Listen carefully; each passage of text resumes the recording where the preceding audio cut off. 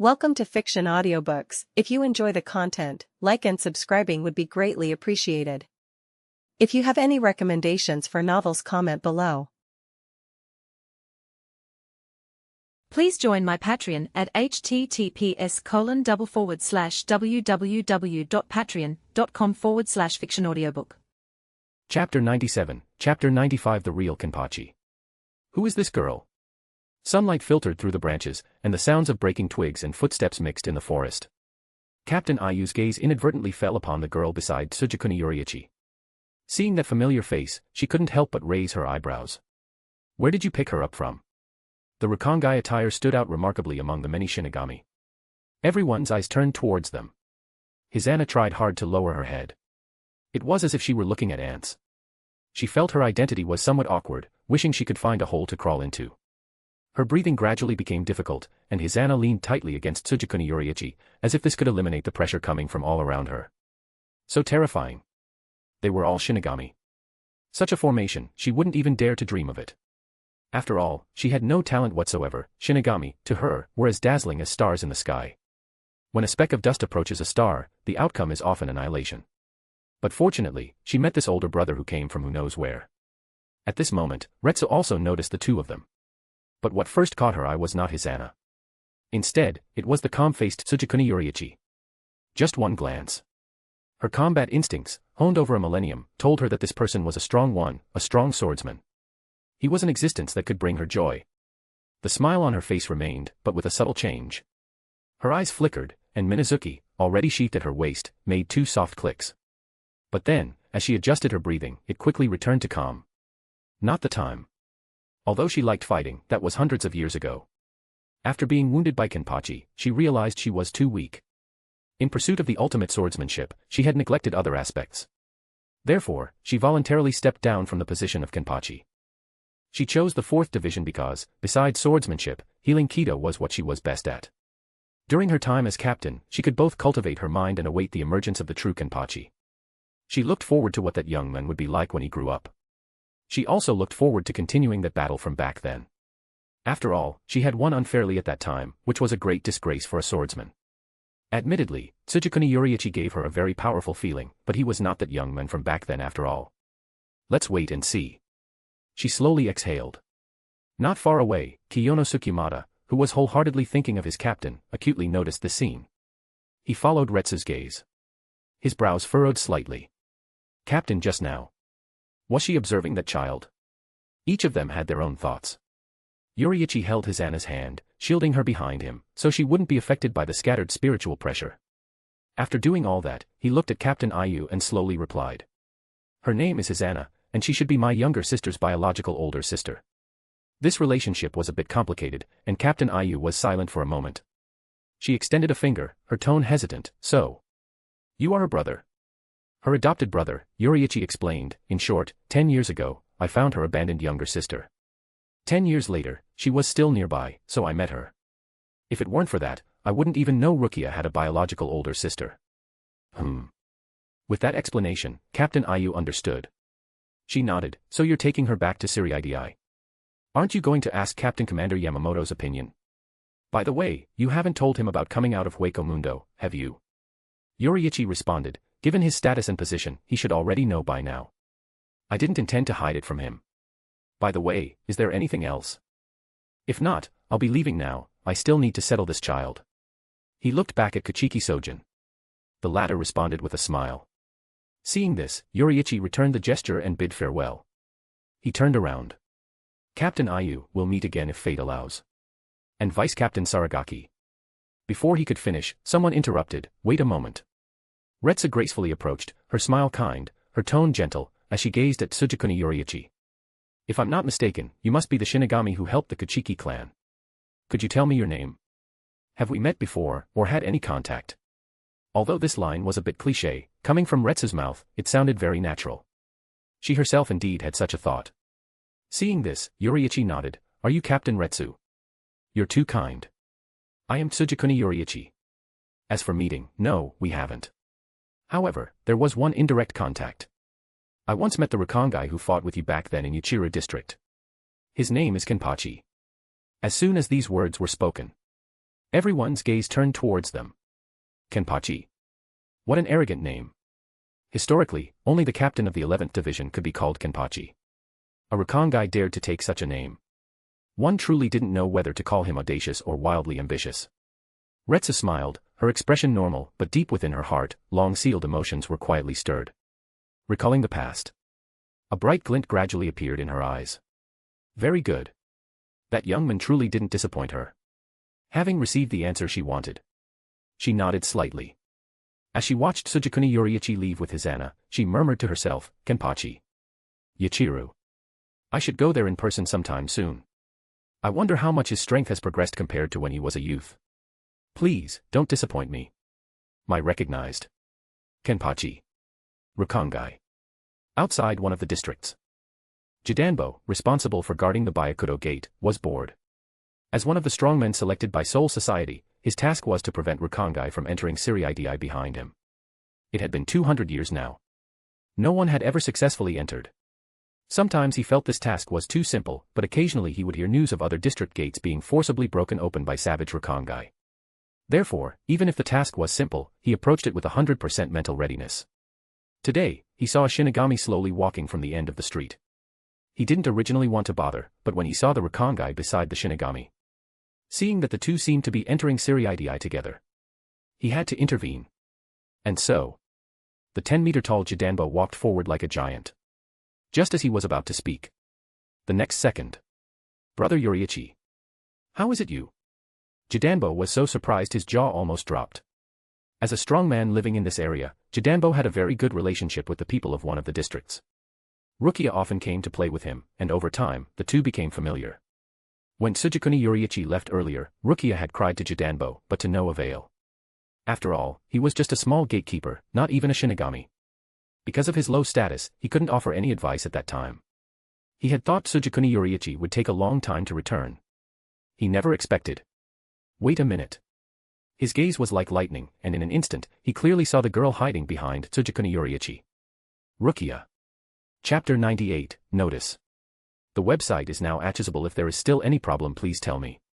Chapter 99, Chapter 96 Yamamoto Shigekuni, I cannot judge your experience.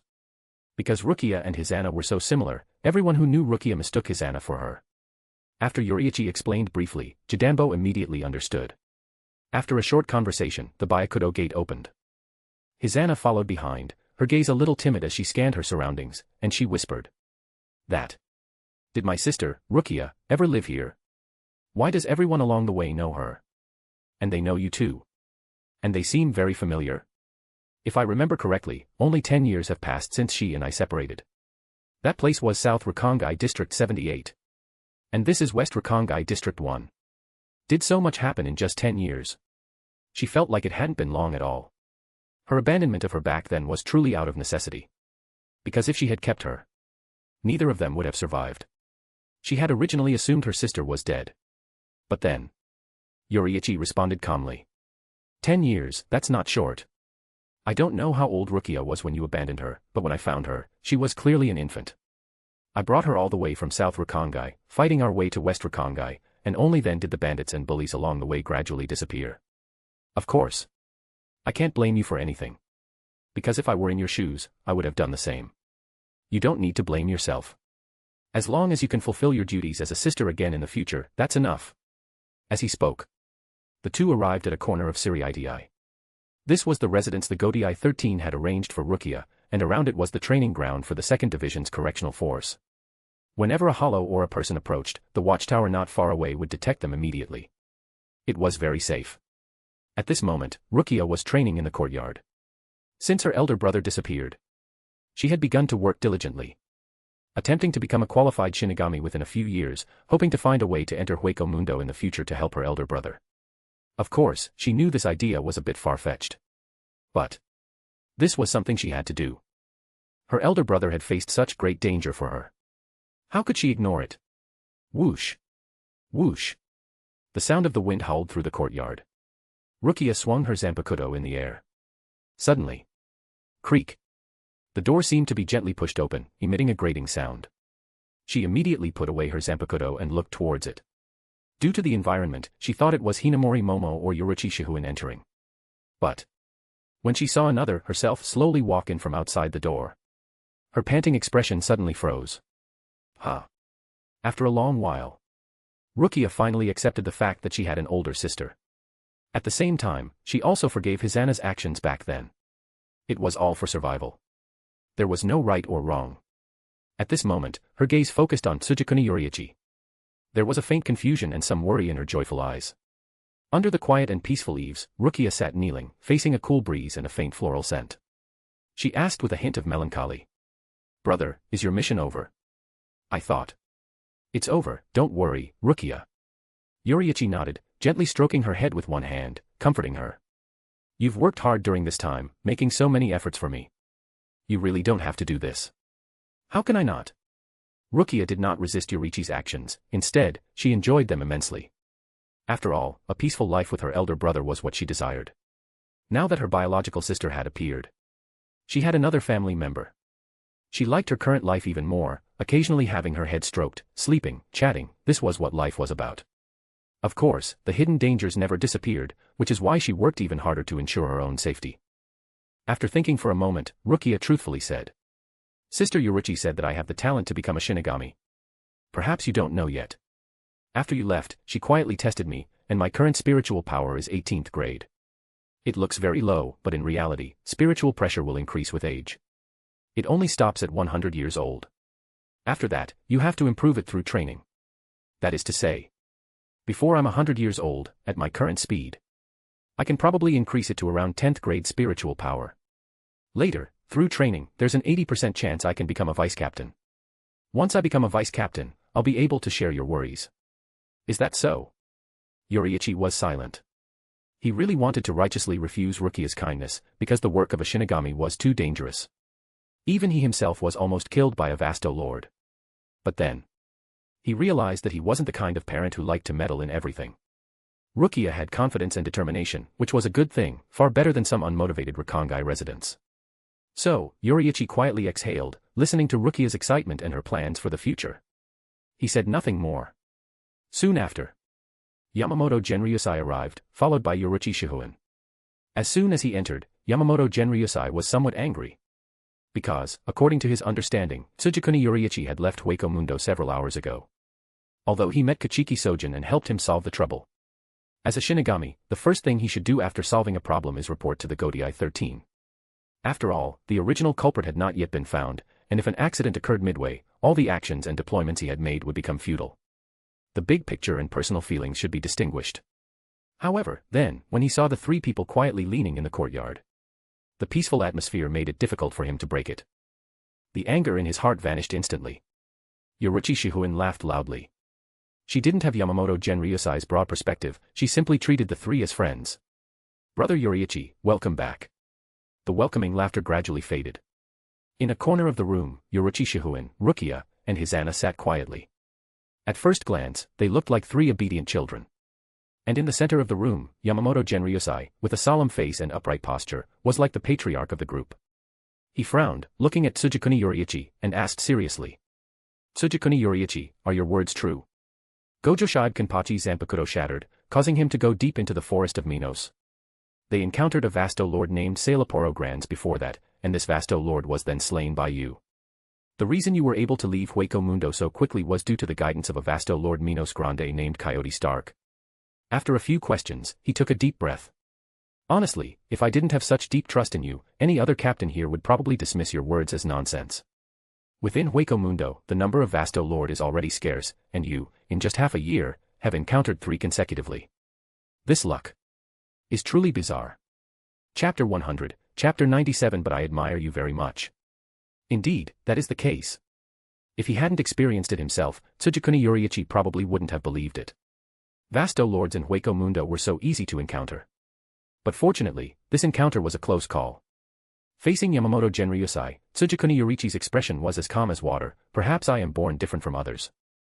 However, since I've already returned, there's no point in dwelling on past encounters. Gojo Shibe Kenpachi is indeed trapped deep within the forest of Minos. Before he left, he told me he was sacrificing himself for Siriidi. Speaking of which, Captain Commander." Tsugikuni Yoriichi paused slightly. "Is the forest of Minos really that dangerous?" "Not much different," Yamamoto Genryusai nodded. He stroked his beard, his voice slow. But, that place is a realm that Soul Society can never reach. With our power, we can clear over 80% of the threats in Hueco Mundo. However, the Forest of Minos is an exception. Most of the hollows in the human world originate from the Forest of Minos, since Gojo Shibe Kenpachi is deeply trapped within it, and he entered voluntarily, then he must have been prepared to die. What a pity. Yamamoto Genryusai sighed, unsure if it was due to Gojo Shibe Kenpachi's sacrifice or the loss of a vital force for Siriidii. Before entering Hueco Mundo, no one had ever expected he would actually encounter an enemy that even Kenpachi Kuryoshiki couldn't resolve centuries ago. What else did Gojo Shibe say? Yamamoto Genryusai slowly raised his eyes. Tell this old man everything. Currently, the 11th Division's captain position is vacant. Tsugikuni Yoriichi, do you have the desire to become a captain? As his words fell, the air fell into a brief silence. Beside him, Yoriichi Shihuin pouted, seemingly quite displeased with Yamamoto Genryusai's decision. She was here first. If Tsugikuni Yoriichi truly accepted Yamamoto Genryusai's words and became a captain, then she, the Shihuin clan, would have no more opportunities. There had never been a precedent in Soul Society's history of a captain marrying into a family. This would be an insult to the Godii 13, and Yamamoto would absolutely not agree. Yoriichi watched Tsugikuni Yoriichi with a mix of anticipation and worry. Yoriichi pondered for a moment, then shook his head slightly. My apologies, Captain Commander. Currently, I have no desire to become a captain, although Gojo Shibe Kenpachi suggested before he left that I replace him and become the captain of the 11th Division. But you know my nature. Fighting, for me, is more a means to fulfill a Shinigami's duty and protect my family, if I were to make it my life. This would not align with my philosophy. Please forgive me, I cannot take on the role. Oh. These words caused Yamamoto Genryusai to narrow his eyes slightly. Protecting family, it had been a long time since he had heard such a reason. Without exception, all previous Shinigami protected Siriidii. This seemingly perfect excuse was in fact unoriginal and empty. As if reporting a standard answer. 1,000 years ago, he might have found this excuse incredibly weak. Because in the face of Soul Society's safety, all minor considerations had to take a back seat. However, now. Perhaps it was due to a millennium of self-cultivation, his inner aggression gradually wore away. Yamamoto Genryusai increasingly cared about the emotions he had once overlooked. Coupled with the increasingly stable three realms. He nodded gently, his gaze sweeping over Rukia and Hisana beside Yoriichi Shihuin, a hint of appreciation in his eyes. Very good. This was the type of Shinigami he valued. If one couldn't even protect those around them, even if they reached a high position, they would ultimately be incompetent. In that case. He drew out his words, his tone calm. As you wish, you will be reinstated to your original position, and when a captain position becomes vacant someday, you can take it. Is that acceptable? I have no problem, Yoriichi replied. Not far away, Yoriichi Shihuin's lips curved into a brilliant smile. Her two fair canine teeth were revealed. However, recalling what happened to Kuchiki Sojin, her smile gradually faded, and her eyes dimmed. Although she didn't want to see Tsugikuni Yoriichi completely become Yamamoto Genryusai's person, due to what happened today, Tsugikuni Yoriichi would undoubtedly be targeted by a certain noble faction. To protect him, a mere vice-captain position would not be enough. Yamamoto Genryusai should be well aware of this. However, just as Yoriichi Shihuin thought that the captain commander might use Tsugikuni Yoriichi himself as bait to lure out that rebellious noble faction, Yamamoto Genryusai suddenly spoke. He had a serious expression. His tone was solemn. We've discussed the position, Tsugikuni Yoriichi, let me talk to you about what happened today. You once said that fighting is to protect family, so let me ask you. Are you satisfied with the current situation? What I mean is the misfortune you encountered today because you saved Kuchiki Sojin. Regarding this matter, I believe Kuchiki Sojin has already told you. The person who attacked him possesses immense power, so much so that even he didn't dare to act rashly. Do you regret it? Never, Yoriichi responded calmly, without hesitation in his tone. What's done is done, why regret it? Let them come if they wish, I believe Miss Yoriichi can protect Rukia, as long as my family is not threatened. Exactly, Yoriichi Shihuin quickly interjected, as if to follow up on that statement. As the head of the Shihuin clan, as long as I exist, I will not let Sister Rukia suffer any harm. This place is the territory of my Shihuin clan, even the other 4 great noble clans wouldn't dare to trespass, and now there's also Sister Hisana. Naturally, we must take even greater care. The effort and money spent on caring for 2 Rukongai residents were negligible for the Shihuin clan. Even if Tsugikuni Yoriichi became a captain and couldn't join the Shihuin clan, the friendship formed through care could last for hundreds or thousands of years. This was also one of the reasons why the Shihuin clan could prosper for so long. Even if he died. Who could guarantee? that Rukia or Hisana wouldn't soar to great heights in the future. That's how investment works. After speaking, Yoriichi Shihoin raised her eyebrows at Tsugikuni Yoriichi, signaling that everything was fine. As long as she was there, Rukia and Hisana would be safe. Seeing this, Yoriichi silently nodded. That's right, I trust Miss Yoriichi. Of course, I also trust that you, Captain Commander, can handle this matter properly. Facing their unintentional cooperation, Yamamoto Genryusai remained silent. His slightly lowered gaze surveyed the few people present. In silence, the atmosphere in the room gradually became heavy. Like a dark cloud covering the roof, making everyone feel a little stifled in their chests. A moment later. Very good. It's good that you don't regret it. His slightly narrowed eyes gradually opened, and the oppressive atmosphere around them dissipated instantly. The dark cloud above everyone's heads dispersed, and Yamamoto Genryusai nodded gently. Tsugikuni Yoriichi, I approve of you. What do you think of my Genryu? I want to hear the truth.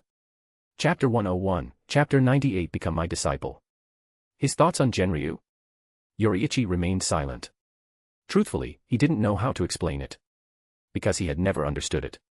The only information he knew was that it was a school founded by the Captain Commander 1,000 years ago. To this day, its students were few and far between. And as for why they were so few, that was not something a Shinigami who had only been on the job for half a year could understand. Seeing Tsugikuni Yoriichi's slightly bewildered expression, Yamamoto Genryusai stroked his beard, a faint, almost imperceptible smile appearing. You don't know. That's right, apart from the nobles, no one in the current Godei 13 knows what kind of school my Genryu is. In the beginning, Genryu was nothing more than a private academy for imparting knowledge. However, now, after 1,000 years of evolution, besides branching out into the Ryatsu Academy as a teaching institution, it has also separated the lifelong knowledge I originally mastered. The Hakuda and Zanjutsu that I excel in are the essence of Genryu. Tsugikuni Yoriichi, your Zanjutsu is very strong, but your Hakuda is quite ordinary. I can help you fix this flaw. At the same time, I will also help you resolve this crisis, seeing as our temperaments are quite similar. Are you willing to become my disciple? The moment his words fell, Yoriichi Shihoin showed an, as expected, expression. She knew Yamamoto Genryusai wouldn't let this opportunity pass. After all, offending the Tsuneyashiro clan was a problem that a mere vice captain could not handle. Only by connecting with the Captain Commander could there be a glimmer of hope. If it were an ordinary Shinigami, the Captain Commander would never agree, because he believed that everything must be resolved by oneself. However, now, what the Tsuneyashiro clan had done was truly excessive. Whether it was the incident of assassinating the 6th Division Vice Captain, or the subsequent incident where Tsugikuni Yoriichi might be assassinated for saving Kachiki Sojin. Without exception, both touched Yamamoto Genryusai's bottom line. Although there was no evidence to prove that these two incidents were done by the Tsuneyashiro clan, even a slight possibility could not be ignored. He was, after all, the esteemed Captain Commander. If he couldn't even protect the life of a subordinate, he wouldn't be fit to sit in this position. 1,000 years ago, Yamamoto Genryusai's nickname was, the Demon of the Sword. Just hearing the name could evoke a chilling killing intent. Thinking of this, Yoriichi Shihoin gradually collected her thoughts, observing the scene before her. Tsugikuni Yoriichi slowly raised his head, surprised by Yamamoto's sudden words. Just as he was deep in thought. Cough cough. Yoriichi Shihoin's 2 light coughs woke him up. Yamamoto Genryusai's gaze immediately turned to her, and she subconsciously avoided his sharp gaze, immediately feigning ignorance. The atmosphere was a bit subtle, and Tsugikuni Yoriichi's expression gradually became solemn. The surrounding air seemed to solidify at this moment. Finally. Under Yamamoto Genryusai's profound gaze. He lowered his head slightly, speaking softly and respectfully. Student, greetings, teacher. Soon after. At the Tsuneyashiro clan. What? Tsuneyashiro Yoshin's eyes suddenly widened when he heard the news of Tsugikuni Yoriichi becoming a disciple. Then, when he heard that the teacher Tsugikuni Yoriichi had been Yamamoto Genryusai. Crack. The stone table in front of him shattered again, a fist slamming down heavily. That damn guy. Bang. Why would that old immortal Yamamoto interfere? Did he perhaps detect our intentions? Uncle Fong. He looked at the butler not far away, gritting his teeth and asking, if he becomes Yamamoto Genryusai's disciple, do we still have a chance? In the living room, Tsuneyashiro Fong stopped his tea brewing, raised his head slightly, looked at Yoshin, and said in a steady tone. Young master, no need to worry. Becoming a disciple doesn't mean anything. We still have a chance. As for whether he detected our intentions, perhaps, but that doesn't matter. He has no evidence, how can he punish a high-ranking noble? As long as we act carefully and don't leave any handles, that's all. If necessary, we can push Hinashita Makoto out to take the blame. Although a second-class Ryatsu isn't much, he's not someone we can't discard. In fact, it can even lower Yamamoto Genryusai's vigilance. He slowly walked over with the teapot. He placed the teacup on the table, and with a gentle swipe of his palm, the original shattered marks vanished without a trace. Standing beside Tsuneyashiro Yashin, he paused, then continued. Currently, the main reason for our failed operation is Hinashita Makoto's weakness. Admittedly, the failure was due to Tsugikuni Yoriichi's appearance, but both of them have second-class Ryatsu. And Hinashita Makoto being beaten to that state, that explains everything. He sighed, somewhat emotionally. If he could be evenly matched with Tsugikuni Yoriichi, and the remaining Shinigami could also kill Kuchiki Sojin. Unfortunately, there are no ifs. Having lost an arm, bleeding and fleeing back, his combat power has dropped by at least 50%. As a pawn, his value is almost gone. Young Master Yashin. You can try to abandon him and shift Yamamoto Genryusai's attention. Tsuneyashiro Fong judged. Like this. Hearing this, Tsuneyashiro Yashin picked up the teacup, his eyes flickering, and took a sip of the tea worth a fortune. He already had a plan in mind. However, Kuchiki clan scouts have been watching recently. Tell them to hold off for now. Wait for my command. After arranging his subordinates, his emotions rippled noticeably when he spoke of the Kuchiki clan. Why won't that Kuchiki Sojin just die obediently? If he died, I would be at ease. Without a young heir, the Kuchiki clan will certainly not be a match for my Tsuneyashiro clan in the future. Damn Tsugikuni Yoriichi, damn Kuchiki Sojin, each one of them is as annoying as a flea. I truly hope I can become the family head soon, and then get rid of them. Upon hearing this, Tsuneyashiro Fong, who was halfway to taking away the tea set, gently shook his head. A glimmer of helplessness flashed in his cloudy eyes. As one of the 5 great noble families, internal competition within the clan was undoubtedly extremely cruel. Given Tsuneyashiro Yashin's personality, it was destined that he could not become the family head. However, he was the former family head's most beloved son. Sending himself to act as a guard was precisely out of the idea of preserving his life. Even if he failed in the election, his life would not be affected. Now, hearing him speak of his dream, Tsuneyashiro Fong always felt a pang of regret. If his temperament could be a little more stable, his methods a little more refined, and his cunning a little deeper, with his own help, he might not necessarily be unable to become the family head. It's just. Years of indulgence had made him increasingly arrogant and overbearing. This was the pride ingrained in the bones of high-ranking nobles. Although teachers constantly tried to correct their personalities, some would become more reserved, but others would become even worse. Tsuneyashiro Yashin belonged to the latter. But who made him the young master? Even if he died, the young master could not die. Otherwise, Tsuneyashiro Fong could hardly imagine the consequences of a direct descendant of a high-ranking noble dying. Chapter 102, Chapter 99 Spirit Poisoning. Tomorrow at noon, come to the 1st Division to find me, I have something to give you. After leaving that sentence, Yamamoto Genryusai stood up to bid farewell. Click. When the room door closed, Tsugikuni Yoriichi went to see him off. Inside the house, Yoriichi Shihuin revealed a passable smile. One must know that Yamamoto Genryusai's disciple and a captain of the Gotei 13 are not the same identity. The former, if one were to delve deeper, is equivalent to a minor noble. Ordinary nobles would not dare to provoke Yamamoto Genryusai. As for the latter, any lower-ranking noble could disregard them. This is the difference. As status improves, relationships naturally become much closer, because the class barrier no longer exists. Even if Yoriichi Shihuin came frequently, those elders in her family would no longer say anything. She exhaled, her gaze sweeping over Rukia and Hizana beside her, then she turned to reveal a hint of an interested smile. Little Rukia, aren't you going to introduce your elder sister? You two aren't twins, are you? Why do you look so alike? Regarding this question, it was also what Rukia wanted to ask. Although the two of them were so many years apart in age, their appearances were identical. She carefully looked at her elder sister, seemingly wanting to ask who their parents were. She had no memories of her previous life because she was an infant when she was born. Seemingly sensing the emotion in Rukia's eyes, Hizana slowly looked up, a hint of apology flashing in her eyes. I'm sorry, Rukia. Regarding our parents, I can't remember clearly either. I only vaguely recall that my mother was a very gentle person, but my father. A difficult scene flashed through her mind, and her voice abruptly stopped, clearly unwilling to say more. A moment later, she changed the subject. At this point, there's no need to dwell on these things. You've already found family who care about you, why cling to matters from your previous life?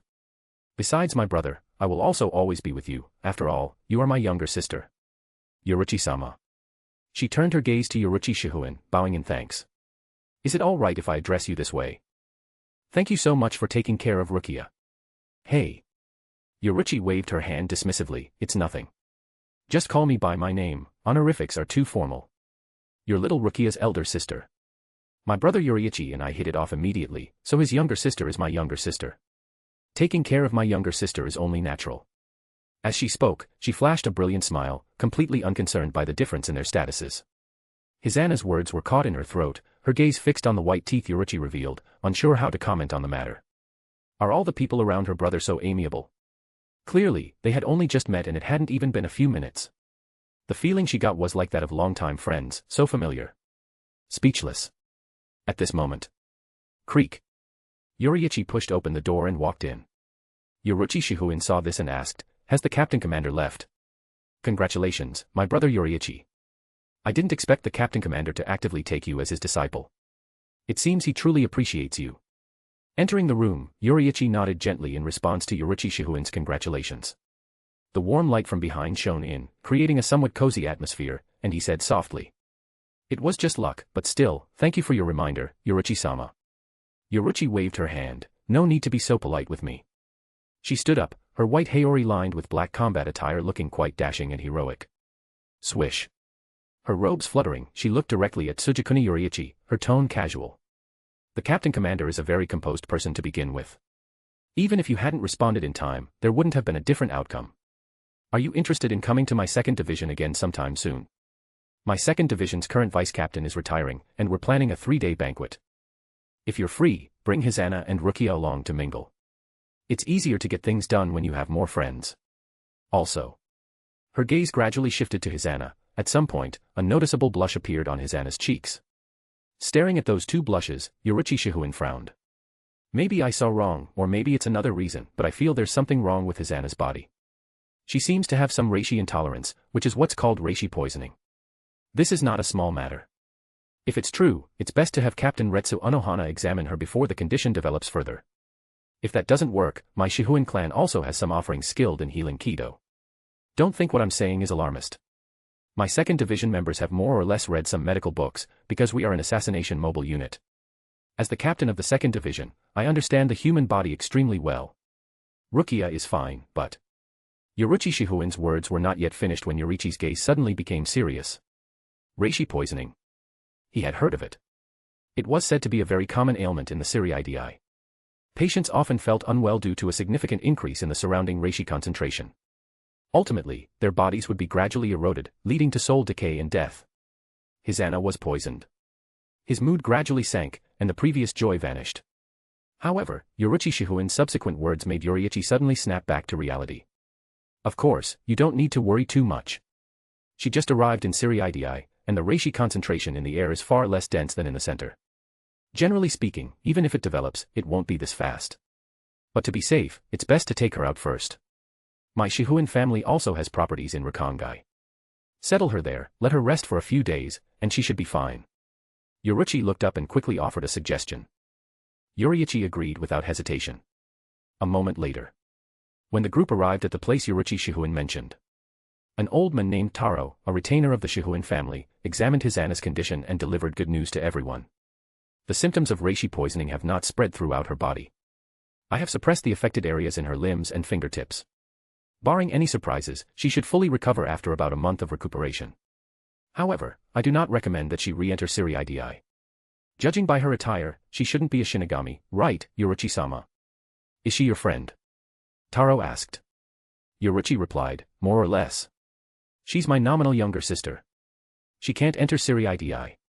Can she not even reside in remote areas? No. Taro shook his head. You should know what Siriidii is like. The reishi concentration there is more than 5 times higher than here. Short periods are fine, but over time, never mind me, even Tenjiro Karinji, who invented healing Kido, wouldn't be able to save her. Yoriichi-sama, for the sake of your younger sister's safety, it's best to have her stay with me for now. This place is located in one of the districts of East Rakangai, not far from Siriidii. Thinking of this, Taro paused, then added. Of course, it would be a different story if there were a machine that could dilute the surrounding reishi. However, such a machine can only exist in imagination. Basically, no one would specifically commission one. The last sentence was essentially a clear hint. Hearing this, Yoriichi understood. The first person she thought of was Hikifune Kiryu of the 12th Division. However, since Hikifune Kiryu was being promoted to Squad 0 tomorrow, there wasn't enough time, so she could only resort to a second option. She recalled her friend in the 2nd Division's 3rd seat, Kisuke Urahara. Yoriichi remembered that he often made small, very practical inventions. Those inventions looked simple but actually required extremely profound technology. In other words, no one was better suited to complete this task than Kisuke Urahara. Thinking of this, she nodded and said, "I understand, Grandpa Taro. Hizana will stay with you for a few days for now, that should be fine, right?" "No problem. This place was originally a converted hospital. Never mind a few days, dozens or hundreds of days are fine, as long as you don't forget her." Chapter 103, Chapter 100 The Tsugikuni Yoriichi, do you have something on your mind? The next day, 1st Division. Yamamoto Genryosai looked at his new student, his thick white brows slightly furrowed. His weathered eyes reflected Yoriichi's somewhat distracted and indifferent expression. If he didn't know Tsugikuni Yoriichi's personality, Yamamoto would have thought this kid was as unreliable as Kairaku Shuensue. To dare to be distracted in front of this old man. His thoughts had just begun to wander. Hearing Yamamoto Genryosai's words, Yoriichi slowly raised his eyes. There was a hint of hesitation in his gaze, and after a moment, he said softly, "My apologies, Captain Commander, please continue. It's just a small matter." Since Hizana could recover, there was no need to keep it in mind all day. The priority now was the current situation. Yamamoto Genryosai watched everything before him, gently stroking his beard, and nodded. "A small matter, very well, I'll take it as such. Now, focus your attention. You need to listen carefully to what I'm about to say.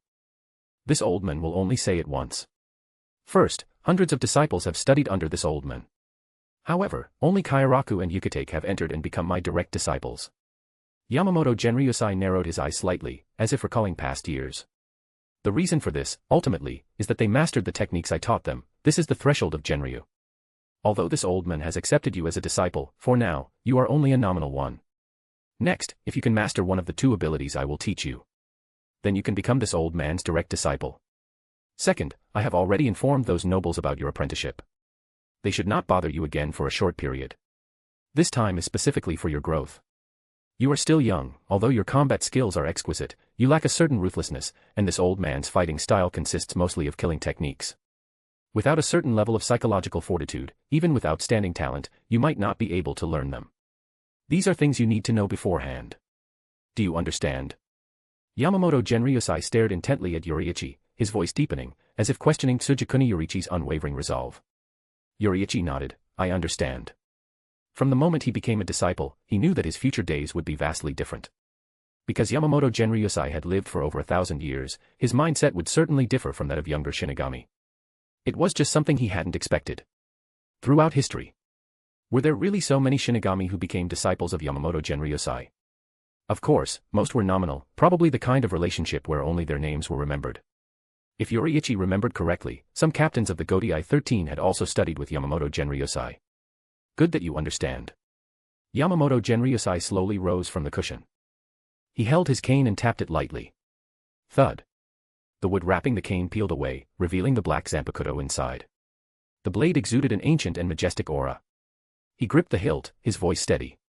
This old man's Ryujin Jaka, the first technique is called Fuzan, a quick draw that can kill enemies without releasing the Zanpakuto. Its speed is like a gentle breeze passing over the body, aiming for a single decisive strike. Ordinary Shinigami can learn it, yet even my direct disciples have not mastered it to this day. You are different, your strength, reaction speed, and even the attributes of your Zanpakuto are far superior to theirs. This old man believes you can learn it. This will be the first trial you must face. Watch closely. He turned and faced a rock not far away, placing his hand on the hilt of his Zanpakuto. In Yoriichi's sight, Yamamoto Genryosai's reishi gathered in his palm like a surging tide, then burst forth in an instant. Countless reishi condensed along his palm onto the blade, forming an invisible edge.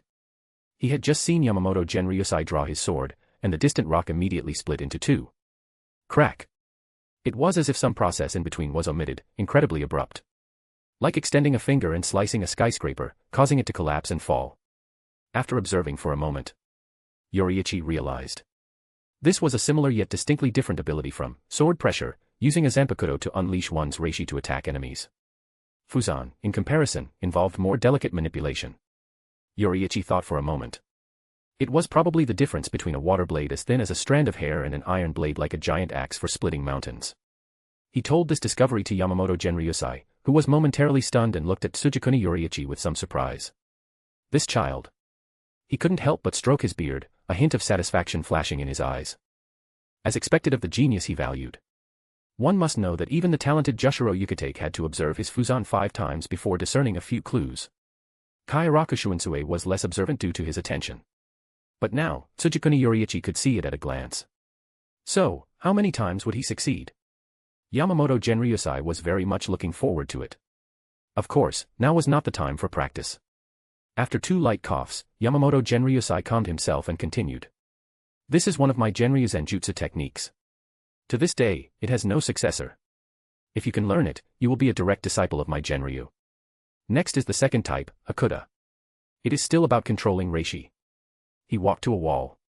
This wall stood very suddenly, in the center of the room, giving Yoriichi the impression that it had just been built. Due to time constraints, I can only demonstrate with Killing Stone for now. Tsugikuni Yoriichi, you should know what Killing Stone is, right?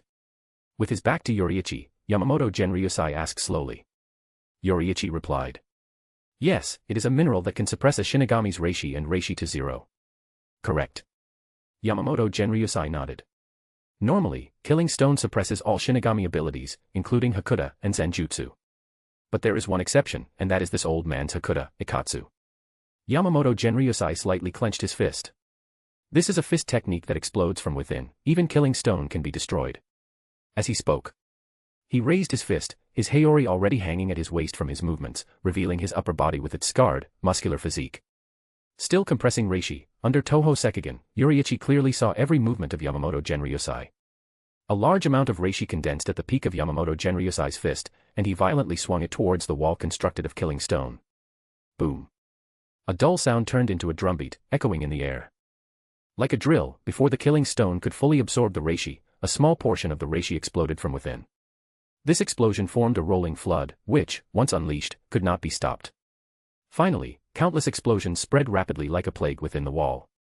Only 0.36 seconds passed in the outside world. Bang. The entire wall shattered into countless specks of stone dust. Some scattered with the wind, some fell to the ground, with the largest piece no bigger than a pinky finger. It was completely pulverized. Chapter 104, Chapter 101 Kenpachi Oniyama is dead. Hugh. Yamamoto Genryusai let out a long breath. He looked at the wall that had vanished into thin air and murmured, still rusty. It actually took so long. After speaking, he turned to look at Tsugikuni Yoriichi. Ikatsu is the strongest punching technique I have mastered, and it also has no one to inherit it. Because its mastery requires extremely high physical prowess and exceptionally strong bone tolerance. Neither Yukitake nor Kairaku qualify, but I believe you can. If I recall correctly, your pure strength is even subtly above mine.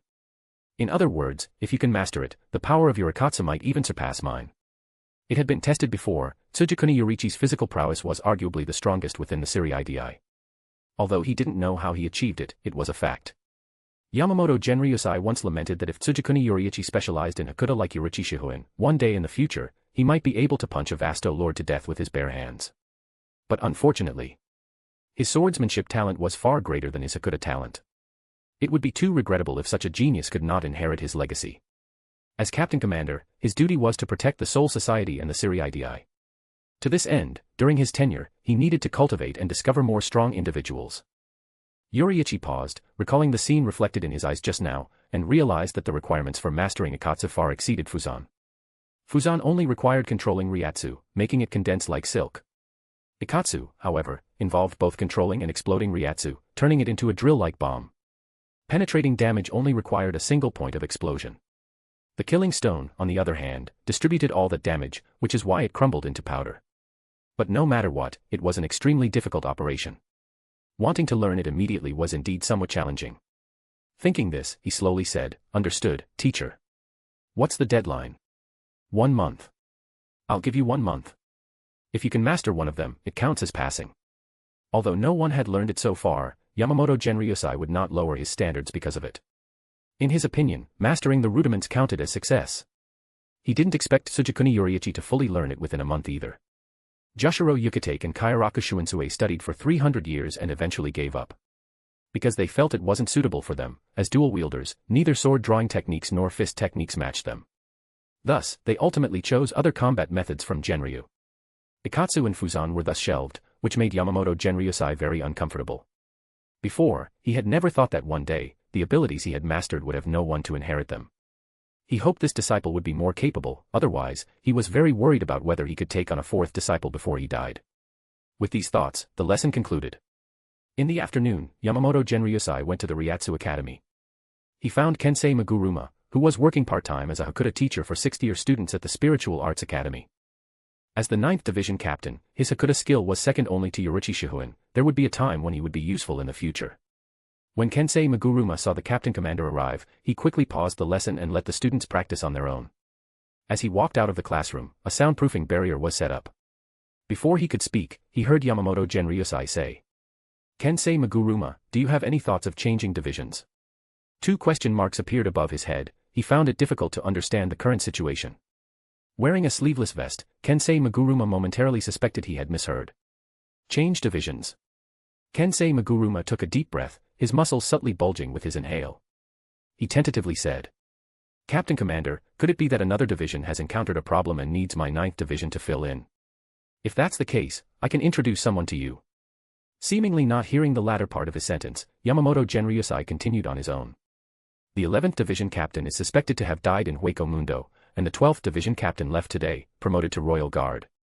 Yoriichi Shihoin once recommended someone to me. If nothing unexpected happens, the captain assessment will begin in 5 days. But, the position of 11th Division captain is still vacant. You excel at Hakuda, and I believe you are very suitable for this position. What about the 9th Division? Kensei Maguruma was quite helpless. Although this was the captain commander's order, he still didn't understand. He didn't even know what the current situation was. How did the 11th Division captain die? And died in Hueco Mundo. A dignified Kenpachi. Couldn't even defeat a hollow. As for the 9th Division captain position, I have my own considerations. If Gojo Shibe Kenpachi is not dead and returns someday, we will discuss other matters then.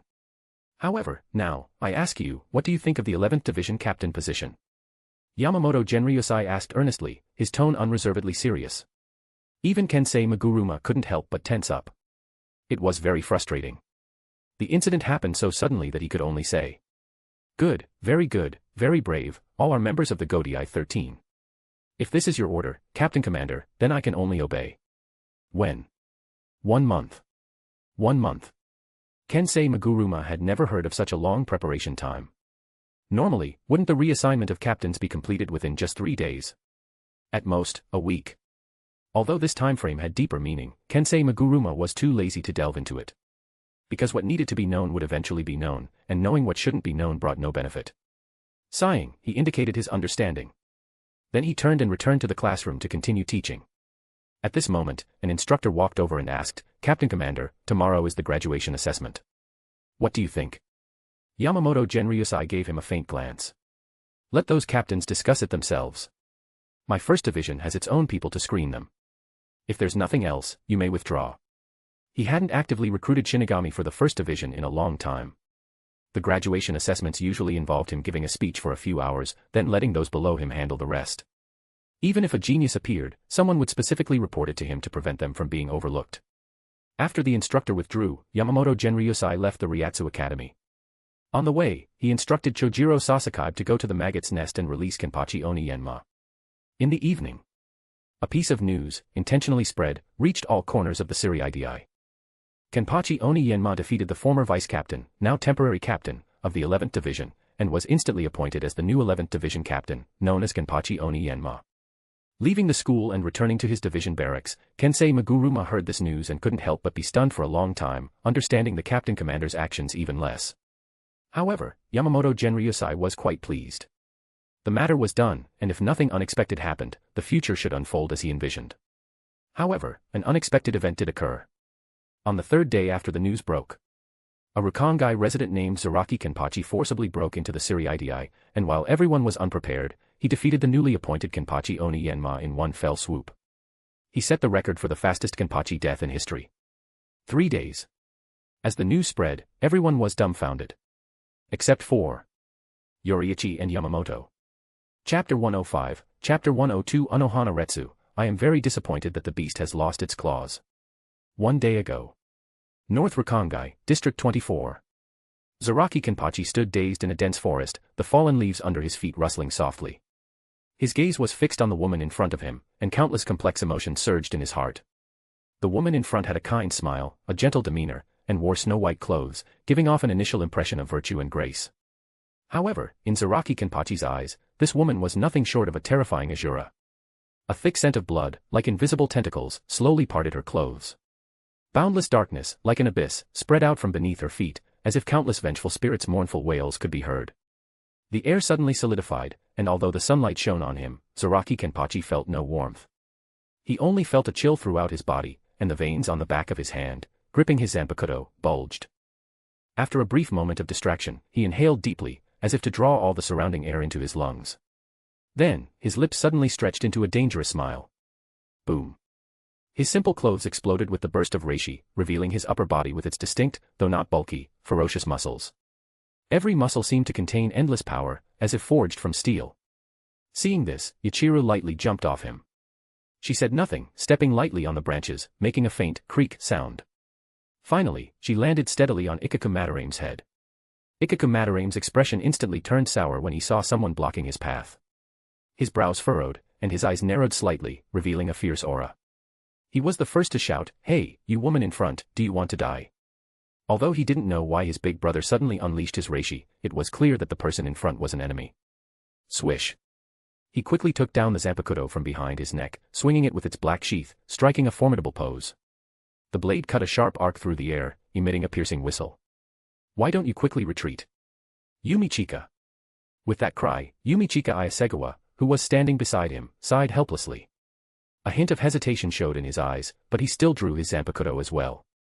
"Ikaku, are you sure you want to disturb the boss's fight?" Since Retsu Unohana had not emitted any substantial killing intent, the two of them were not sure how much of a threat she posed to them. They instinctively thought she was on par with them. However, soon they found they were wrong. Terribly wrong.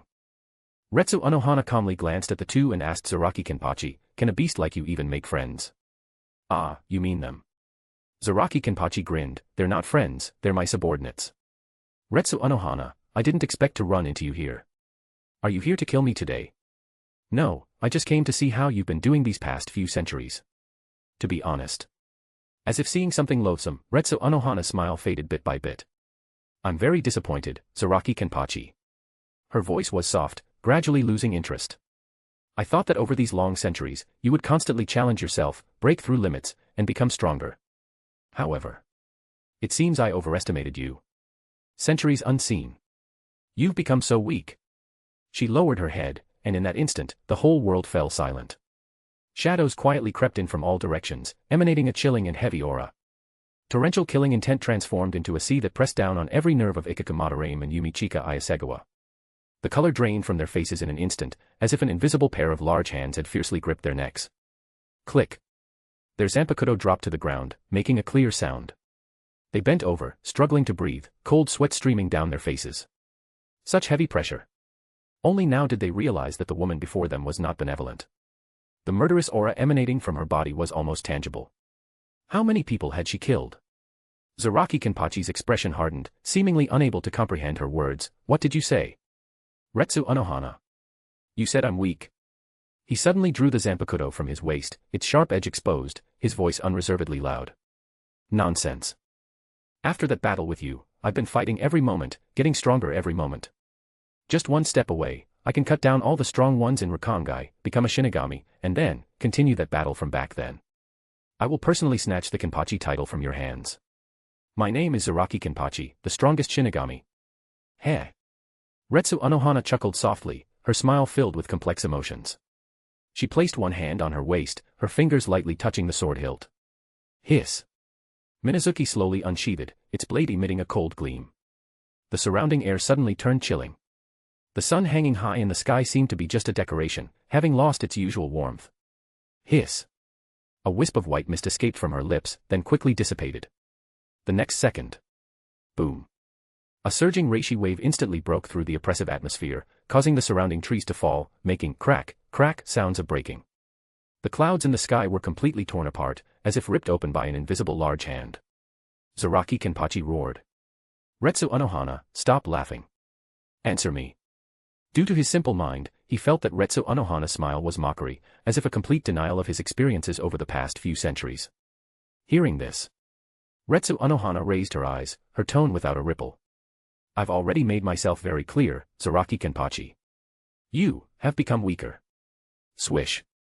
Minazuki, curved slightly, emitted a dangerous gleam under the sunlight. Retsu Unohana spread her arms, her posture completely reverting to 1,000 years ago with the change in her tone. The faintly emanating reishi filled the air with a thick scent of blood. Death rushed towards him.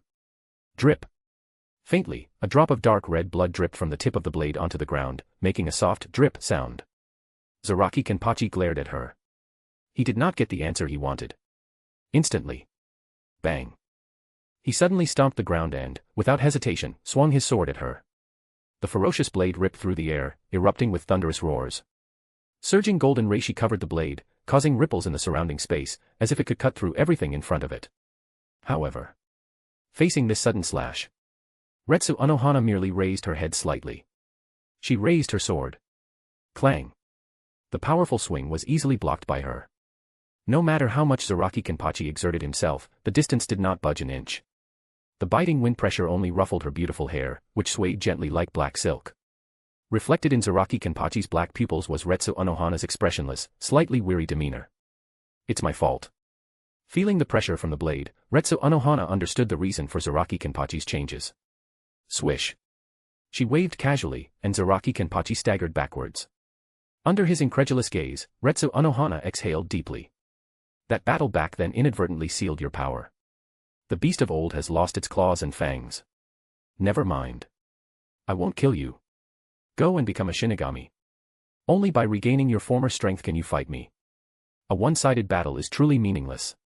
Chapter 106, Chapter 103, Kenpachi Zaraki, where is Yoriichi Tsugikuni? I want to challenge him again. Retsu Unohana could clearly feel the intense fighting spirit contained within his movements. It was just a pity that there was no longer the same sense of oppression as back then. Recalling those years, he was alone, pursuing the joy of battle even if it meant fighting to the death. But now, he had companions. For a wild beast, these were undoubtedly a burden, meaningless emotional ties. His former sharpness had gradually reined in. This state was not the battle Retsu Unohana had hoped for. In such a situation, even if she won in the end, it would be meaningless. Kenpachi did not understand the meaning of her words at all. In his opinion, Retsu Unohana was simply inexplicable. He was clearly on his way to Siriitii when his path was suddenly blocked. Then, he heard the other party claim he was weak. What else could this be but a madman? Damn it. If it weren't for the fact that he couldn't beat her. Kenpachi gritted his teeth and shouted. Retsu Unohana, what's the point of being so evasive? I originally wanted to become a Shinigami. What does it mean that my power is sealed? Literal meaning. Retsu Unohana glanced at him slightly, slowly sheathing her sword. Your brain is too simple, even if I explain it directly, you probably won't understand. Later, when you experience a life or death battle, you will naturally understand. I'm leaving now. After this meeting, I have clearly understood what stage your power is at. It is said that you once lost to a Shinigami named Tsugikuni Yoriichi, right? That's right, you know him. Of course, I do. Retsu Unohana lightly stepped onto the ray-like creature that Minazuki had transformed into, looking down at Kenpachi from above. Her clear, cold voice drifted down like falling snowflakes. He is stronger than you, that is only natural. The difference between you and him is that he has something he wants to protect, and you don't. Being a beast is not bad, but a beast imitating humans is quite foolish. That's all I have to say. After speaking, Minazuki flapped its wings and flew into the sky, its final words appearing and disappearing. 2 days ago, the 11th Division captain changed. Kenpachi. If you want to prove your strength, go defeat him. Now. In front of the 11th Division barracks. Under the watchful eyes of hundreds of black-clad swordsmen, Kenpachi stood proudly, long sword in hand. He met their wary gazes. Looking at Kiganjo, who was bleeding profusely and whose aura was as weak as a flickering candle in the wind, a wildly arrogant smile spread across his lips. Swish. He swung his sword forcefully, blood splattering with a slight sound. He looked around and shouted, "Is there anyone else?" When the sound fell, no one responded for a long time. The surroundings were silent. Kenpachi Oni Yenma had just taken office, and many of the members were not yet familiar with him, so it was naturally impossible for any dissenting voices to arise. After all, his defeat was already sealed. Seeing this situation, Kenpachi nodded, his eyes revealing a domineering confidence. Very good. If no one challenges. From now on. I am the 11th Kenpachi, Kenpachi. You have no objections, do you? Who could object to this? Kiganjo was defeated by your 3 slashes. Besides him, the strongest vice-captain is still unconscious in the hospital. Isn't jumping out at this time just asking for death? The numerous members were filled with helplessness. They also wanted to become Kenpachi, and they also wanted to defeat Kenpachi in front of hundreds of members and vent their anger. It's just that they lacked the strength. Who would have thought that Kenpachi Oni Yenma, with such a tall and large physique, would be as fragile as Gojo Shibe Kenpachi? Oh, no, Gojo Shibe Kenpachi's Zenjutsu was at least stronger. He was from a formal background, but Kiganjo was something else. He just relied on his massive spiritual pressure. Otherwise, how could he have become the captain of the 11th Division? Now, with the arrival of an even more ferocious Shinigami Kenpachi, some Shinigami felt both excitement and regret. Excitement that their superior was finally a battle maniac, and there would surely be more exciting battles to experience in the future. Regret that they were one step further away from the position of Kenpachi. And just as the news of his defeat of Kiganjo spread like a whirlwind. Inside the Gotei 13, Yamamoto Genryusai sat cross-legged, his eyes slightly narrowed. He stroked his beard, slowly gazing out the window.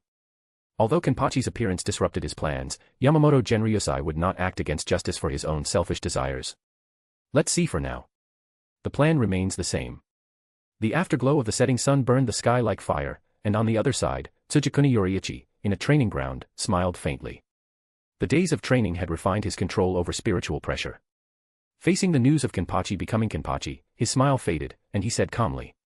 I knew he would become Kenpachi early on, it was only a matter of time. Kiganjo's defeat is also natural. Captain Kairaku, why do you act so surprised? Kairaku Shunsue stood not far away. Yoriichi raised his eyes, meeting the other's deep black eyes. He scratched the back of his head, his tone as casual as if he were chatting about everyday matters. Oh, I almost forgot. You have encountered both of these Kenpachi before, and they even lost directly to you. No wonder you had an early prediction. However, Yoriichi, I see that Kenpachi is not to be trifled with. Even if he is not your opponent, you still need to be careful. Lest you fall into a ditch. I understand, Captain Kairaku. Kairaku Shunsue waved his hand and said, too polite, just call me by my name. We are both disciples of the master, there's no need to use honorifics. If it's really not possible, you can call me senior brother. But my Genryu. That's nothing. Even if you can't learn Fuzan and Ikatsu, the Genryu school still has other combat styles. You'll always find one that suits you. Yamamoto, that old man, has a sharp tongue but a soft heart. Of course, you shouldn't be lazy either. It's okay not to be able to learn it, but you can't be lazy. His Zenjutsu does not include Fuzan. This thing is not something ordinary people can learn. Before, while he was practicing, he even learned Heido number 78, Zong-Eren, but Fuzan didn't even get a foot in the door. Although Tsugikuni Yoriichi's talent seemed better than theirs, it wasn't enough to reach the heavens in one step. After all, spiritual pressure is different from the power humans master. The two continued to exchange information. The next day, Kenpachi came to the Gotei 13 to handle the onboarding procedures. He was accompanied by a girl who claimed she wanted to become the vice captain. After everything was handled, Yamamoto Genryusai then heard him suddenly say, where is Tsugikuni Yoriichi? You are the captain commander of the Gotei 13, right? I want to challenge him. Chapter 107, Chapter 104, Captain Challenge System. Yamamoto Genryusai stood there quietly, his eyes narrowed slightly, like two deep, cold pools. In his dark pupils, Zaraki Kenpachi's battle-ready appearance was clearly reflected. After a long pause, he stroked his snow-white beard and said in a deep voice, Zaraki Kenpachi, are you sure you're not joking? I've never seen a precedent where a captain challenges a vice-captain. Now you have one. Zaraki Kenpachi sharply interrupted Yamamoto Genryusai. His voice was as loud as a bell, that guy once defeated me, and if I can't beat him, becoming the captain of the 11th Division means nothing. As a Kenpachi, I must be the strongest among all Shinigami. Right now it's him, and in the future, I'll challenge you too. You're the captain commander, so you must be very strong. Zaraki Kenpachi's tone was extremely bold, as if he wanted to defeat all Shinigami. However, in Yamamoto Genryusai's eyes, this was nothing but arrogance. Processing his captain's appointment was already very irregular. Because Zaraki Kenpachi didn't even know Shirkai.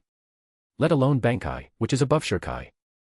Furthermore, he wasn't from the Ryatsu Academy. Theoretically, a Rakangai like him would struggle to even become a Shinigami. But who could argue when he had defeated Kiganjo in front of everyone? This was a rule of the 11th Division, established since ancient times.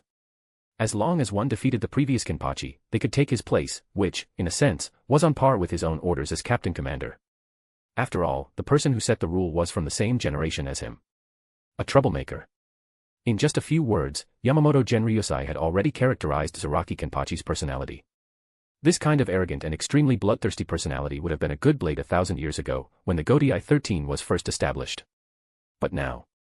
Yamamoto Genryusai fell into deep thought, his drooping beard swaying slightly in the spiritual pressure emanating from him. The surrounding environment seemed to enter a time stop, utterly silent. After a long while, he finally looked up, his voice as calm as still water. If you want to challenge me, mere determination and perseverance aren't enough. A kid like you would need another 1,000 years of training, and even then, it would be too soon. However, since this is your decision as the captain of the 11th Division, I cannot refuse. But there's one thing you must remember. Once you lose, your captain position will vanish, and you yourself might die as a result. The girl beside you might seek revenge for you, but the Tsukiguni strictly prohibits infighting. Once an incident of comrades harming each other occurs, the lighter punishment is imprisonment in the Mukon for a sentence of over 1,000 years, the heavier punishment is the abolition of all spiritual power, becoming an ordinary soul, and expulsion from the Tsukiguni. Are you ready? Don't be too quick to agree, this isn't just about you. Yamamoto Genryusai's gaze slowly shifted to Yachiru, who was sitting on Zaraki Kenpachi's shoulder. The latter had a beaming, innocent smile, as if she didn't know what death was. If her strength hadn't been verified earlier, there's no way this child would have been allowed to become a vice-captain. Her apparent age was too young. The 11th Division was a combat division, sending a child to the battlefield was something Yamamoto Genryusai absolutely could not do. Clap, clap. Yachiru clapped her hands, her clear sound echoing in the silent air. She seemed to be encouraging Kenpachi. Kenpachi, don't worry about me, I'm very strong. We're partners, aren't we? That's right. Hearing this, Kenpachi's confidence was instantly ignited. Just as Yachiru said, they were partners. Even if he only had one breath left, he would crawl back up from the ground. His retreat back then was only due to Tsugikuni Yoriichi's words. Now, it was different. Kenpachi took a deep breath and quickly said, I'm ready. I'll stake the name of Kenpachi and defeat him. So. This is why I had to come out of seclusion. Outside the training ground, Tsugikuni Yoriichi stood there quietly, a hint of helplessness in his eyes. He looked at Kaiaraku Shunsue, who occasionally came and was now standing before him, and asked with a complex tone. Zaraki Kenpachi wants to challenge me. Why? Isn't he a captain? To be honest, he didn't want to fight Shinigami other than enemies, especially not a battle to the death. Because it was meaningless.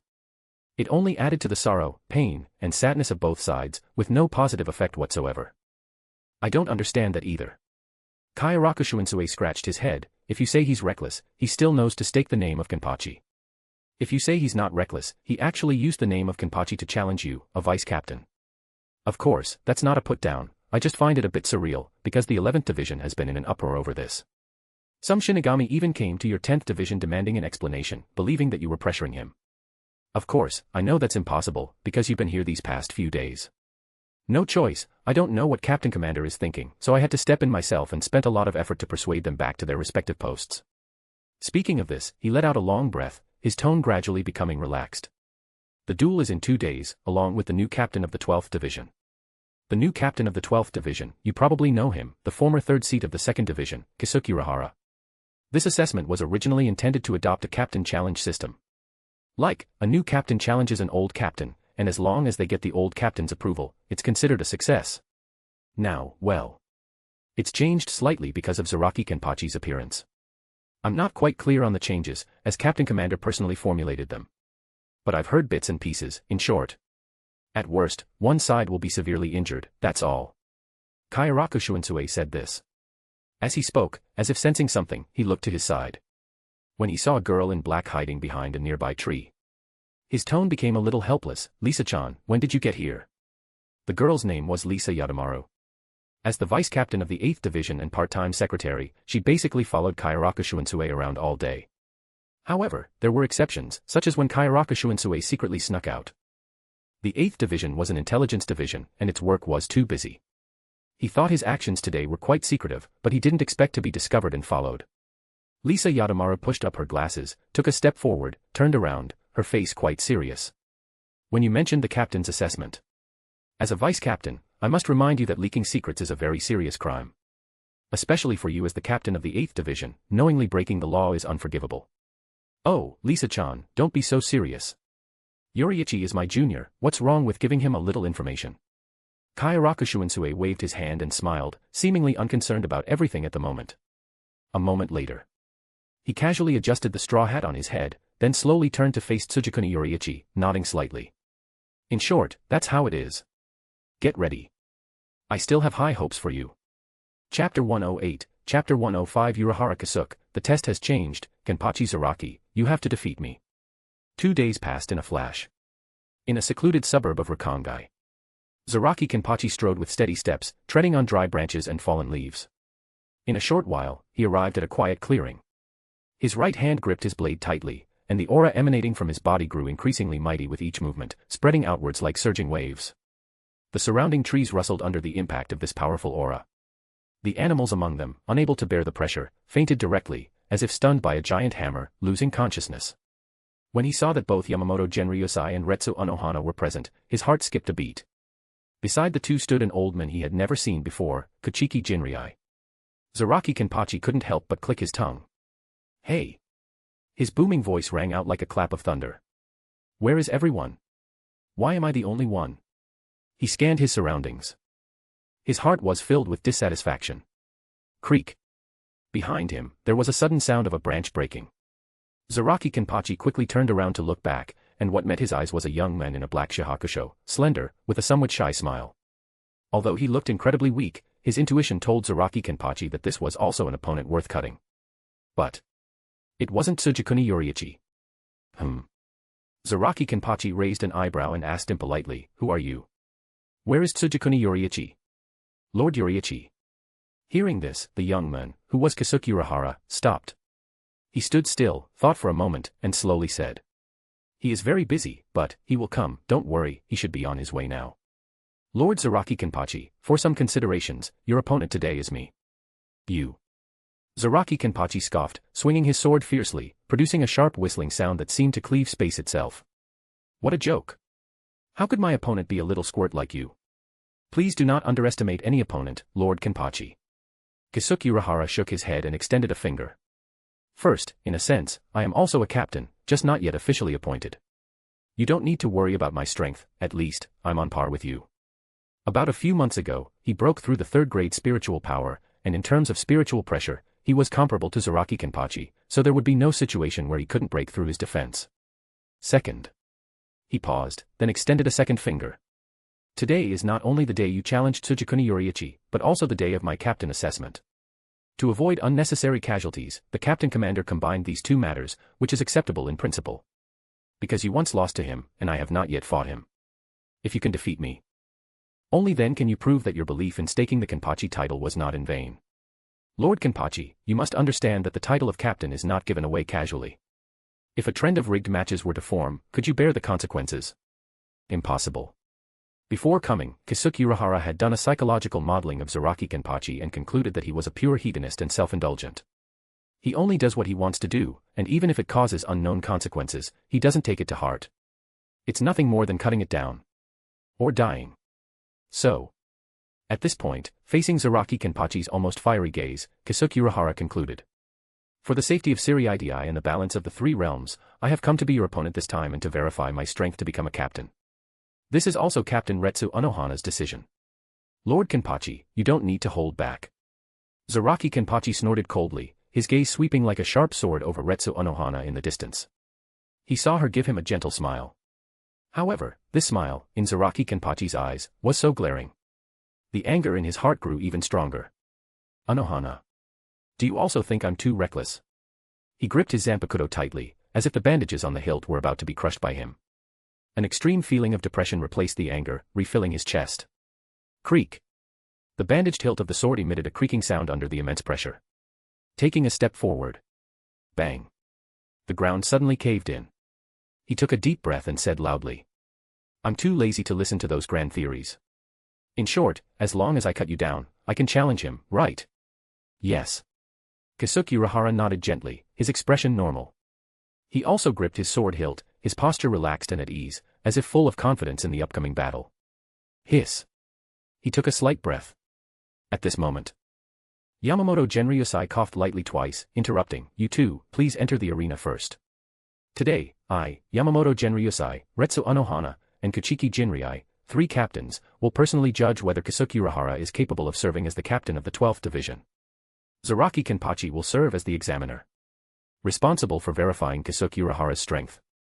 After the two entered the arena, the area within 300 meters was their battlefield. After confirming that it would not affect others, Yamamoto Genryusai nodded and said, "If there are no objections, let us begin." At this moment, Tsugikuni Yoriichi had already reached the edge of the battlefield.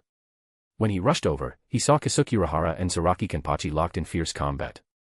Kairaku Shunsue and Jushiro Yukitake were sitting on a tree branch. He didn't know when they got there. They gazed at the battlefield, facing the strong winds formed by the immense spiritual pressure. Hearing the movement, he turned his head.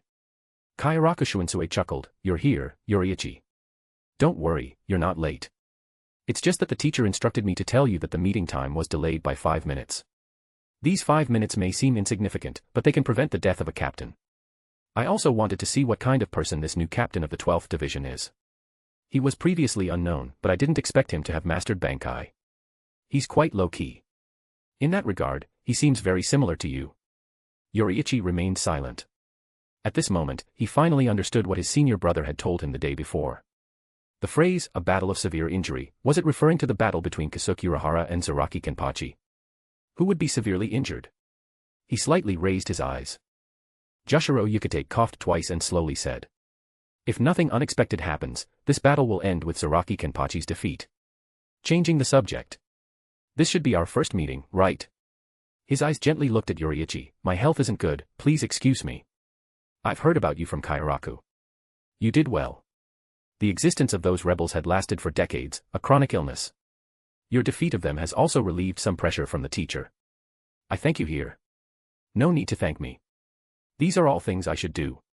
After a moment of silence, Yoriichi slowly shook his head. "Senior brother Yukitake, let's talk about the matter at hand. Why will Zaraki Kenpachi lose? Also, is Keisuke Urahara participating in the battle on my behalf? The teacher's own decision." Chapter 109, Chapter 106 Bankai, Kanenbaraki Beniheim Aratame. Pretty much, Jushiro Yukitake mused for a few seconds, slowly stroking his chin with his pale right hand. Actually, a few days ago, when Zaraki Kenpachi proposed the challenge, head captain already had this idea. Because Keisuke Urahara's captain assessment requires a captain-level Shinigami to act as the examiner.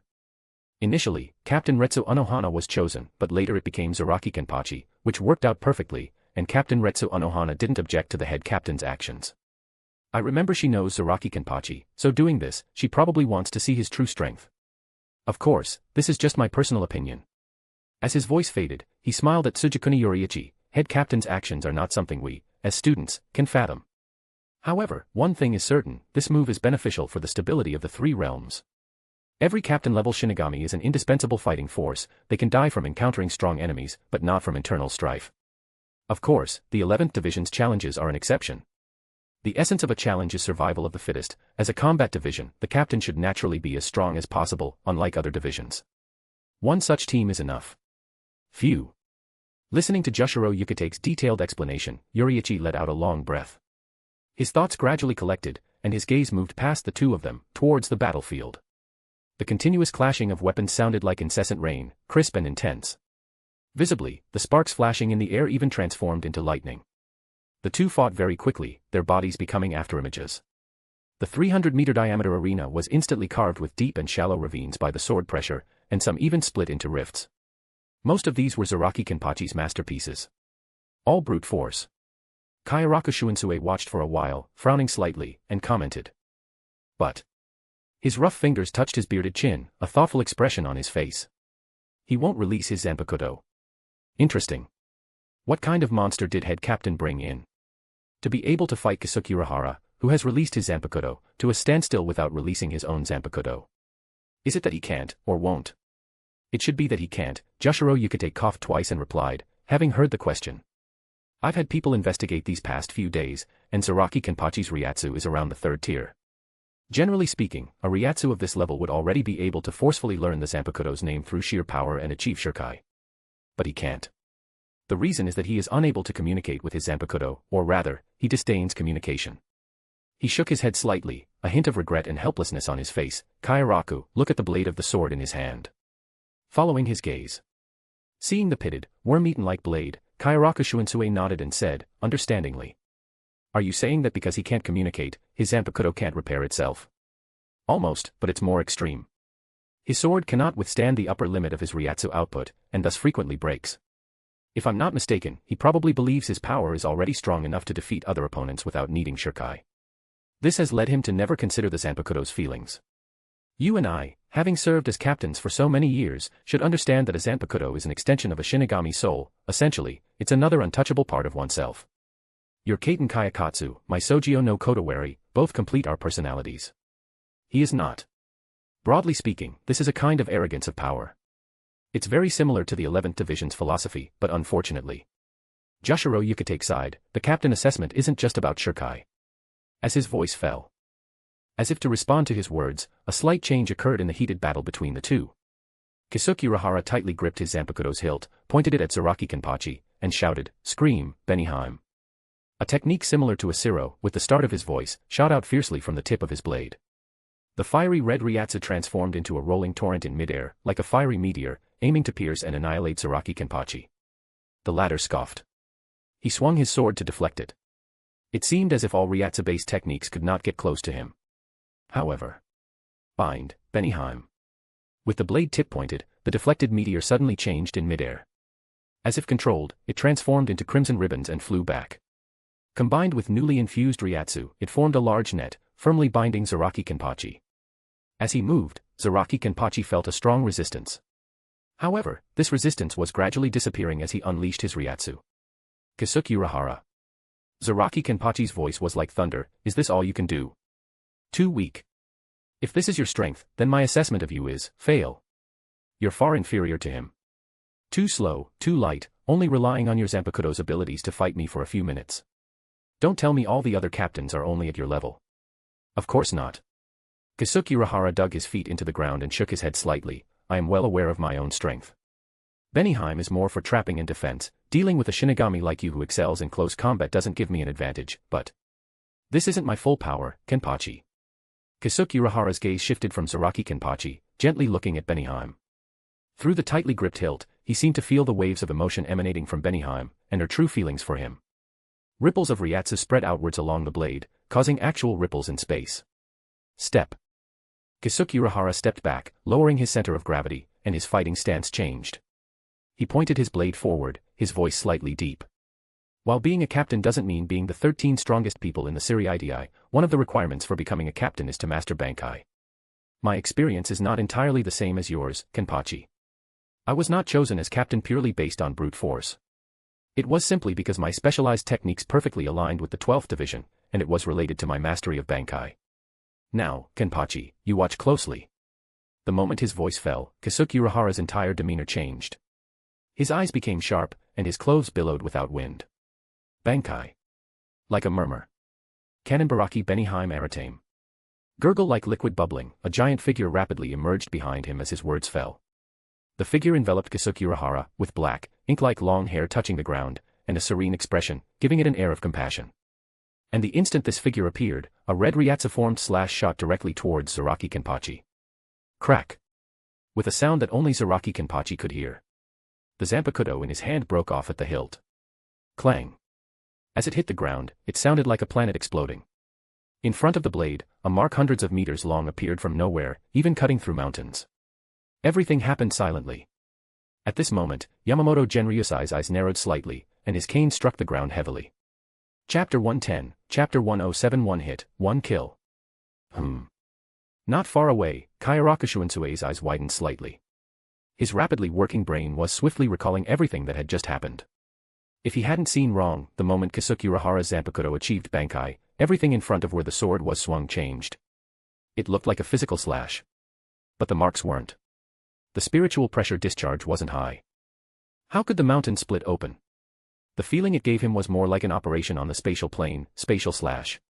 Kaiaraka's deduction, don't stand from a god's perspective. At this thought, Kaiaraka Shuinsue took a small gasp.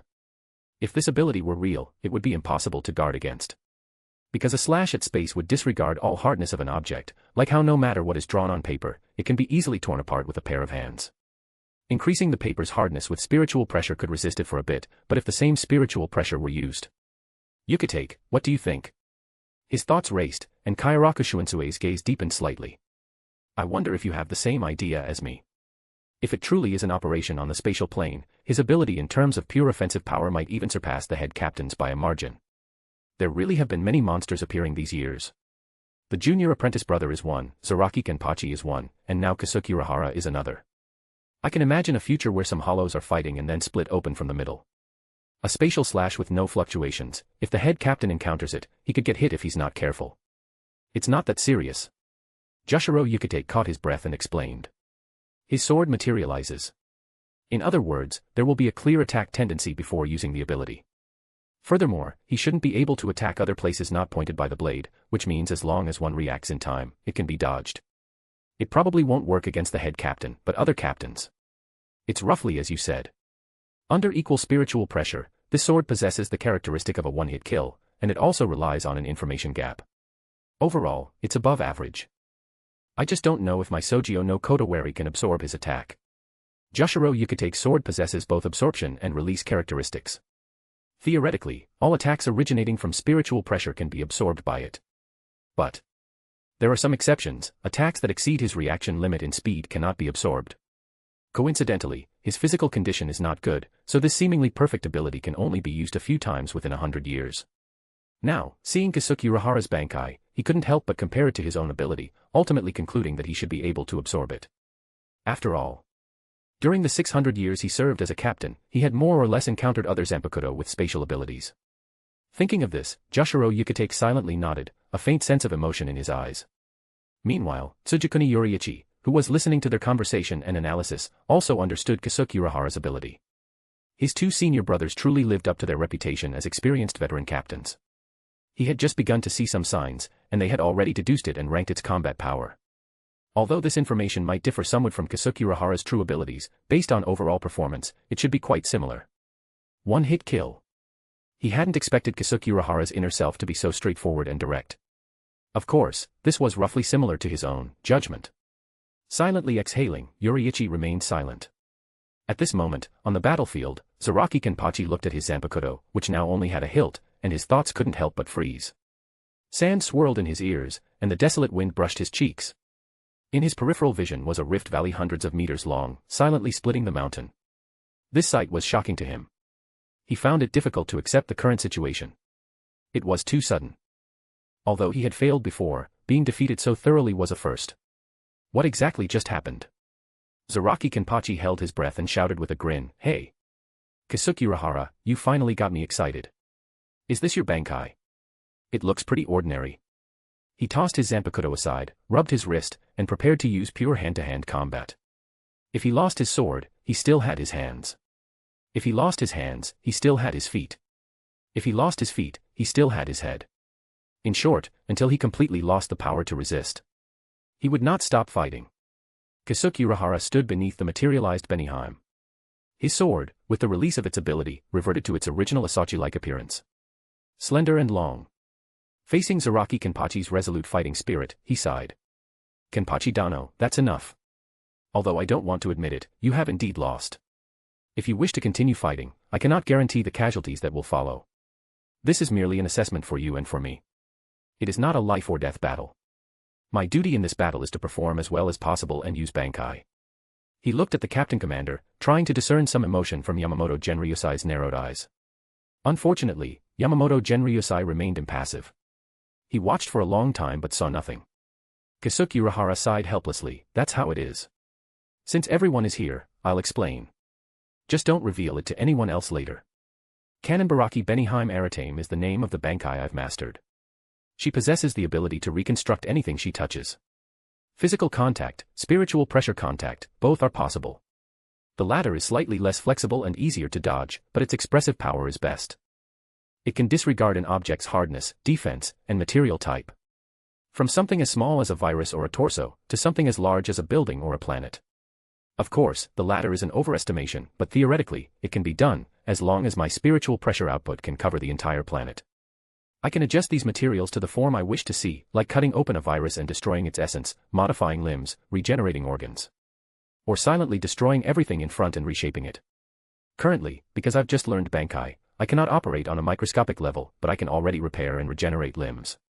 Upon hearing these explanations, Yamamoto Genryusai's narrowed eyes slowly opened. He exchanged glances with Retsu Unohana and Kachiki Jinryai, then turned back, his voice low.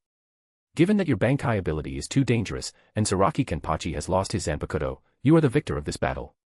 The 12th Division Captain Inauguration Ceremony will take place tomorrow at noon in the 1st Division. Kasuke Urahara, you must remember not to be late. I passed. Kasuke Urahara asked hesitantly, as the conclusion was too sudden. Yamamoto Genryusai did not answer, only nodded slightly, then looked at Zaraki Kenpachi, who was full of anger and clearly on the verge of erupting. Kenpachi, do you accept the head captain's judgment? Chapter 111, Chapter 108, Fighting is no fun, Zaraki Kenpachi, your path is narrow. Of course I'm not convinced. It's just that my Zanpakuto broke. Why am I being judged as the loser? Although Kasuke Urahara's Bankai is indeed very powerful and can theoretically instantly kill me, it hasn't killed me yet. As long as I'm faster, I can definitely ignore Kasuke Urahara's attacks and then defeat him. Zaraki Kenpachi had this confidence. He clenched his fists, just about to argue loudly. The next second, Yamamoto Genryusai turned his gaze to the nearby forest and spoke with authority. You three brats, come out. How long are you going to watch from there? As his voice fell. Creak. With a faint rustling of broken leaves, Kayaraka Shunsue slowly rubbed the back of his head as he was the first to emerge from the forest. A sheepish smile hung on his face, with a hint of deliberately feigned shyness. His helpless gaze slowly swept over Yamamoto Genryusai and Zaraki Kenpachi. When he saw his teacher's stern, unsmiling expression, his tone was a bit forced. Teacher, don't be so serious. It's a rare captain assessment, and both Yukitake and I wanted to see it for ourselves, to see what kind of Shinigami would emerge after Captain Ayu. Is this Captain Urahara? He's very young. Kayaraka Shuinsue's gaze turned to Kasuke Urahara, attempting to change the subject. After all, the content of the captain assessment was confidential, involving some important information, especially Bankai. Even as the captain of the 8th Division's intelligence squad, he couldn't possibly know what all captains' Bankai abilities were. Observing this battle was already an overstep. Except for Tsugikuni Yoriichi. Seeing Kayaraka Shuinsue's uninhibited demeanor, Yamamoto Genryusai was furious, even his thick white eyebrows twitched twice. He heavily stomped the ground. Don't try to change the subject, old man. You've all witnessed what happened today. As the most important ability of a Shinigami, regarding Kasuke Urahara's Bankai, remember to keep it a secret from this old man. Otherwise, this old man will punish you without mercy. Especially you.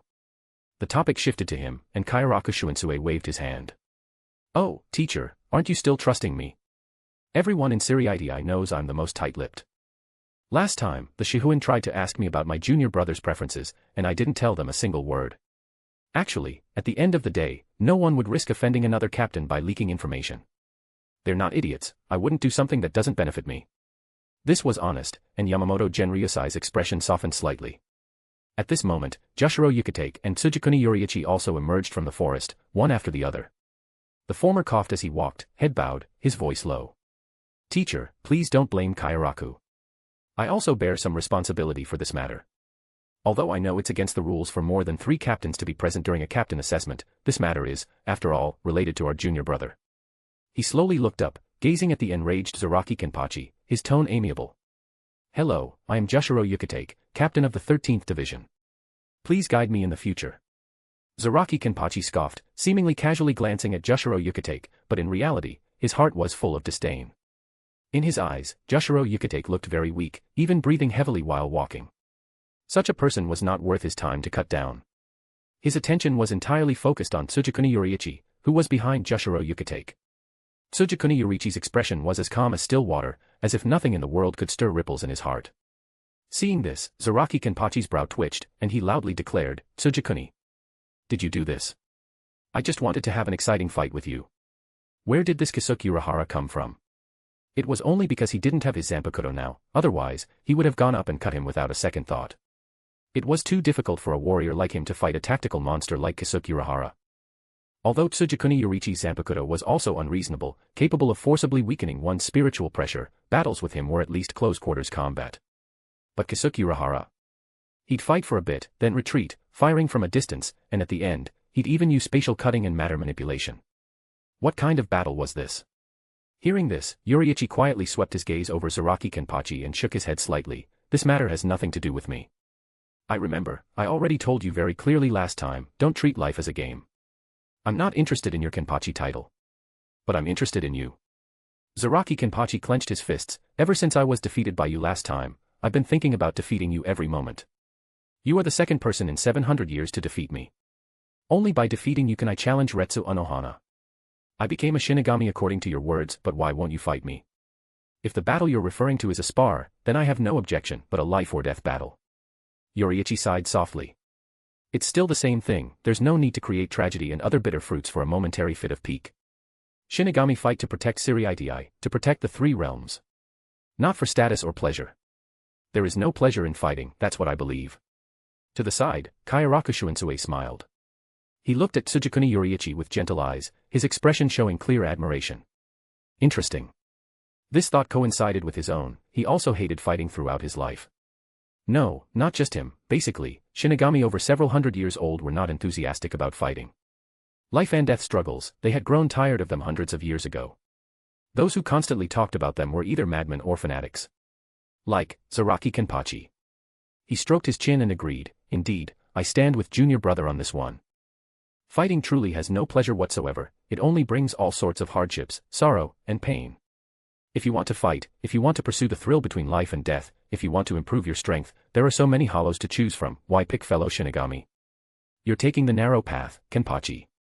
Zaraki Kenpachi snorted, who are you? What an annoying guy. I cut down so many souls in Rakangai without any problems, so why am I being constrained everywhere now that I've become a Shinigami? After becoming a Shinigami, with an official background, shouldn't I be able to cut down whoever I want? TSK. Kayaraku Shunsui didn't know how to explain this matter. He just replied with his name and then fell into thought. At this moment, he finally understood his teacher's difficulties. With such a guy joining Yoriichi, the days ahead would likely not be peaceful. Cough cough. Yamamoto Genryusai coughed twice, interrupting their conversation. The meaning of battle is something we won't discuss for now, it has no relation to this assessment. Given that the other captains, besides myself, have all expressed approval for Tsukiguni's performance. This matter is settled for now, you all shall not question it. You may disperse. Zaraki Kenpachi, take your sword to the 12th Division.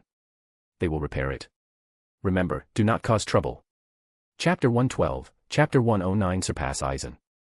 Due to the intervention of the two captains, Kayaraku Shunsui and Jushiro Yukitake, Tsukiguni's captain assessment concluded.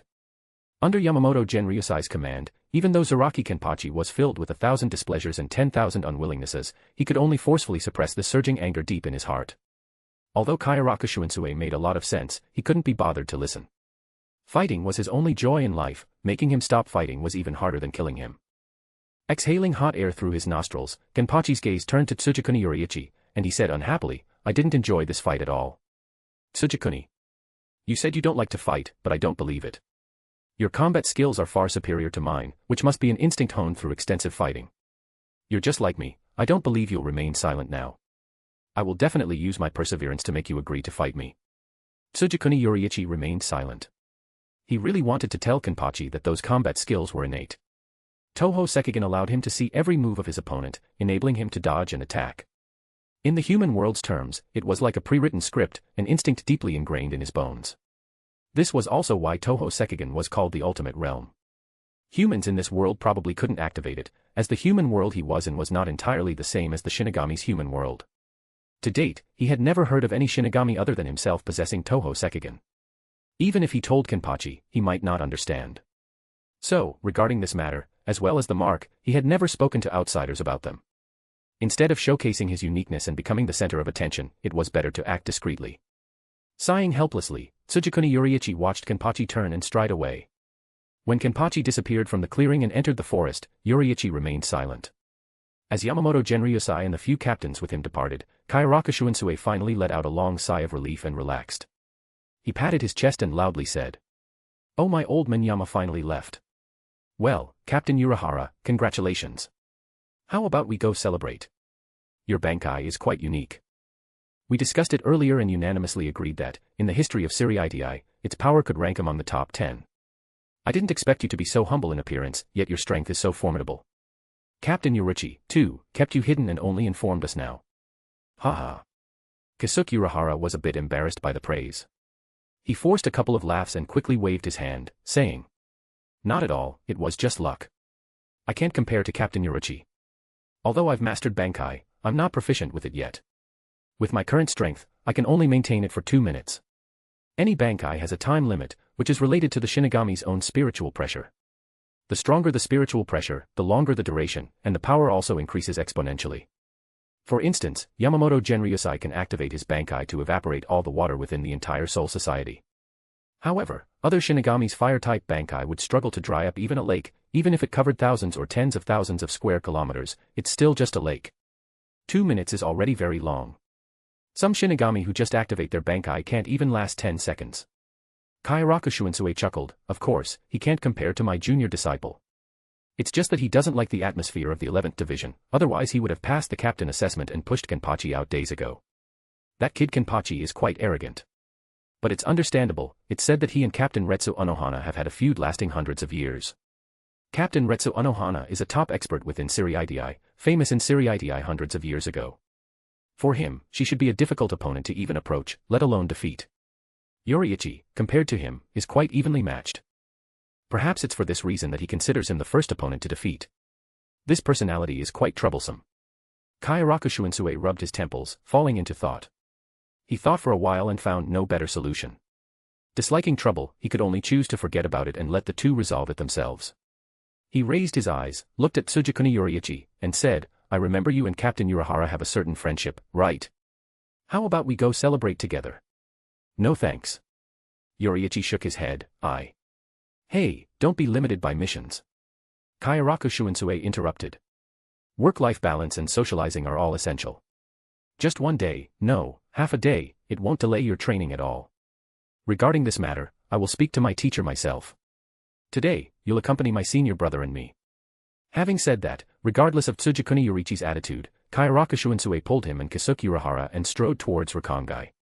The atmosphere was somewhat lively. Joshiro Yukitake stood behind the group, his eyes slightly curved. It had been so long since he had felt such youthful vitality. Originally, Siriidii was like a stagnant pool. But ever since Tsugikuni Yoriichi joined, it inexplicably stirred up ripples. To this day, it had formed waves, and he wondered how high these waves could reach. He hoped it could remain this lively. Only by continuously injecting fresh blood would Siriidii not decay, and the will of the Shinigami would not be extinguished. Cough, cough. Clenching his fist, Joshiro Yukitake lightly coughed twice, watching the group walk further and further away, when suddenly he heard. Yukitake, hurry up and catch up. Tonight we won't go home until we're drunk. Oh, I forgot, you can't drink alcohol. How about some fruit juice? Is milk okay, haha? Kairaku Shuensue's voice came intermittently, sounding like the unrestrained words of an old man, and upon closer inspection, even a bit lewd. But Joshiro Yukitake didn't mind. He slightly raised the corners of his mouth, revealing a faint smile. Stepping forward, he took a deep breath and said loudly. Coming. At the same time. 5th Division. Hirako Shinji stood in front of a mirror, carefully adjusting his attire, preparing for tomorrow's captain's meeting. His fingers lightly brushed his golden long hair that covered his earlobes, a hint of dissatisfaction in his eyes, even the corners of his mouth slightly downturned. TCH. Feeling that his grooming was at its limit, his gaze passed through the mirror, glancing sideways at the men in the corner of the room, and he casually asked. Susuke, what do you think of the Captain Commander's new disciple? I remember you sent him a very expensive gift before. Did you notice him back then? Captain, you actually remember that? Aizen feigned surprise, raising his head, more or less. When he enrolled, I was the one who took him to see the Captain Commander. From the Captain Commander's attitude towards him afterwards, it was clear that the Captain Commander thought highly of him. Anyone he thinks highly of, I naturally pay attention to. Because who knows, he might join my 5th Division someday. It's just a pity he went to the 10th Division after graduation. However, I believe that given his talent, he can shine no matter which division he's in. Now, it's exactly as I predicted. He's been taken as a disciple by the Captain Commander, it shouldn't be long before he surpasses me, right? Heh. Hearing this, Hirako Shinji smiled. Others might not know, but how could he not know? Aizen had been hiding himself very deeply from the very beginning. Otherwise, why would he constantly keep an eye on him? Perhaps. Without his knowledge, Aizen's strength had already reached his level, and it was only a matter of time before he, Hirako Shinji, died, and Aizen would naturally become a captain. To say such things now. He truly didn't know if he was being humble, modest, or something else. Chapter 113, Chapter 110 Yoriichi learned Fuzan. Yoriichi did not attend the captain's meeting called by the captain commander, as his training had reached its most crucial stage. After the meeting, Yoriichi heard from Kayaraka Shunsui that Keisuke Urahara had successfully taken over as the captain of the 12th Division. The process went smoothly, and the other captains did not make too much trouble. With just a few words from the captain commander, the succession ceremony was concluded. Of course, it is worth mentioning that Hayori Saragaki, the vice-captain of the 12th Division, was also present at this captain's meeting. There seemed to be a certain relationship between her and Keisuke Urahara, though it was not a friendly one. She did not give him any good looks during the meeting. She probably wasn't too happy about Hikifune Kiryo's transfer. Yoriichi remembered that Miss Hikifune had said that she was like a mother to Hayori Saragaki. Imagine, one day, your mother suddenly disappears, and a stepfather arrives, no one would be satisfied. When Kayaraka Shunsui spoke of this, he chuckled twice, finding the matter quite amusing. After all, it was rare for a Shinigami to treat a captain with the attitude of a family member. If it weren't for the fact that this topic was off-subject and not the main point, he might have even written it into the novel he serialized in the Seriidi communication log. Speaking of novels. Kayaraka Shunsui, I remember the novels you write are all about romantic affairs, aren't they? Yoriichi slowly paused his movements, letting sweat soak his clothes. He looked at Kayaraka Shunsui, who was standing beside a dark yellow rock, his tone full of doubt. That's right. Kayaraka Shunsui replied as a matter of course. So I just thought about it, I didn't actually do it. A stepfather and daughter. Well, that's not my forte. If I really wrote that, old Manyama would beat me to death. I don't want to run into that waterfall and cultivate for decades. He was self-aware. His specialty, the romance novel Rosy Path, at most only involved his ambiguous past with a courtesan. Suddenly switching to an unfamiliar genre, losing face was a small matter, being chased and beaten by Yamamoto Genryusai was a big one. After casually complaining a few times, he suddenly remembered something. The playful expression on his face instantly vanished, replaced by a serious one. Oh, by the way, Yoriichi, do you remember that child, Ichimaru Jin? Hearing the name Ichimaru Jin, a fox-like demeanor instantly came to mind. Yoriichi frowned slightly and slowly said, the one from my class. Exactly. Kayaraka Shunsui nodded. He graduated a year after you. Although I rarely judge people by their appearance, this child. How do I put it, he's deeply cunning. After graduation, he was directly recruited into Captain Hirako's 5th Division, and at the same time, the 3rd seat of the 5th Division was gravely wounded during a hollow subjugation mission and died of his injuries. He replaced that person and became the new 3rd seat. Like you, this seemingly normal action is actually full of coincidences. I don't believe there's no problem, but I haven't found anything out. If there's a chance, you two can exchange thoughts. Ichimaru Jin might not be the problem, but the people behind him. As the captain of the intelligence division, Kayaraka Shuensui's keen intuition made him vaguely feel that something was off with the 5th division, but he couldn't pinpoint what exactly was wrong. It was like a shadow in the darkness, elusive. After hesitating, he paused and continued. Never mind, maybe I'm overthinking it, but you still need to be careful. The assailant who attacked Rukia last time hasn't been caught yet. It just goes to show that there are undercurrents in the Seriidi, and even captains can stumble if they're not careful. You're going to attend the 2nd Division's banquet in a few days, aren't you? And also, the Kuchiki clan's family dinner.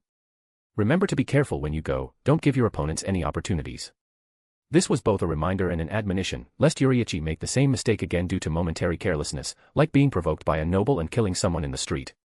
The person killed might have been very noble among Shinigami, but to some high-ranking nobles, they were just disposable pawns. Promise them benefits, and dozens of pawns willing to die could be easily found, and each one was not someone Yoriichi could provoke at present. Previously, killing Kaneda Takashi had the excuse of his holification. Killing a noble. No reason would work. Even if the captain commander intervened, if his disciples' actions violated justice, he would not make any move. The power of the nobles was too immense, unless one was willing to show their hand against them, otherwise. Shinigami who were commoners would only be sacrificed. This was also the core of Yamamoto Genryusai's philosophy of justice, everything must prioritize the stability of the Soul Society. Only when the importance of the Shinigami involved surpassed that of all the nobles or the Soul Society itself would he probably violate the rules and stand by his disciple. But, was that possible? Kayaraka Shuensue shook his head. It was clear that nobles were supreme, this rule had been set hundreds of thousands of years ago. At the same time, the Soul Society could not be surpassed. Nothing was more important than the survival of the 3 realms, if there was.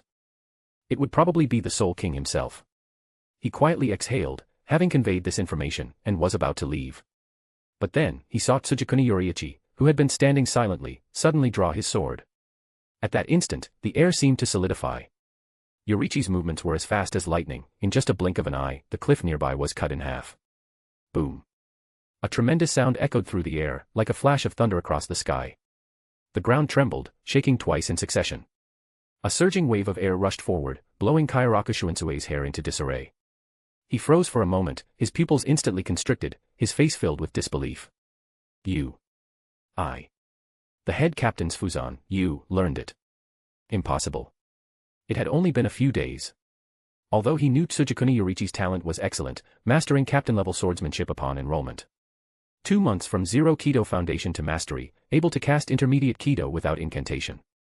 But to learn Fuzan, which they hadn't mastered in hundreds of years, in just 1 week, wasn't that too heaven-defying? Kaiaraku Shuinsue felt as if his hundreds of years of life had been lived in vain. As a genius, he fully understood the current situation. Therefore, he also understood the feelings of the other Shinigami who had been left far behind by them back then. So exhausted. The head captain would probably die of happiness if he knew. Kaiaraku Shuinsue knew Yamamoto Genryusai's personality. He seemed very serious on weekdays, but in reality, what kind of proper mindset would you expect from a Shinigami who likes to roast sweet potatoes with Ryujin Jaka?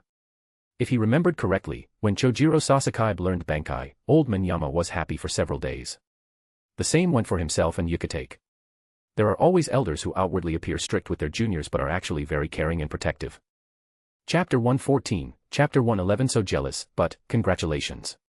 Sighing, Kaiaraku Shuinsue's emotions grew increasingly complex. His steps, which had been about to leave, involuntarily halted.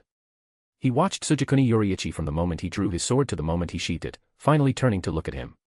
His calm voice was like a top student's casual display of brilliance. I've learned it, but it's still a bit rough. Currently, I can't elevate Fuzan to a level invisible to the naked eye.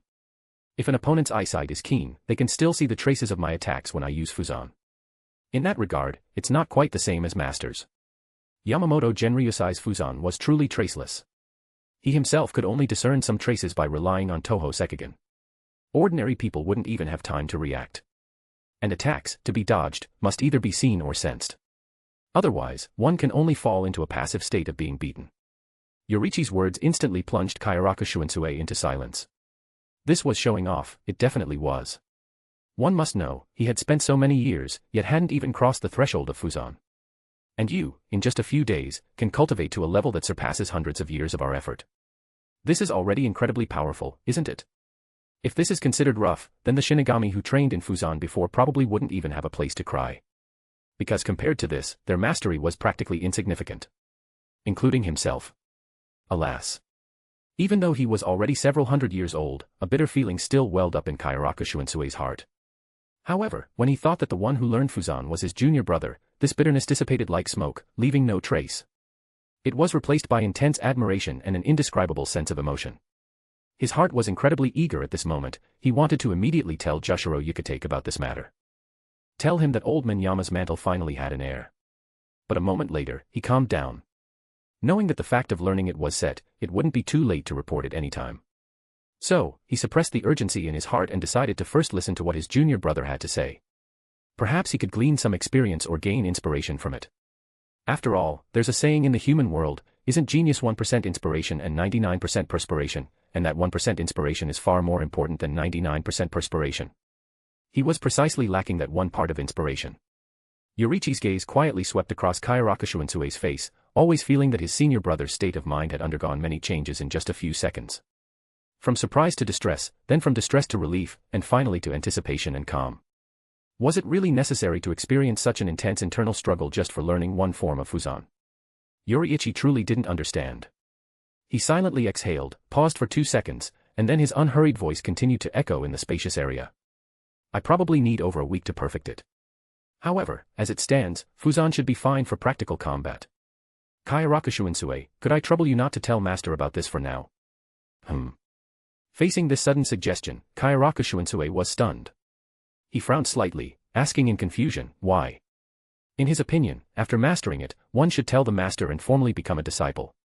After all, only by becoming a direct disciple would things be easier in the future. Don't look at how close their relationship was. In reality, well, it was genuinely very close. Kaiaraku Shuinsue greatly valued Tsugikuni Yoriichi, which was why he overlooked the latter's current status as a nominal disciple. However, a nominal disciple was a nominal disciple, this was an undeniable fact. Others might not know, but some nobles did. Just a difference of 2 words, and the gap in deterrence was like a chasm. This was also one of the reasons why Kaiaraka Shunsui frequently came to visit Tsugikuni Yoriichi. To prevent him from being harassed by Shinigami who were hostile to Yamamoto Genryusai or the Kuchiki clan. Yoriichi calmly explained, the reason is simple, I want to use the remaining time to learn Ikatsu as well. Although Ikatsu is much harder to learn than Fuzan, one must always try to know where one's shortcomings lie. I admit my strength is insufficient, which is why I will try to learn. But mastering Fuzan is not a reason for me to slack off. Kaiaraka Shunsui, you should understand me. Yes. I understand. Kaiaraka Shunsui sighed wistfully upon hearing this. Memories, like a tide, surged into his heart little by little.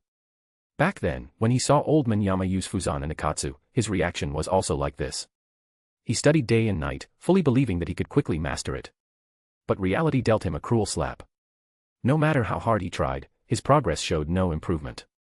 Decades, even a century later, he reluctantly gave up and chose to cultivate other Genryu combat styles. By now, if not for Tsugikuni Yoriichi's reminder, he might have already forgotten that past experience. That experience he didn't want to recall, where his self-confidence was shattered. But the past wouldn't disappear just because he denied it. So, a faint sadness immediately enveloped his heart. Kaiaraka Shunsui held his forehead, muttering. Oh dear, since you've said so, what else can I do? As your senior brother, I can only agree to your request. But don't make it a habit, we still need to make old Minyama happy. As for Ikatsu. After a moment of contemplation, he offered his experienced advice, it's best not to practice it directly. The damage produced by this fist technique relies on the internal force generated by a single punch. Internal force is difficult to comprehend on your own. It belongs to an ancient fist style, especially since it eventually needs to be mixed with spiritual pressure to create an explosion. In my opinion, to skip the comprehension stage, it's best to find a similar first technique to practice. And my family happens to have some of these ancient fist techniques. I'll send them to you later, they were all obtained from the First Division centuries ago, and their origin is absolutely legitimate. The word legitimate, Kaiaraka Shunsui spoke very clearly, as if there was another intriguing story behind it. However, he didn't elaborate, and Tsugikuni Yoriichi didn't have the urge to ask further. It wasn't until Kaiaraka Shunsui brought the items from his home that Yoriichi realized how complex the underlying principles of Ikatsu were. Shinigami not only relied on spiritual pressure for attacks but also on something called muscular strength. Those with strong muscular strength could correspondingly reduce some damage, even when facing high-level spiritual power attacks. Zaraki Kenpachi was a concrete example. The use of Ikatsu. It was about integrating muscular strength and spiritual pressure, thereby achieving an effect where 1 + 1 greater than 2. Yoriichi did not lack muscular strength or spiritual pressure. However, some subsequent aspects. Indeed, he had underestimated its difficulty of entry. Yoriichi was unusually silent. But it didn't matter, time would prove everything. Plus, Fuzan was already mastered. There were no more worries. All that remained was merely a matter of time, considering that his 2 senior brothers hadn't even entered the threshold in hundreds of years. Compared to them, he was already exceptionally outstanding. Taking a deep breath, Yoriichi adjusted his mood and continued his training. The second division's banquet was in 3 days. The Kuchiki clan's family banquet date was undecided, but there should still be a good amount of time. He had enough time. Chapter 115, Chapter 112 Hizana becomes a Shinigami. Few days later. Good news. Yoriichi had just emerged from his meditation on Ikatsu when he saw Yoriichi Shihoin appear before him. The joy on her face had not yet faded, and a hint of emotion lingered, her tone quite excited. Yoriichi, do you remember what I mentioned before, about my vice-captain of the 2nd Division, Marekio Oamida, retiring? He's getting Alphadance to travel the world while he's still relatively young. For a Shinigami, retirement isn't simple. Most Shinigami don't even have the option to retire, they have to fight the duty until the end of their lives. He's different, he's a noble, so he's preparing to hold a few days of banquets to celebrate his successful retirement. Guess what happened today? How could he possibly guess that? He wasn't from the 2nd Division. After a moment's thought, Yoriichi said, the retirement was moved up. No. Yoriichi's voice rose a few degrees, the corners of her mouth curving up to reveal her white canines as she laughed. You're still too young, mere retirement isn't enough to make me this happy. Although Marekio has worked in the 2nd Division for over 200 years and contributed a lot, he is still just a Shinigami. What I care about is the banquet. To tell you the truth. My brother, whom I've always longed for, yearned for, and wished to see, was finally born today. She deliberately elongated the first few words of brother for a few seconds, emphasizing it, her expression filled with excitement. Do you know what this means? Despite being utkuchi confused, Yoriichi hesitated and said, does it mean your position as head of the family is gone? How could that be? Yoriichi retorted, putting her hands on her hips as she explained. Don't limit your thinking to the past, there are many examples of female Shinigami becoming family heads in the Soul Society. I already told you, even if my brother becomes the family head, it will only be after I retire. I'm mainly emotional because Shiro's birth will alleviate a lot of my pressure. Oh. Mentioning Shiro, Yoriichi then remembered what she had overlooked and added. I probably haven't introduced him to you yet, but my brother's name is Yashiro Shihoin. Unless something unexpected happens, he will be the 23rd head of the Shihoin family. His birth means that the Shihoin family has an heir, and the elders are very happy, so they decided to hold Marekio's retirement ceremony and Shiro's birthday celebration on the same day. This symbolizes death and freshmen. Of course, the word death isn't really appropriate here, but the meaning is close enough. Marekio also agreed. Anyway, for him, he can retire any day, as long as it's within this year. So. Yoriichi pondered for a few seconds, her smile gradually fading with her words, and then she slapped the table, saying, the time has changed, it's 2 days from now, and you absolutely must remember to be there. This banquet will be very different from previous ones, many nobles will attend. As Yamamoto's disciple, you should meet them to avoid being harassed by those short-sighted fellows in the future. Moreover, with this identity, they won't be able to refuse you when you need their help in the future, as no one among the nobles isn't afraid of Yamamoto Genryosai. When Yamamoto Genryosai was mentioned, Yoriichi Shihoin's tone became serious. I know you don't like dealing with nobles, but I remember, you haven't found your wife yet, have you? Maybe they have a way.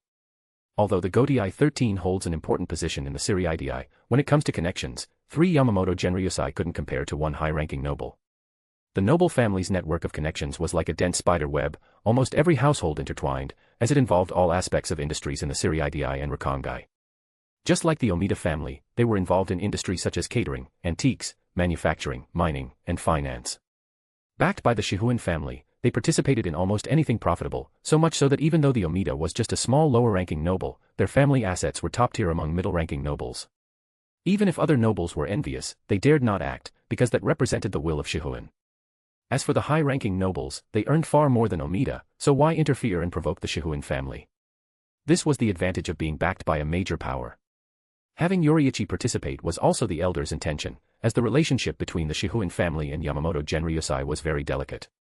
On one hand, the current family head was under Yamamoto Genryosai's jurisdiction, which initially represented the Shihoin family's concession, a choice made by the 20th family head, Shihoin Senich.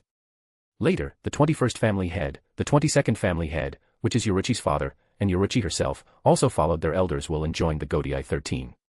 Joining was joining, it was no big deal because parental orders could not be defied. However, one point was very important. The reason Shihoin Senich chose to concede was that Yamamoto Genryosai was in his prime at that time and very powerful. Coupled with their good relationship, Shihoin Senich put aside the face of a high-ranking noble to join the Godii 13 and become the first captain of the 2nd division. But what if Yamamoto Genryosai died? No one can escape death. 1,000 years have passed. 1,000 years ago, Yamamoto Genryosai still looked middle-aged, but now he was white-haired and old. This change was very thought-provoking. Those elders dared to assert. Once Yamamoto Genryosai died, the new captain commander would undoubtedly be one of his disciples, either Kairaku Shunsue or Jushiro Yukitake. As for Tsugikuni Yoriichi, it wasn't that no one mentioned him, but he was too young and lacked the seniority to command respect. At that time, what should the Shihoin family do? The Shihoin family had served as captains of the 2nd division for generations, out of respect for Yamamoto Genryosai.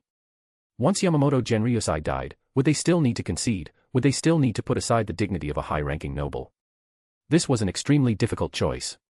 If they didn't concede, it would seem very heartless.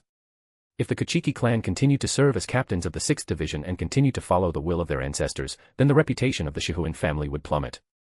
If they conceded, they were high-ranking nobles. Looking back at the family heads before the 20th generation, there had never been a precedent of being subservient to others.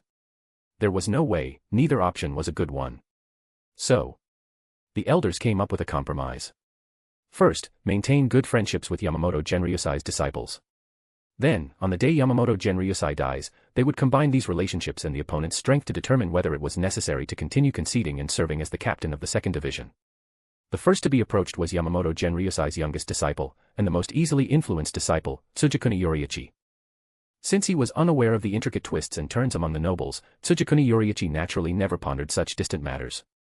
His expression was as calm as water, his eyes quietly looking at Yoriichi Shihoin, and he nodded slightly, saying, "I know. However, I will find my wife myself, they don't need to worry. I appreciate the good intention. If Yuta were in this world, then so be it." But it was clear she wasn't. The help of those nobles, to him, was like illusory clouds, of no practical use whatsoever. Yoriichi's expression showed a hint of helplessness upon hearing this. She shook her head slightly and sighed, You're still like this. But that's exactly what I admire about you. Sometimes I really hate them too, their words are too hypocritical, they give me goosebumps. But what can I do? They are all advisors and dependents of my Shihoin family. My parents don't show up often, so they can only flatter me. Only you and Kisuke treat me as a friend, not as a high-ranking noble. If all my friends could be like you, that would be great. That day will come. Yoriichi knew very well that Yoriichi Shihoin had no heirs. Those people's flattery towards her was mainly due to the vast difference in status and some vested interests. Even if a higher status person told a lower status person not to mind their opinion, the lower status person would definitely deduce whether there was some deeper meaning behind those words. They couldn't afford to gamble. Once they guessed wrong, it would be a great disrespect and would implicate their entire family, so they could only maintain respect as much as possible. Because only by doing so would they not make mistakes. For example, those retainers during the Warring States period, facing someone like his father. Yoriichi understood. However, the changes of an era are always silent, like the sword bend during the Taisho period, samurai were swept into the dustbin of history. Since this has happened, what else couldn't happen? Yoriichi also looked forward to that day, when as the family head, she wouldn't have to live so exhaustingly. Sighing, she said, perhaps, I don't know if I'll live to see that day. Back to business. Yoriichi raised her eyes, how is Hisana? She's doing well. Yoriichi nodded, and after a moment's thought, she should have recovered quite well these past few days. Although I haven't gone out, Rukia comes frequently. The symptoms of reishi poisoning have greatly alleviated.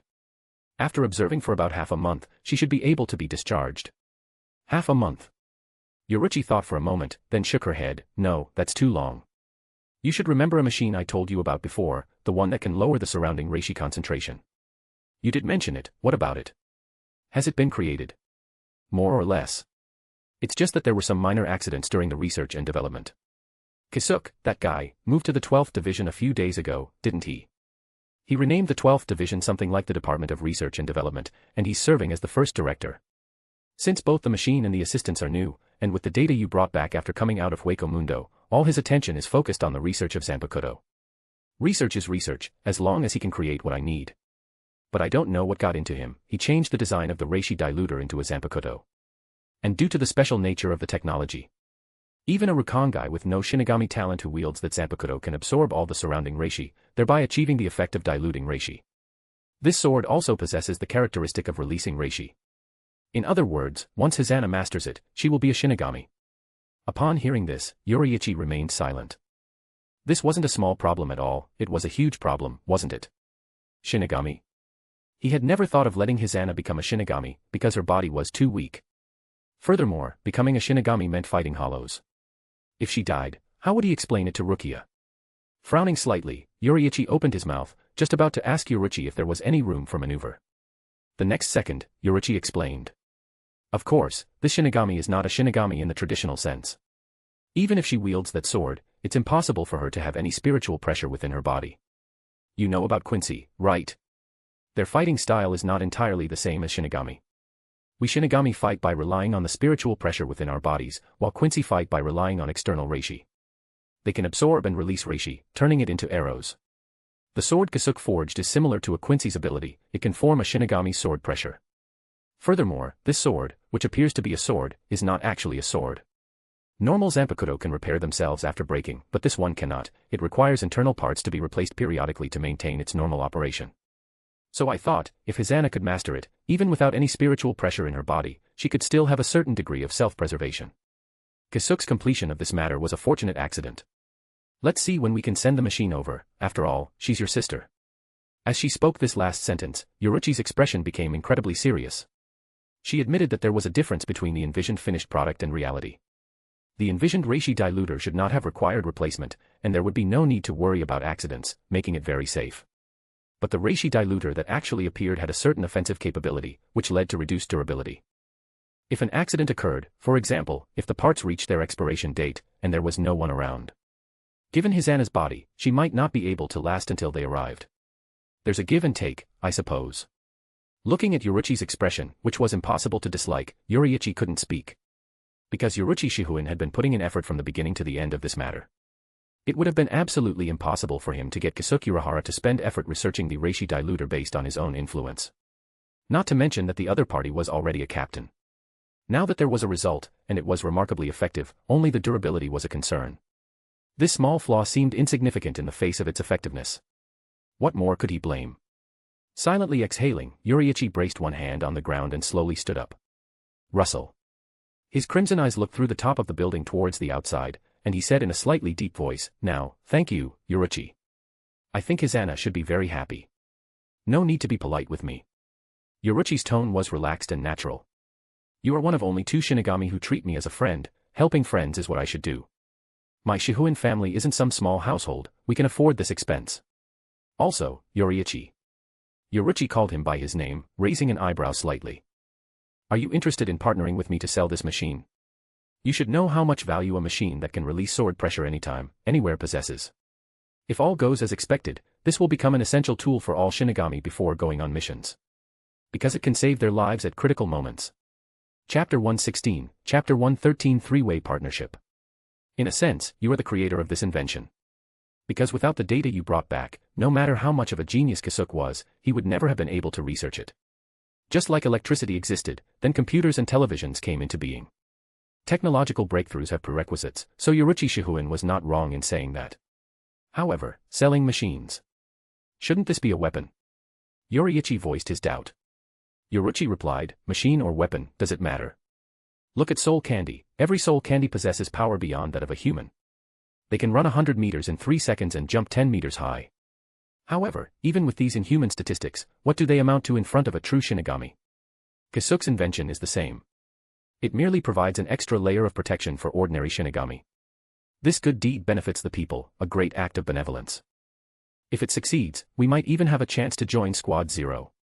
Oh, speaking of Squad Zero, you might not know this yet, but they are the Royal Guard often mentioned in books. The former captain of the 12th Division, Hikifune Kiryu, was chosen by Squad Zero and joined the Royal Guard precisely because she invented soul candy and soul candy technology. Regarding this matter, it is still a secret within the current Godi 13, known only to a few captains and some nobles. From this, it's not hard to see the Soul Society's emphasis on technological innovation. Just imagine, from now on, every Shinigami will carry our invention when going on missions. Just like soul candy. How significant a mark do you think we will leave on the history of the Soul Society?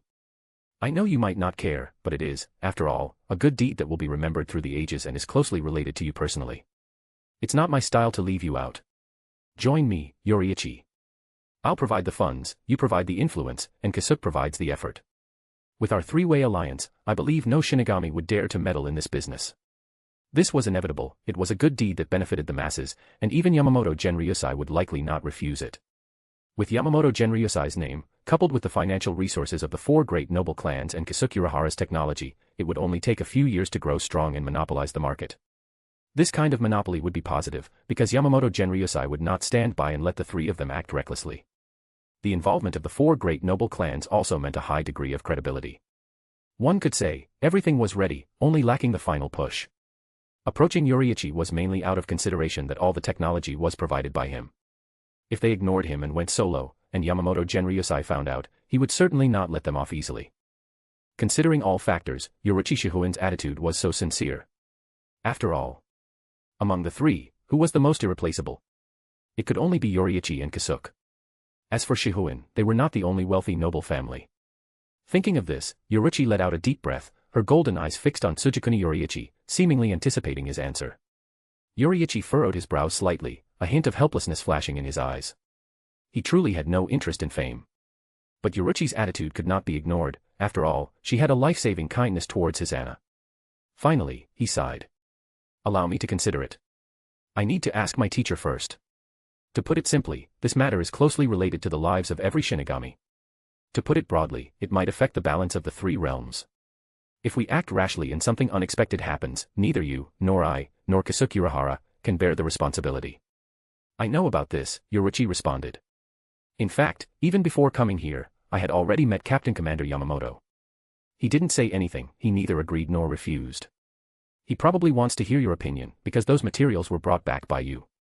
As long as you agree, the factory will be built within a week, and the products will also be put on shelves. The Soul Society is never short of manpower. The price will be adjusted slowly later.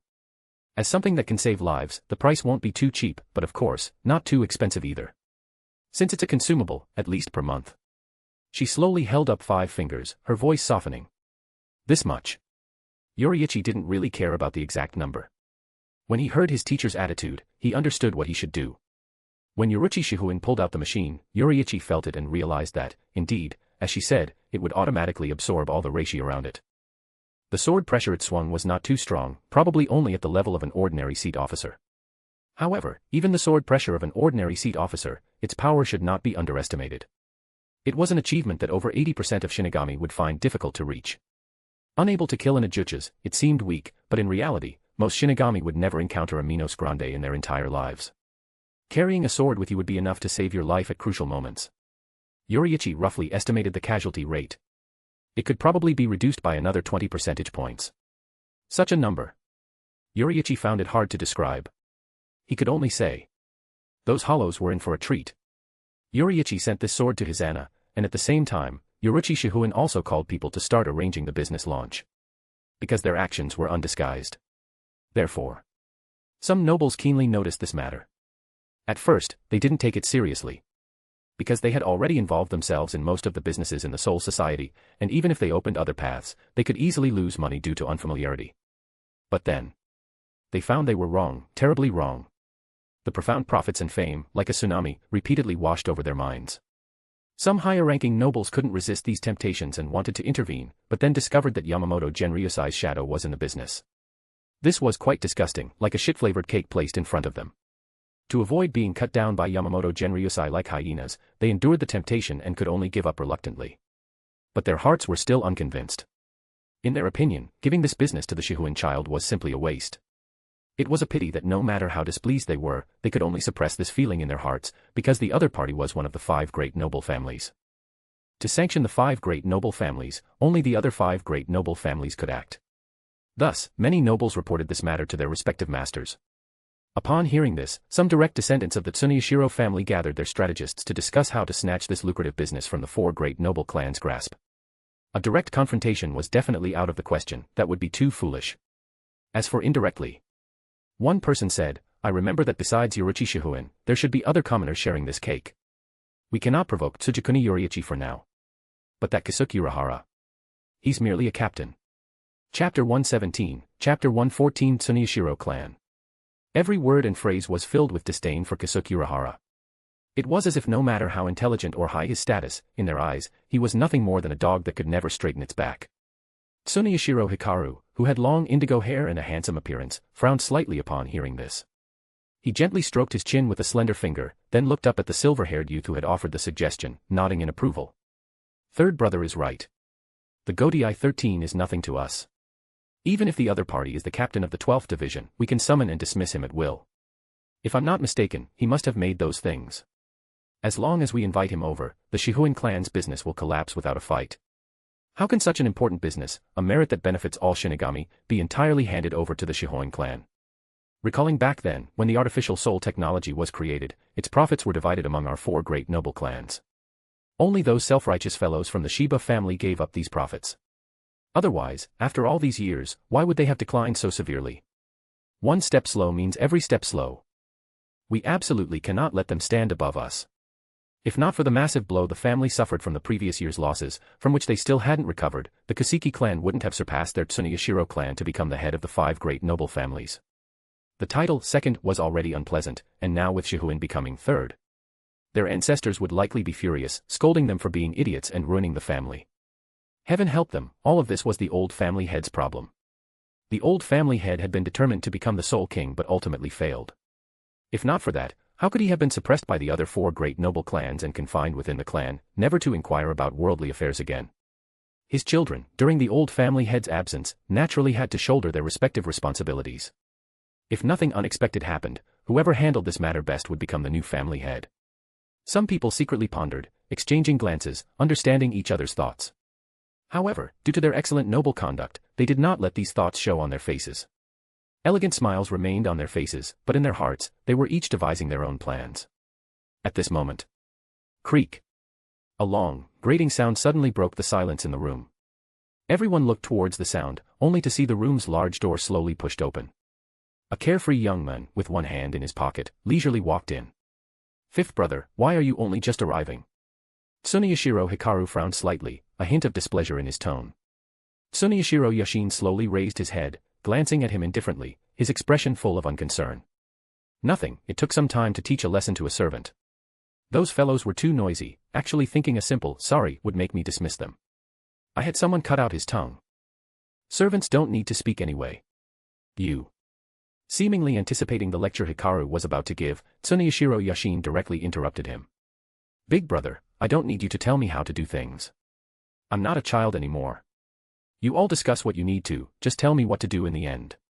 Don't tell me you still feel pity for some servants. I am a noble. Even if I execute him, no one can say anything about it. Just cutting out his tongue is already a great mercy. Do you believe me if I call him here now, he'd still be grateful to me?" His tone was as calm as water, yet his demeanor was incredibly arrogant. His attitude greatly displeased Tsuneyashiro Hikaru, and it was bad enough that he lacked noble grace, he didn't even have the punctuality a noble should possess. If he weren't the youngest child of the current head, and his father hadn't doted on him so much before, Hikaru would have wanted to expel him right then. Almost everyone present had a chance to become the family head, only he did not. Tsuneyashiro Hikaru took a deep breath, trying to suppress his dissatisfaction, and said in a muffled voice, "Since you're here, never mind, it's just a servant. Let's discuss together how to snatch the cake from the Shihoin clan. Currently, we have a general idea, to invite the creator responsible for this business, Kisuke Urahara. Whether by coercion or enticement, as long as we can make him work for our Tsuneyashiro clan, it will be our victory." Tsuneyashiro Yashin calmly sat down. He looked at his eldest brother and asked, "Why can't we touch Tsugikuni Yoriichi? I heard about the situation on my way here. Besides him, there should also be a vice-captain of the 10th Division, right? Normally, isn't touching a vice-captain easier than touching a captain? Theoretically, yes, but unfortunately, he's not just a simple vice-captain." Tsuneyashiro Hikaru glanced at Yashin. Despite his displeasure with the younger man's interruption, as an elder brother, and for the position of family head, he chose to ignore it and explained. "His teacher is Yamamoto Genryosai. If we touch him, the head captain will certainly not let it go. Father and he are of the same age, but father's mental state is not as good as his. In a direct confrontation, we would be at a great disadvantage, so we cannot take that risk. A gentleman does not stand under a crumbling wall. You should understand this principle. In contrast, only Kisuke Urahara poses the least risk. Although he is friends with Yoriichi Shihoin, the relationship of friends. He showed an expression that implied, it simply cannot withstand the test of profit or human nature. This is our opportunity." What a load of rubbish. Tsuneyashiro Yashin scoffed inwardly. That's why he hated his elder brother's demeanor the most, seemingly steady, but in reality, just cowardly. In this day and age, the bold thrive, and the timid starve. If one isn't aggressive, how can one succeed? Like the assassination of Kochiki Sojin, besides him, who else thought of it? No one at all. But unfortunately, a variable appeared in the middle, Tsugikuni Yoriichi. He hadn't wanted to bother with this kid, but he kept appearing before him again and again. Even Tsuneyashiro Yashin, who wanted to ignore him, couldn't help but secretly grit his teeth now. He must die. However, due to his lack of status, his words were not adopted by anyone. After the meeting, everyone unanimously agreed that kidnapping Kisuke Urahara was the best course of action. They were all cowards. Letting them inherit the family head position was an insult to the family. A true family head should be like father, daring to challenge the authority of the Soul Society, daring to challenge the Soul King. Since these elder brothers couldn't be relied on, he would do it himself. Tsuneyashiro Yashin's eyes immediately gleamed with a sharp light. As he walked out of the room, he met someone approaching. His appearance was somewhat familiar, yet also somewhat strange, like a cunning viper. He thought for a moment. He remembered now. It was a distant relative from a branch family, at the lowest rank. Tsuneyashiro Tokinada. If he remembered correctly, this fellow had previously been reported by the Godai 13 for murdering his wife and was subsequently placed under house arrest. What was he doing here? Was this a place he was allowed to be? Tsuneyashiro Yashin frowned slightly. Tsuneyashiro Tokinada, in his eyes, was so glaring. This was not a place they should be. Because within the family, the hierarchy was strict. The status of a branch family was almost the same as that of a servant in the eyes of the main family. Let alone someone at the very bottom. They were like annoying parasites, barely surviving in the corners of the family. Under normal circumstances, Tsuneyashiro Yashin felt that even speaking a single word to someone from a branch family would be beneath him. Moreover, at this moment, Tsuneyashiro Tokinata was brazenly heading straight for him. This action was like throwing a huge stone into a calm lake, instantly stirring up Tsuneyashiro Yashin's aversion. The repulsion in his eyes grew even stronger. The reprimand was just at the tip of his tongue. The next second. "Greetings, young Master Yashin." Tsuneyashiro Tokinata suddenly stopped. He bowed slightly, gesturing respectfully, as if facing a monarch. His etiquette made it difficult to find fault. Tsuneyashiro Yashin narrowed his eyes slightly, also stopping, and spoke slowly, "Ah, Tokinata. Do you have business here?" He wanted to see what this fellow was up to. Previously, he had not failed to meet Tsuneyashiro Tokinata. At that time, Tokinata was just like him. Arrogant, brazen. Because of a minor lapse in etiquette from a subordinate, he mercilessly killed the subordinate, and even his wife, who came to mediate, died at his hands.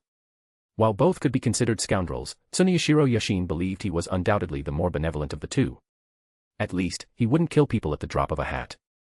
Of course, his attitude towards disobedient subordinates wasn't good either. The two were practically birds of a feather. However, the only thing Tsuneyashiro Yashin could not tolerate was someone being more arrogant than himself. Therefore, when he saw Tsuneyashiro Tokinata suffer a setback and be confined, the schadenfreude in Yashin's heart was practically overflowing. Now, Tsuneyashiro Tokinata was adopting an extremely humble posture in front of him. Hey, does he think this will win my favor? Trash is trash. They'll never amount to anything. Tsuneyashiro Yashin's expression remained normal, but the disdain in his eyes was unconcealed. He quietly looked at Tsuneyashiro Tokinata, and after a moment's pause, his tone was full of mockery. "Little brother Tokinata, this isn't where you should be. You haven't forgotten your status, have you?" "Of course not." Despite sensing the other party's unconcealed condescension, Tsuneyashiro Tokinata's attitude remained respectful. "I came here this time to find you, young Master Yashin. I've heard about what's happening outside. The Shihuin clan's actions are truly inappropriate. I can help you reclaim their industries." "Oh." Tsuneyashiro Yashin smiled, a hint of mockery in his grin. He put one hand in his pocket. "What method do you have? Don't tell me it's that same old trick of kidnapping Kasukirahara. I'm tired of hearing it, it's too foolish." "No." Tsuneyashiro Tokinata decisively denied. "Of course not, young Master Yashin. Aren't you curious how that weapon was actually made? Logically speaking, any technology needs prerequisite conditions to achieve breakthrough progress. And you know the technologies the 12th Division previously researched. Artificial soul and reishi absorption are unrelated. If it were Kasukirahara's own technology, then he wouldn't need to bring along Shinigami from other divisions. Even if the other party is Yamamoto Genryosai's disciple. It's clear that the source of this technology is not the Shihuin clan. This is our breakthrough point." At this point, he looked around and lowered his voice. "Young Master Yashin, if I'm not mistaken, your thoughts should be similar to mine, right? That's why you find the idea of kidnapping Kasukirahara too foolish. Is that so?" Tsuneyashiro Yashin's brow furrowed slightly. The reason he didn't want to kidnap Kasukirahara was simply because Tsugikuni Yoriichi's performance made him too uncomfortable. He had ruined his plans repeatedly. However, in front of a branch family member. To prevent the other party from noticing his slowness, he feigned composure and coughed twice. "Indeed. You're a clever fellow, you managed to figure that out. I felt the same way." "Bullshit." Seeing Yashin's attitude, a hint of disdain rose in Tsuneyashiro Tokinata's heart. Such trash becoming the head of the family was an insult to the clan. He had long been displeased with these main family members.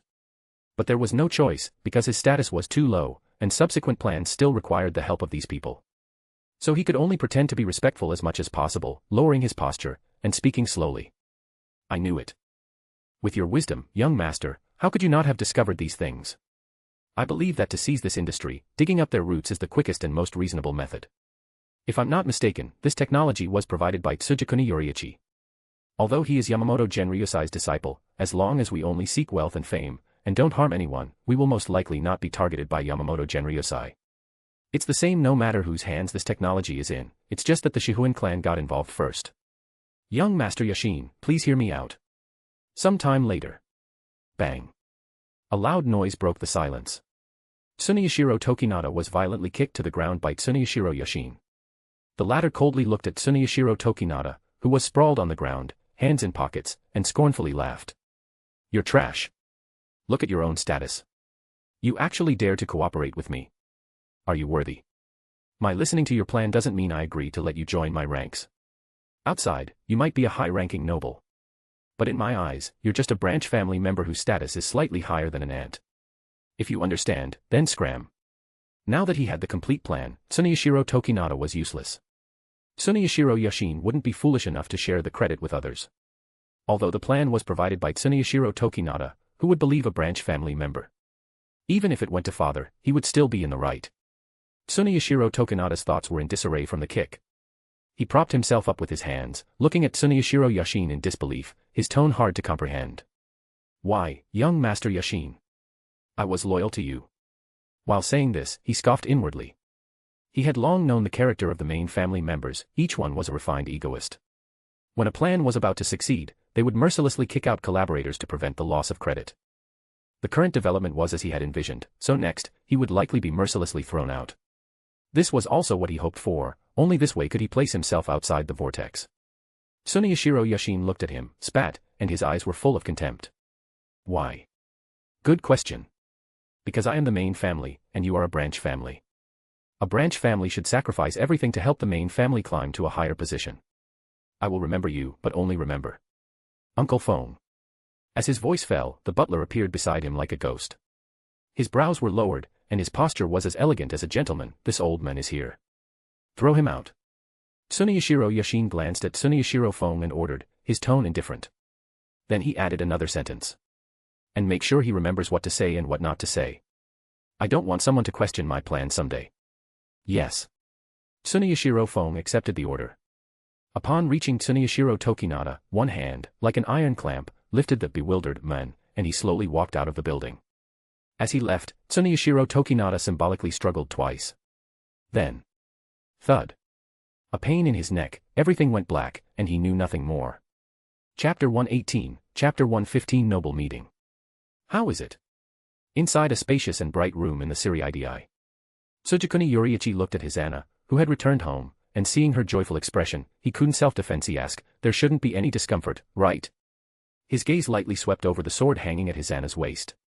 He paused. And continued, if there is, remember to tell me. Don't force yourself, this machine is still in the experimental stage. Even if there are some issues, it's reasonable. Beside them, Yoriichi Shihuin, who had returned with the two, pouted upon hearing this. I say, Yoriichi, speaking ill is not a good habit. The machine definitely has no problems. Kisuke and I vouched for it. He said he would eat this sword if there were any problems, and I believe him. Even if you don't believe him, believe me. I wouldn't harm Hisana, would I? Yoriichi looked sideways. That's not what I meant. I just think that when it comes to life safety, one must be careful. Since it's about to become a commodity, we must be responsible for those Shinigami. I know that. The Omida family does exactly that. Although we are nobles, we don't earn money against our conscience. Yoriichi Shihuin waved her hand. Her gaze then shifted to Hisana, finally settling on the weapon at her waist. Try it. From the time you returned until now, enough time should have passed. This sword contains 5 Reishi-absorbing devices. It takes 3 days to absorb completely. But to unleash a minimal sword pressure, it only takes 10 minutes. Let Yoriichi see the strength you possess now, so he can rest assured in the future. Draw your sword, Hisana. Aim it at me. Yoriichi's voice unconsciously became serious. The smile on Hisana's face gradually faded, replaced by a hint of worry and hesitation. Miss Yoriichi. Do we really have to do this? I think. She couldn't bring herself to do it, so her gaze inadvertently flickered towards Tsugikuni Yoriichi, seemingly seeking his opinion. Yoriichi crossed her arms at this. Don't worry, Hisana. I know it's a bit difficult for you to do these things now, but this is a hurdle you must overcome. The Siri-ITI is not safe. And your health isn't good, so you can only rely on cleverness. Of course, you can also choose to live in Rakongai, but then you won't be able to see your sister. You've wasted more than 10 years in Rakongai. Don't you want to live well with your sister? Of course I do. When Rukia was mentioned, Hisana's expression became slightly agitated. She slowly calmed her breathing, composed herself for a while, then whispered. It's just. I don't understand what essential connection there is between fighting and living with my sister. I just want to live peacefully with Rukia in a quiet place, that's all. A place with no hunger, no war, no unrest, just living happily with her until the day we grow old. It would be even better if my brother could be there. Unfortunately, I know these are all unrealistic fantasies. This is not a fantasy, Yoriichi responded in due course. You've misunderstood one thing, Hisana. Self-preservation and combat are two completely different concepts.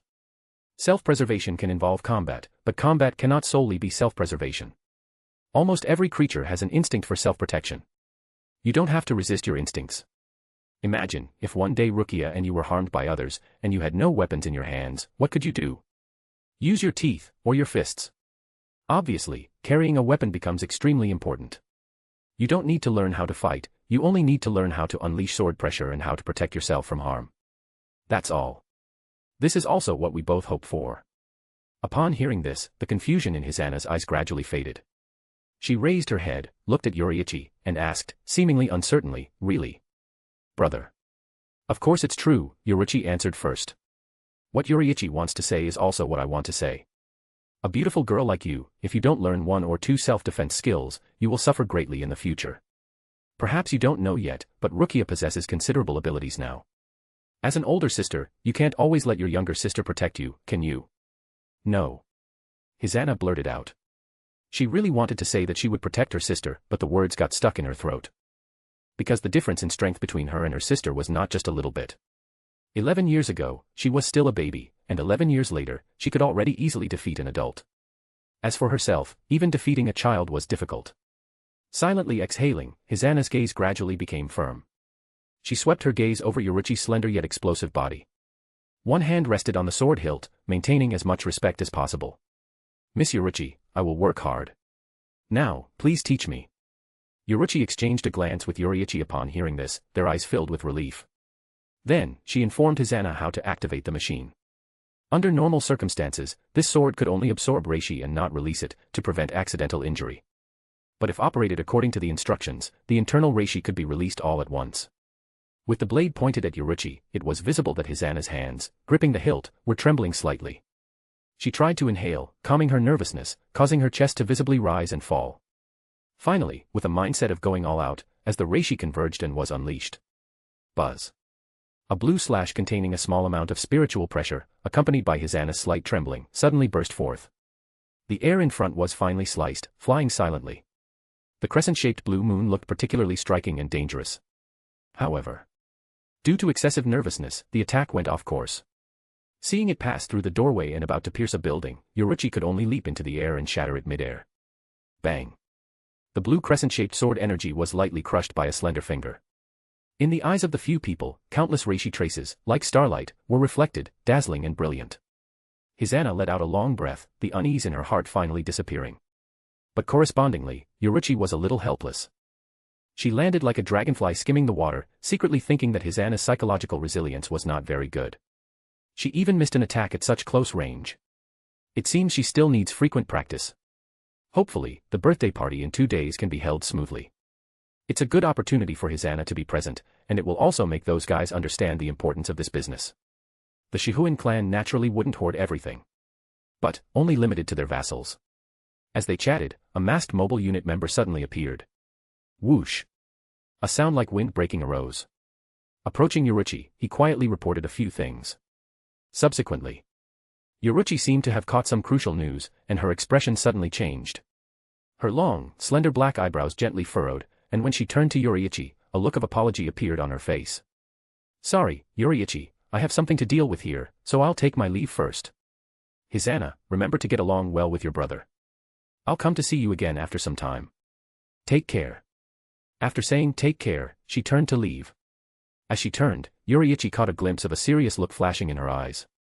He subconsciously asked, is it serious? Step. Yoriichi suddenly stopped. Facing the question, she turned and gave a strained smile, it's all right. At these words, the Shinigami from the 2nd division beside her frowned slightly. He didn't understand why Lady Yoriichi would suddenly stop. Were these people more important than noble affairs? He was about to scold these commoners for wasting Lady Yoriichi's time, but the next second, Yoriichi, sensing his intent, glared at him.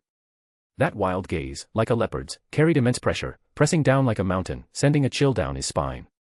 He swallowed twice, and subconsciously, he swallowed all his words. Immediately after, Yoriichi turned her head as if nothing had happened, her smile still present. It's nothing major, just a noble meeting. It's held 3, 5, or 6 times a year. This time, it's probably because of Kachiki Sojin's attack. The next head of the Kachiki clan was almost forcibly killed in Rakangai, and those nobles in the Kachiki faction were on the verge of erupting in violence. Speaking of which, this matter is related to you. Yoriichi. Hearing Yoriichi mention Kachiki Sojin, Yoriichi nodded lightly. Noble meeting. Was it because of this? But the problem is, shouldn't the culprit have already been found? Unaware of the details, Yoriichi asked briefly, and his short question instantly made Yoriichi look helpless. The culprit? That's hard to find. There's no evidence at the scene proving that Tsuneyashiro clan is the culprit. That clan is very cautious in their actions. The residual reishi, after verification, showed no matches in the Siri-IDI. Unless he reappears, this matter will remain a mystery.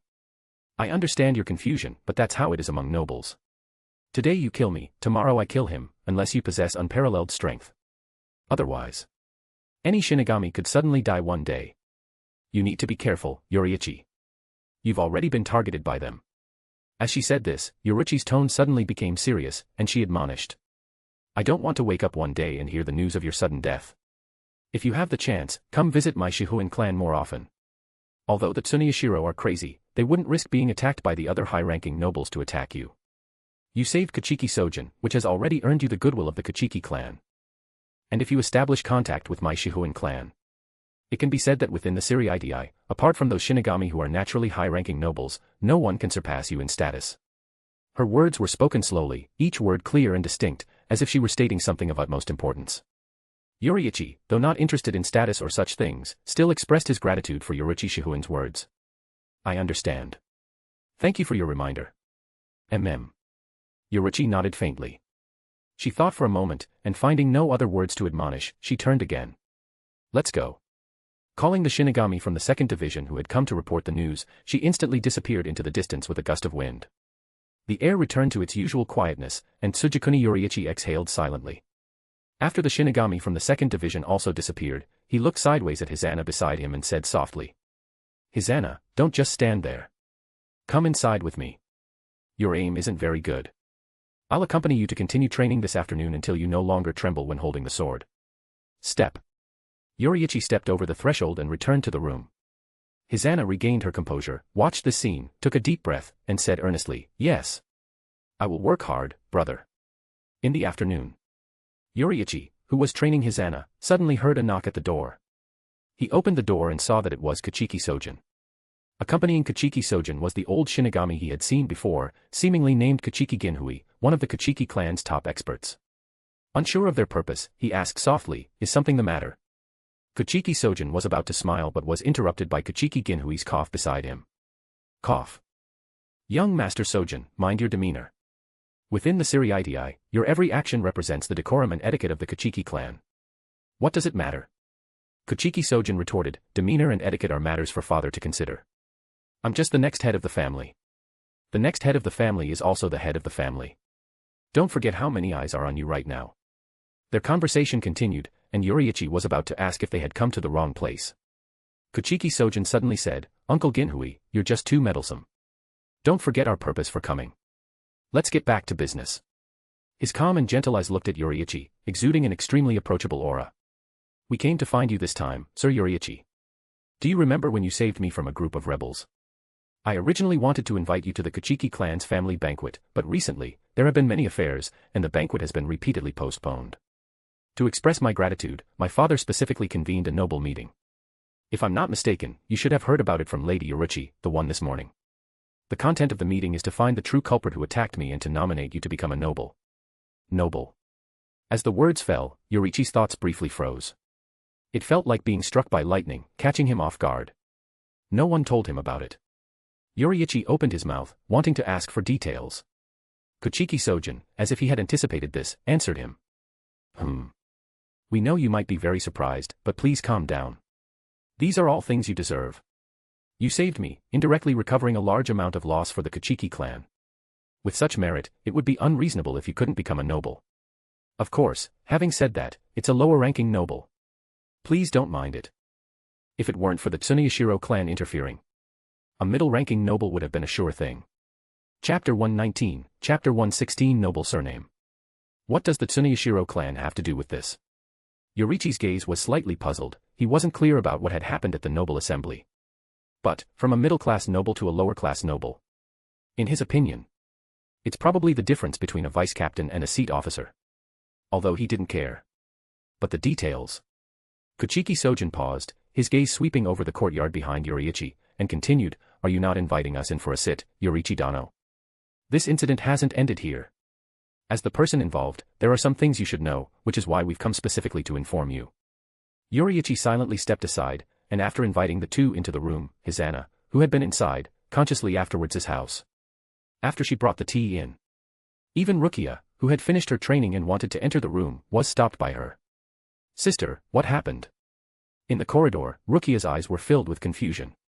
She tilted her head slightly, holding a wooden sword in her hand, its blade stained with sweat, making its color slightly darker. Swish. Hanging it in the corner to air dry naturally, Rukia exhaled deeply, gazing at the setting sun. The afterglow of the setting sun fell upon her, as if draping her in a golden cloak. She felt as though she could exhale all the weariness of the day. Her muscles were a bit sore. Rukia rubbed her shoulders while looking at her sister and continued to ask. Could it be that brother is meeting some important guests? Kayaraku uncle, or Yukitake brother, or Shihuin sister? Without complaining about Kayaraku Shuinsue and Jushiro Yukitake being the same age but one being called uncle, Hisana whispered. You guessed correctly, but it's not them. I haven't seen those two before. But they seem to be of high status.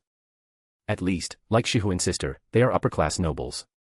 When Hisana was found by Yoriichi earlier, Kochiki Sojin was not near her, so her understanding of the two was almost zero. Upper-class nobles. Rukia said in surprise, and ones we haven't seen before. How could two unfamiliar nobles suddenly come to visit brother? This was also what Hisana wanted to ask. Unfortunately, having lived in Rakangai for a long time, she didn't know the intricacies of it all. She just assumed Ichi was too formidable, even upper-class nobles were trying to curry favor with him. Harboring such thoughts, a faint smile appeared at the corner of her mouth. Of course, the deep worry in her heart never dissipated. Her complex gaze seemed to penetrate the sliding door, seeing the scene inside. Hisana slowly exhaled and walked to Rukia's side, sitting down demi-noir. Sitting on the veranda, admiring the sunset in the sky, they began to chat about daily life and the past. Inside the house. In stark contrast to the leisurely atmosphere outside, Yoriichi looked at the two people in front of him with a grave expression, and soon heard from them the general events that had occurred that morning. In summary, the noble assembly was a process of mutual bickering. You present a piece of evidence, and I directly refute it. In the end, whoever has the best eloquence, whoever has the strongest sophistry, that person will gain the advantage in righteousness. There has never been a favored thing as justice in Siriidi, everything is about profit, and righteousness represents profit. It's like in the past, as long as you give me a reason, I can confiscate your property and execute you. Deceased nobles, or nobles imprisoned in jail, are nothing. Although their words were carefully chosen and did not directly express this meaning, Yoriichi still understood it. Precisely, the Tsuneyashiro clan often did shady things and had a wealth of experience, so their sophistry skills were generally superior to other nobles. This led to the Kochiki clan's efforts to overthrow the Tsuneyashiro being minimal. They were even slandered in return by the Tsuneyashiro clan, who accused the Kochiki clan of having ill intentions. Because they couldn't find the culprit, they randomly placed the blame, attempting to suppress political rivals. Since there was no substantial evidence, the matter eventually died down after much argument, but both sides knew that the other would not give up. The Kochiki clan, for its dignity, could not end this war. If he couldn't even protect his own son and allow the culprit to roam free, Kochiki Jinryai's more than 1,000 years as head of the family would have been in vain. Similarly, the Tsuneyashiro clan, to prevent their own decline, would certainly not admit to this crime. Although some people knew that it was indeed done by certain individuals within their family, the other party was, after all, the head of the family. Facing the family heir, a few words would suffice. Did they still want to punish him? Regrettably, apart from the Tsuneyashiro clan and their dependents, no one gave them face, and the attack incident thus fell into a stalemate. Afterwards, to ease the tense atmosphere, some people actively played the peacemaker, skipping this topic and beginning to discuss the Kochiki clan's second matter. Namely, the explanation of the proposal for Tsugikuni Yoriichi to become a noble. Many people were opposed to this matter because they believed Tsugikuni Yoriichi Zanpakuto was too dangerous. Once he became a noble, it meant he was on the same level as them, and even if he killed someone, he wouldn't receive the punishment he deserved. If anyone accidentally provoked him and was sent to hell, they would have nowhere to cry. Naturally, the nobles, for their own safety, could not agree to this proposal. However, considering that the other party was the Kachiki clan, the head of the 5 great upper-class nobles. Even if they refused, it couldn't be too obvious, or they would be remembered by the other party as a deliberate provocation. Such is the way of human relationships, those who give gifts are not remembered, but those who don't are remembered clearly. So, those nobles displayed various tricks, using all sorts of euphemistic words, subtly and overtly rejecting the Kachiki clan's proposal. But who would have thought? Finally, Yoriichi Shihuin stepped forward. In front of all the nobles, she disregarded the attitude of the clan elders behind her and directly sided with the Kachiki clan. This stance created an unpredictable chain reaction. Some nobles who had not yet clearly expressed their stance murmured, wondering if the Kachiki clan and the Shihuin clan had reached some agreement. Even the Shihuin clan agreed. If they didn't, wouldn't they offend 2 upper-class nobles at once? One might be fine, the Kachiki clan values their reputation and probably wouldn't settle scores later, but the Shihuin are different. Their head, Yoriichi Shihuin, takes action when things get serious. She'll beat you if she says so, without any noble demeanor. Anyway, they couldn't imagine what would happen in the future if they refused. Perhaps they'd be ambushed and beaten black and blue on the street, then, after an injury assessment, it would be ruled that they fell themselves. Or perhaps stabbed in the back, with every stab hitting a vital point, ruled as suicide. Well, the latter statement was a bit exaggerated, but the meaning was clear, and it sent shivers down the nobles' spines. They had the confidence to persecute an ordinary Shinigami, even if the other party was Captain Commander Yamamoto's disciple. But they didn't have the confidence to oppress a Shinigami favored by Yoriichi Shihuin. So, they could only abandon their original arguments and all agreed to the Kachiki clan's proposal. Hearing Kachiki Sojin say this, Yoriichi slowly raised his eyes. Isn't the situation developing quite well so far? I haven't heard of any interference from the Tsuneyashiro clan. It's coming now. Kachiki Sojin shook his head slightly, his hands gripping the steaming teacup on the low table. His unhurried voice echoed around. Your Zanpakuto's ability is very dangerous, at least, it is to those nobles. They have done countless despicable things in their lives, and facing your attacks, they simply cannot resist. And once your status reaches middle-class noble, with lower-class nobles serving as a retreat, it will pose a substantial threat to them. For example, if you, after becoming a middle-class noble, were to kill another middle-class or even upper-class noble out of a sense of justice. Under Captain Commander Yamamoto's protection, your noble rank would probably be reduced to lower-class noble. A lower-class noble is still a noble, and other nobles cannot dispose of you at will. But, if you were a lower-class noble to begin with, it would be different. Once you act, you will lose all your power and become an ordinary person. They could then use this reason to imprison you, thereby cutting off all threats you pose to them. Therefore, afterwards, the Tsuneyashiro clan subtly used this reason to make those nobles realize your terrifying nature. Our Kachiki clan, even if we wanted to refute, were powerless. Because what they said was true. Even if Yoriichi Dano strenuously objected, your noble rank has already been decided, changing from the original middle class to lower class. We are very sorry about this. The reason he could become a middle-class noble was out of respect for Yamamoto Genryosai. If it weren't for the Tsuneyashiro clan's interference, this matter would certainly have succeeded. Unfortunately, they ruined it with a single sentence. Afterwards, the Kachiki clan reviewed the situation and found that under those circumstances, they had no other choice but to compromise. Hell has always been synonymous with terror. If they didn't know the truth, if they didn't know Yoriichi's true character, they probably would have sided with the Tsuneyashiro as well. No noble would sit idly by and allow their power, their future life, to be completely controlled by a Shinigami. Sigh. Silently exhaling, Kachiki Sojin awaited Tsugikuni Yoriichi's response. Yoriichi slowly raised his eyes at this moment, his voice like a calm surface of water, without a ripple. Is that so? They fear my power. That's why they suppress me. Thank you for the reminder, Sojin Dano. He nodded slightly, his movements composed. Seeing this, Kachiki Sojin asked in confusion, Yoriichi Dano, aren't you angry at all? Why should I be angry? Yoriichi smiled, as if he hadn't taken the matter to heart. He clasped his hands, his eyes clean and pure. Sojin Dano, have you ever heard the saying, if you're not envied, you're mediocre? They fear me, which is a good thing. Shinigami have long lives, there will always be opportunities in the future.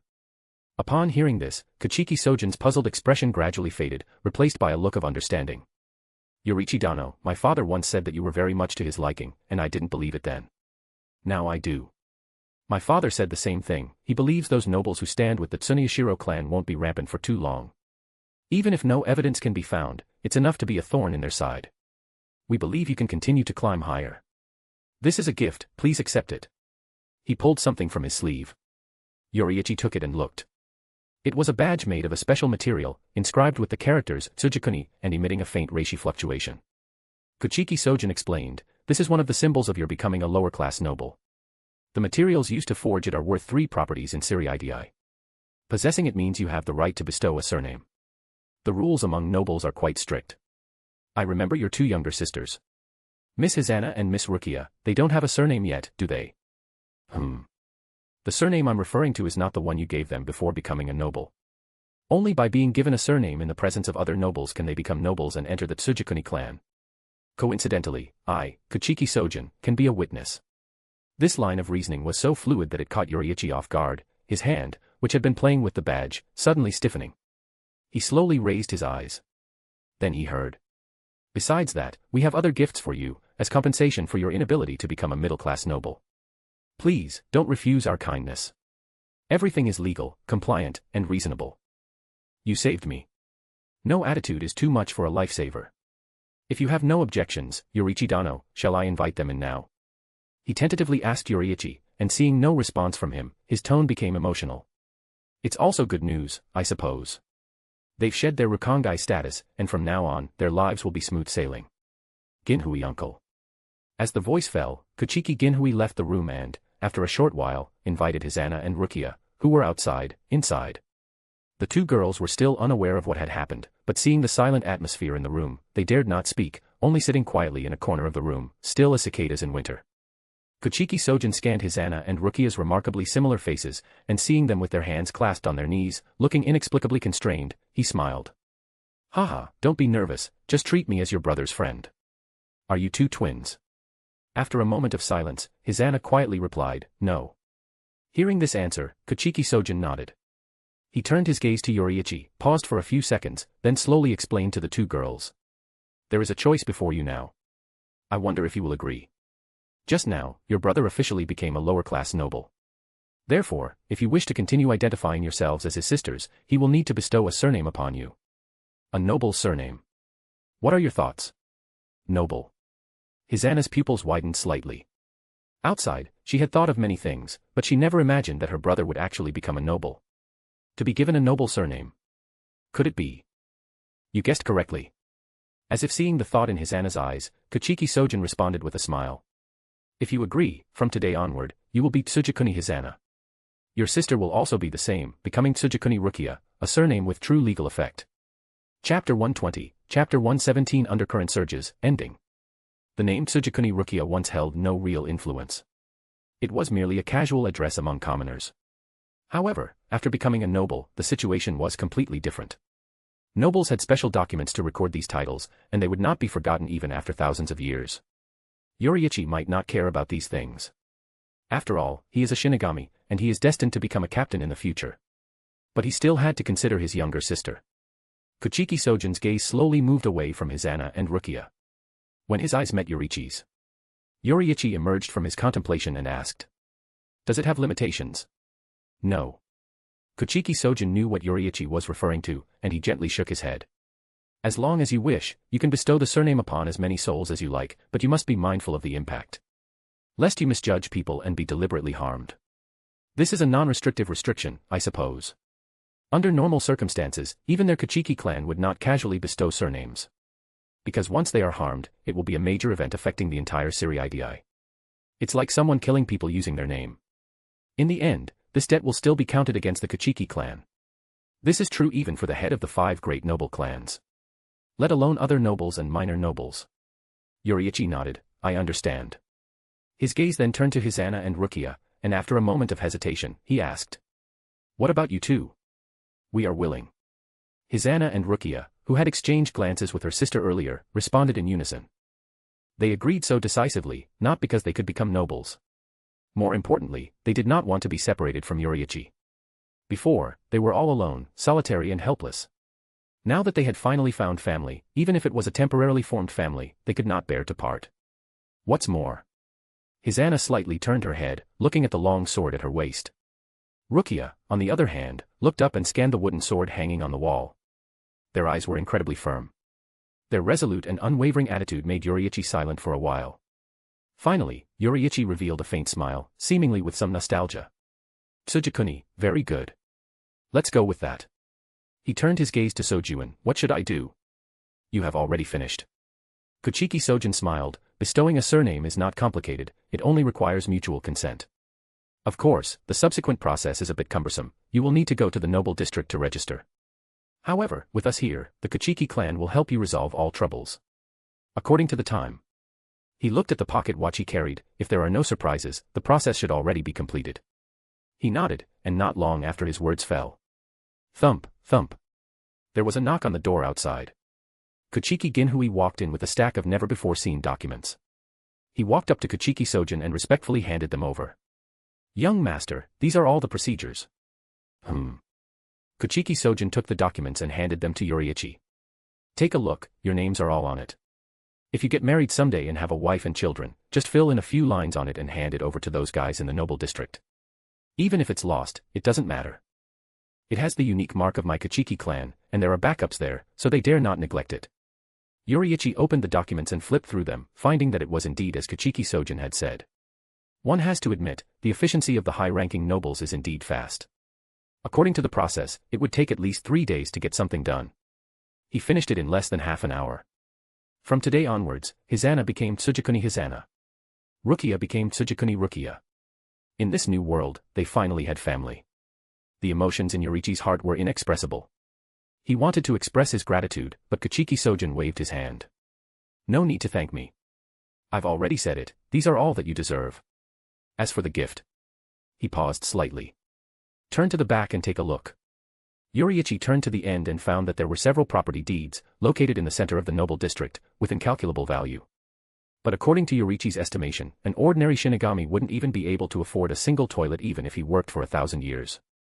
And the Kuchiki clan gave 3 sets at once. In addition, there were several shops located in the prosperous area of the Tsukiguni. Based on the income, it could be said that even if he did no work in the future, with these, the Tsugikuni clan could continue for thousands of years without falling. This. Tsugikuni Yoriichi slowly raised his head, and reflected in his pupils was Kuchiki Sojin's calm expression. As if these things were not important in his eyes. Are you satisfied? He said, of course, I know these might be a bit mundane for you, but as a noble, if you don't have some industries under your name, you can easily be looked down upon by others. At the same time, it will be difficult to support the servants you recruit later. A large courtyard needs people to manage it. This is also what my father entrusted me to give you. As my repayment for saving me. To be honest, I think these are a bit few. If he had died at the hands of Tsuneyashiro, the Kuchiki clan's losses would have been far more than this, even several times over would not be enough. It was only Tsugikuni Yoriichi's status as a lower-ranking noble that limited him, otherwise, the Kuchiki clan could have offered much more. It's enough. Yoriichi didn't want to ask for too much. This current residence was given by Yoriichi Shihoin. It was registered under Rukia's name. Exhaling a breath, after some time, Kuchiki Sojin got up and bid farewell. At this time, the afterglow of the setting sun gradually disappeared, and the outside world fell into a hazy darkness. Facing the last ray of sunlight, Kuchiki Sojin turned and smiled. I am very happy to have met you today. If nothing unexpected happens, the family banquet will be held as usual, and I will have someone notify you then. I hope you are prepared. Of course, Hisana and Rukia can also come. The female members of the clan currently only include my sister. With more people, it can be livelier. His sister had previously married Koga Kuchiki. Although Koga was a son-in-law who married into the family, he deeply loved her. However, due to Koga Kuchiki's sudden betrayal, the wedding could not be held as usual, leaving her depressed. To this day, her mental state has not returned to normal, and even her health has deteriorated. Taking this opportunity, with these 2 lively girls present, perhaps some of her emotional knots can be resolved. Yoriichi nodded, understanding, I will definitely arrive as promised. At the same time, in a certain area of the Tsukiguni, Tsuneyashiro Yashin met with a masked man. He looked at the item the other party handed over and couldn't help but frown. Are you sure this thing is useful? Can it really deliver a fatal blow to Tsugikuni Yoriichi in the captain assessment half a month later? By the way, how did you know there would be a captain assessment in half a month? Zaraki Kenpachi is about to leave the 11th Division. Former 9th Division Captain Kensei Maguruma will take over the 11th Division. Tsugikuni Yoriichi is about to take over the 9th Division. My Tsuneyashiro clan doesn't even know about these things. Is your intelligence better than ours, the nobles? Chapter 121, Chapter 118 Too Despicable. The guy in front of him was introduced by Tsuneyashiro Tokinada. According to him, the other party possessed immense power.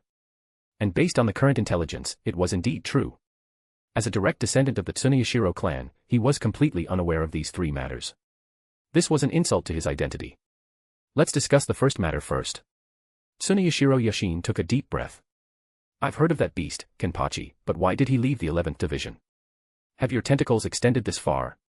Hee hee. The masked man chuckled softly, his voice indistinguishable as male or female. Tsuneyashiro Dano, your question falls outside the scope of our transaction. Before he could finish, Tsuneyashiro Yashin interrupted. I can pay, no matter how much, as long as you tell me all the details of the matter. I'm not that good for nothing, Tsuneyashiro Tokinada. I know you've had dealings with him before, but that's in the past. Now, your trading partner is me. If it weren't for their last meeting, he wouldn't have known that Tsuneyashiro Tokinada held such a special resource. Fortunately, he used his status to seize it. Otherwise, leaving it in his hands would be a waste. The masked man chuckled softly, money, huh? It's not impossible. He was loyal to Aizen, and his research required substantial funds. Therefore, whenever Aizen was short on funds, he would send him out to sell some intelligence. This action not only stirred up various aspects of the Yoriichi but also resolved the various drawbacks of acquiring funds through other means. Spending the noble's money brought no sense of guilt. Recalling this, he nodded, since our noble lord has spoken thus, if I refuse, I suppose I'll be hacked to death. Very well. One information for 10 million can, no bargaining. This amount shouldn't be much for you, should it? Indeed, it's nothing. Tsuneyashiro Yashin waved his hand behind his back, signaling the Shinigami in the shadows not to act rashly. One thing the other party said was true, he had indeed stationed many executioners nearby.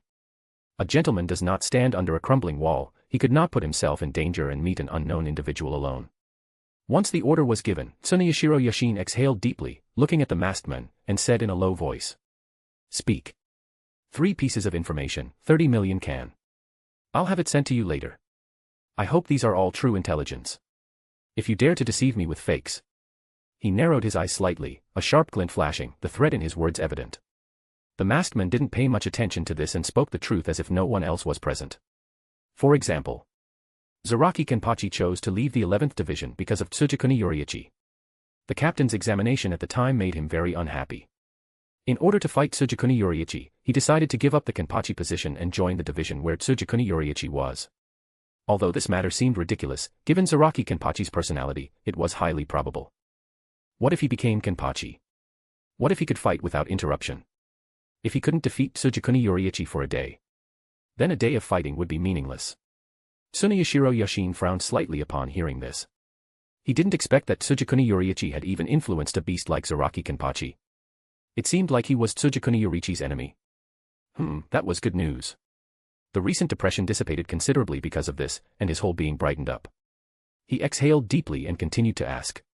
And the second matter was related to Zaraki Kenpachi's departure. Due to his resignation, the overall strength of the 11th Division would be affected. The Godei 13, for balance considerations, transferred Kensei Muguruma, the 9th Division captain who excelled in Akuta, over. Although Kensei Muguruma Zanpakuto's shurikai was a dagger, it was still a blade, and as the captain of the 11th Division, it was sufficient. And his departure would affect the strength of the 9th Division. Coincidentally, there was a vacant captain-level combatant in the Yoriichi, Tsugikuni Yoriichi. With several matters combined, he naturally became the 9th Division captain. Of course, these matters were still under discussion, and the transfer order had not yet been issued. However, according to the masked man, the probability of these events occurring was over 90%. Even if there were some minor differences in details, they wouldn't be significant.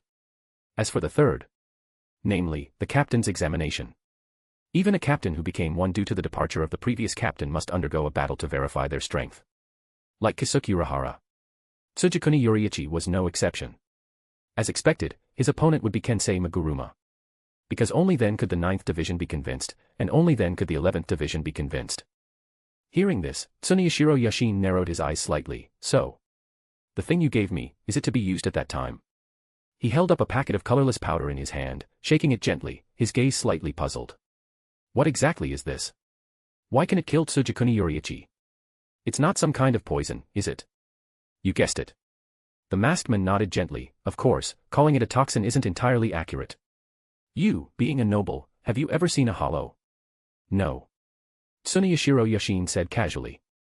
Such evil things cannot appear before us nobles, even a glance is an insult to our status.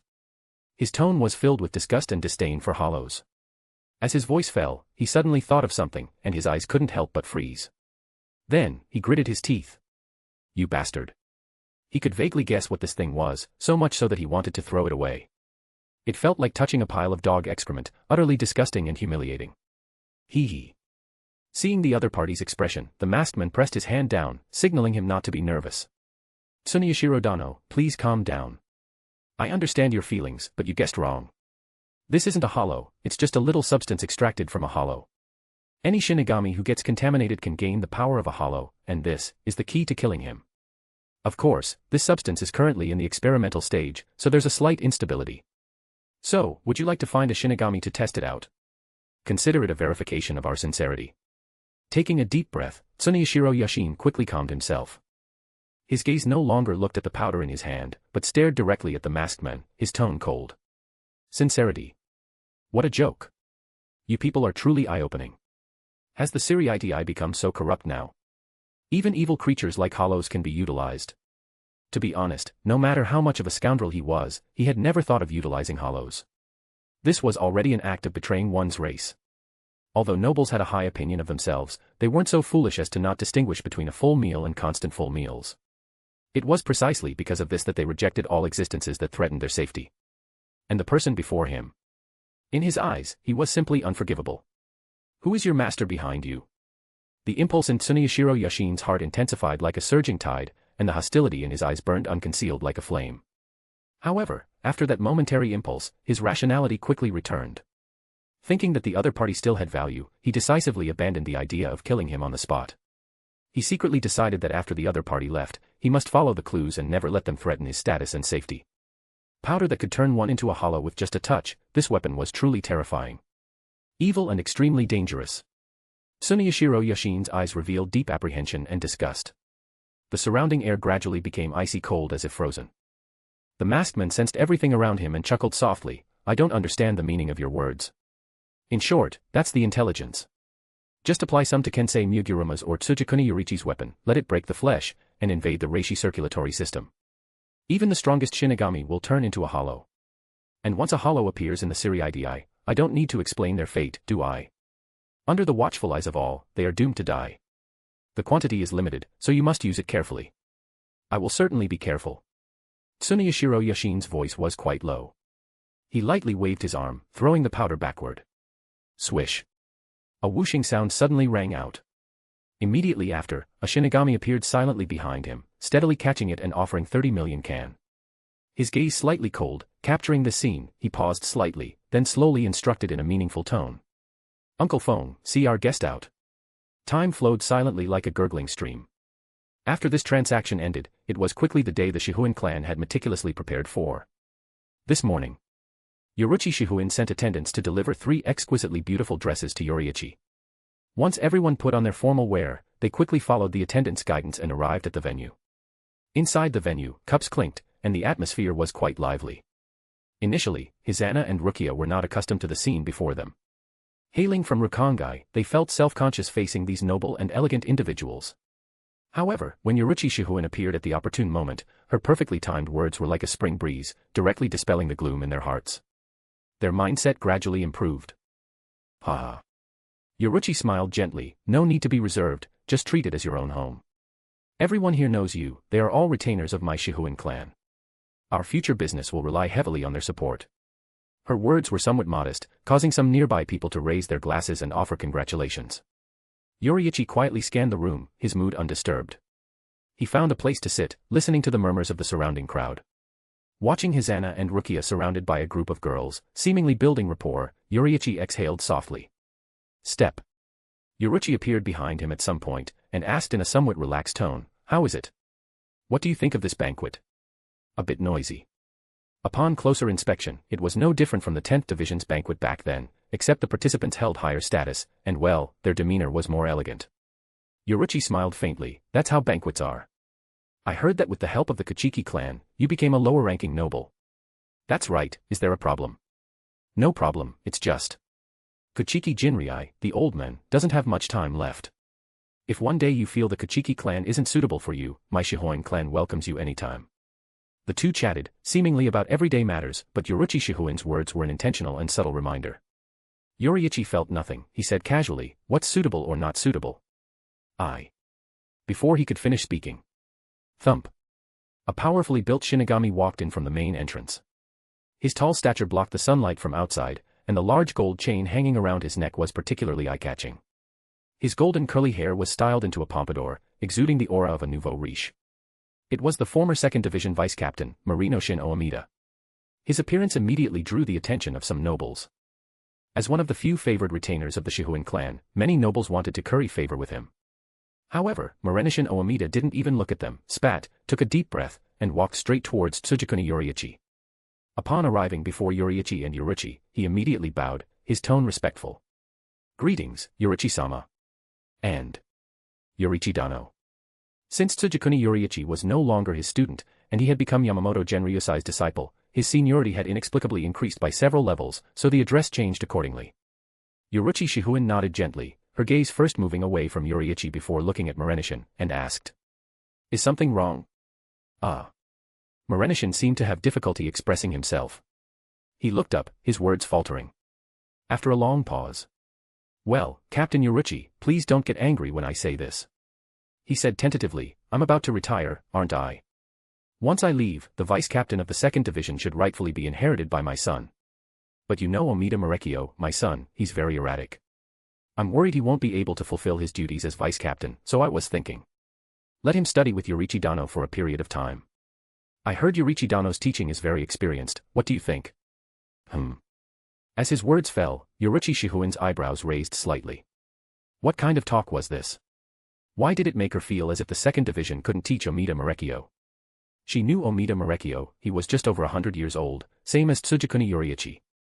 The difference was, his reishi was only at the 8th level, barely a mid-level seat officer. How did Murinoshin come to the conclusion that he could become a vice captain? An excuse? To give Oomida Marekio a better future and connection, so Murinoshin, as a father, wanted Oomida Marekio to study with Tsugikuni Yoriichi for a period of time. Hiss. It was a bit of a headache. Yoriichi didn't misunderstand this behavior.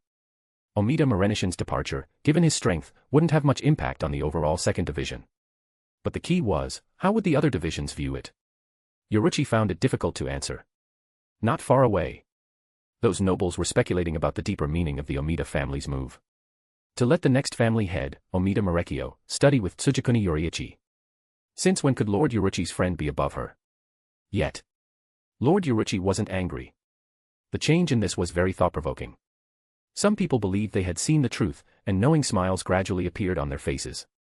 Yoriichi, on the other hand, was rather bewildered. Who was Oomida Marekio? Chapter 122, Chapter 119 Yoriichi, I will leave Soifan to you. Soon, Yoriichi's heart gradually cleared. To be honest, he really didn't want to accept this task. Simply because he knew nothing about Marekio, he didn't know what kind of person he was. Even if he was a lively character, he shouldn't have sought him out. There were so many Shinigami in the Siriidii. He originally wanted to refuse, but then he remembered that Oomida had somewhat of a guiding relationship with him. Coupled with Yoriichi's subsequent words, Yoriichi, out of helplessness, could only agree. Of course, all of this would have to wait until he met Marekio before making a final decision. The guidance was also limited to within the divisions. Murinoshin Oomida, on the other hand, stated, "That's enough." Once Oomida retreated, the whispers around them grew louder. Yoriichi could even clearly hear those nobles repeatedly speculating about his identity. In fact, their voices were extremely low, limited to whispers between two people. But Yoriichi's extraordinary keen perception meant that even the slightest sound could not escape his ears. The words were all something like, "Underestimated. I thought he was Yoriichi-sama's subordinate. Didn't expect him to be another master." And so on. They subtly elevated his status to the same level as Yoriichi Shihoin. This truly made Yoriichi feel incomprehensible. He gently shook his head, his eyes filled with helplessness and emotion. After Oomida left, Yoriichi also departed, running off to interact with his Anna nearby. Not long after, the birthday celebration slowly began. Yoriichi saw the child, Yashiro Shihoin, and beside him, the maid who had always followed Yoriichi closely, Soifan. That should be her name. She was slender, and if he remembered correctly, she was also a lower-ranking noble. She had been nearby whenever Yoriichi appeared before. She just rarely showed herself. Yoriichi stepped forward again. I almost forgot something. Speaking of which, Yoriichi, your Zanjutsu should be very strong, right? Especially in terms of combining footwork with Zanjutsu. Average, Yoriichi's reply was concise and calm. Yoriichi sighed, being too modest is no fun. I know you don't want to stir up trouble, but please, I'm begging you. You should recognize this child, Soifan. Her Zanpakuto is quite special, it cannot slash, only thrust. My second division doesn't have a suitable teacher to teach her Zenjutsu, but you are different. Teaching 1 is teaching 2 is teaching, so how about? Why does everyone want to find me? Yoriichi sighed slightly. Because you're strong, and you're easy to talk to. Yoriichi's smile was as warm as sunshine. Even Captain Commander Yamamoto has praised you. Those Shinigami with similar temperaments aren't as strong as you, and those stronger than you have bad tempers. To be honest, if I weren't uninterested in Zenjutsu and the like, I'd want to learn from you too. Have you asked her? Yoriichi looked up. If I'm not mistaken, she should admire you greatly, so it's unlikely she'd learn Zenjutsu from me. Don't worry, Yoriichi revealed a confident smile. She will agree. It won't take up much of your time, and it's not like she needs to start learning now. Just whenever you have free time. As the two spoke, Soifan seemed to sense something, and her bright gaze turned towards Yoriichi. When she saw Yoriichi-sama chatting animatedly with a man, a hint of jealousy immediately welled up in her heart. You are the head of the Shihuin clan. How can you show such an expression? Such a lapse. Too much of a lapse. Her expression constantly changed with her mood. But due to the solemnity of the venue, she couldn't speak, so she could only make a mental note of it. When the ceremony ended, they looked at the two again, and the conversation had already concluded. Only that men remained in place. Soifan was about to step forward, but the next second, Yoriichi Shihuin suddenly clapped her on the shoulder. Slap. Soifan, who was engrossed in her own world, was startled by this sudden clap. Immediately after, she heard good news. Congratulations, Soifan. I found you a Zenjutsu teacher. If all goes well, he should be able to teach you how to perfectly use your Zanpakuto. Soifan slightly raised her eyebrows, her eyes filled with disbelief. Yoriichi-sama, Zenjutsu, teacher. She felt like she had misheard. She had been practicing Zenjutsu since she was a child. What use was a teacher now? Seemingly noticing the confusion in her eyes, Yoriichi smiled and explained. Don't underestimate the profession of a teacher.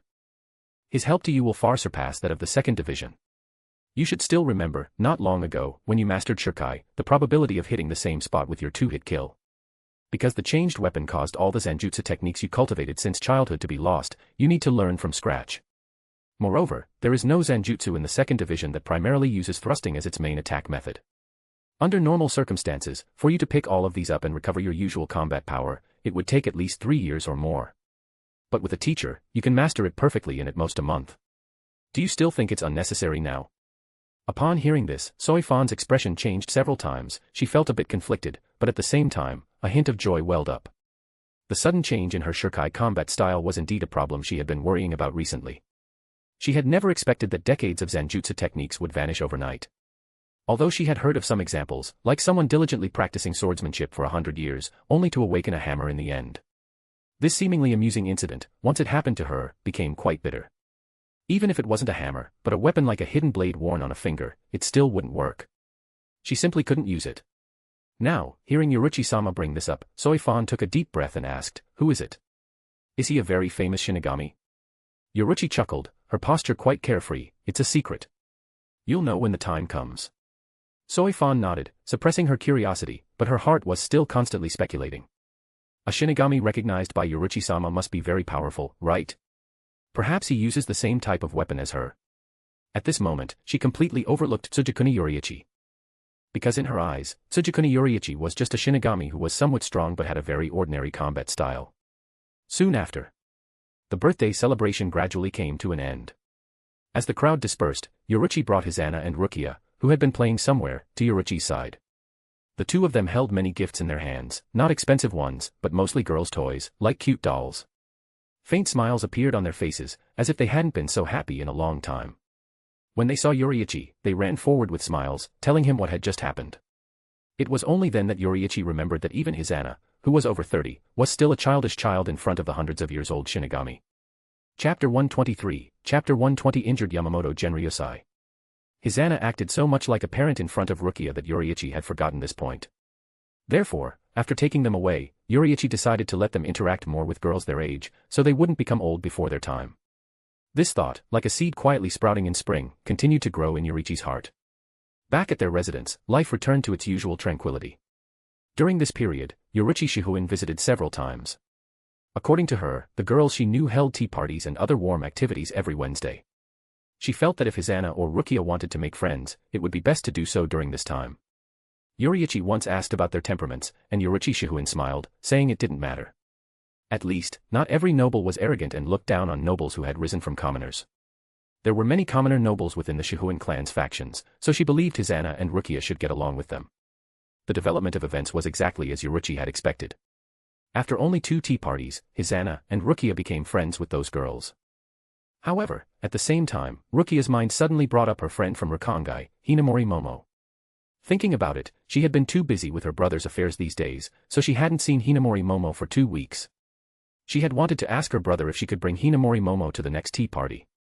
But she didn't expect that when she gently knocked on her brother's door, she didn't hear any response. Rukia, full of doubt, pushed open the door and looked inside, only to find that her brother was gone. She hurriedly ran into the courtyard to search, but still couldn't find her brother, which made her a little anxious.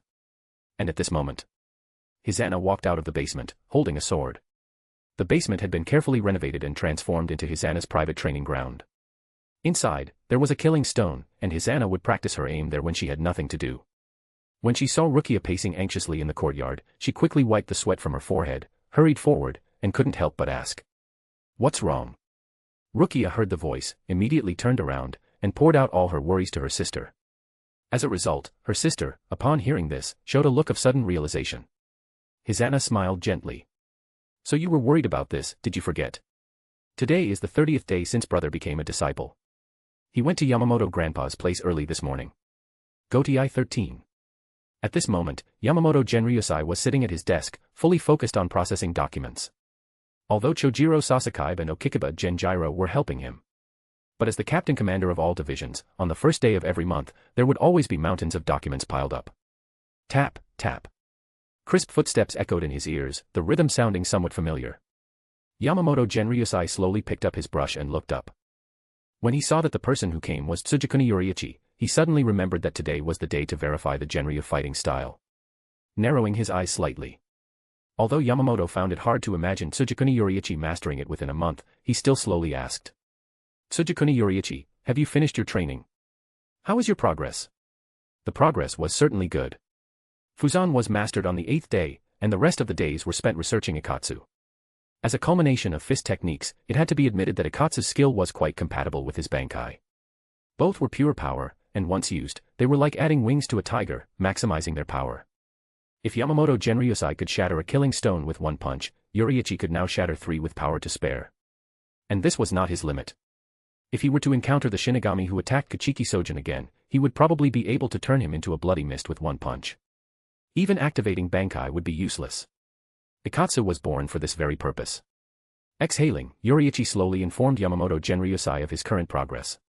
When Yamamoto Genryusai heard that Yoriichi had mastered Fuzan in just 1 week, something others hadn't learned in hundreds of years. Clatter. The brush fell, and he suddenly froze on the spot. "What did you say?" He felt like he had become hard of hearing. Getting old was truly bad, he even misheard the time. 1 week. Wrong, it must be wrong. But he had only given him a short month, and no matter how monstrous he was, he couldn't transcend time. Even if it wasn't a week, it must have been within a month. Yamamoto Genryusai's eyes rarely sparkled with brilliance, and his breathing gradually became heavy. For the first time, he felt his heart beating so fast. This talent, even 1,000 years ago, when prodigies were abundant, it would have been rare. At least. Retsu Unohana, as the first Kenpachi, known as Yuchiru, mastered over 8,000 types of swordsmanship in the world. To this day, she still hasn't learned Fuzan. Demonstrate it. With an imperceptible breath, Yamamoto Genryusai quickly calmed himself. He was nearly 2,000 years old this year, and he couldn't afford to be stimulated further. No matter what he saw or heard next, he had to remain calm. Thinking this. Not far away, a wall was instantly cut by Yoriichi with a raised hand.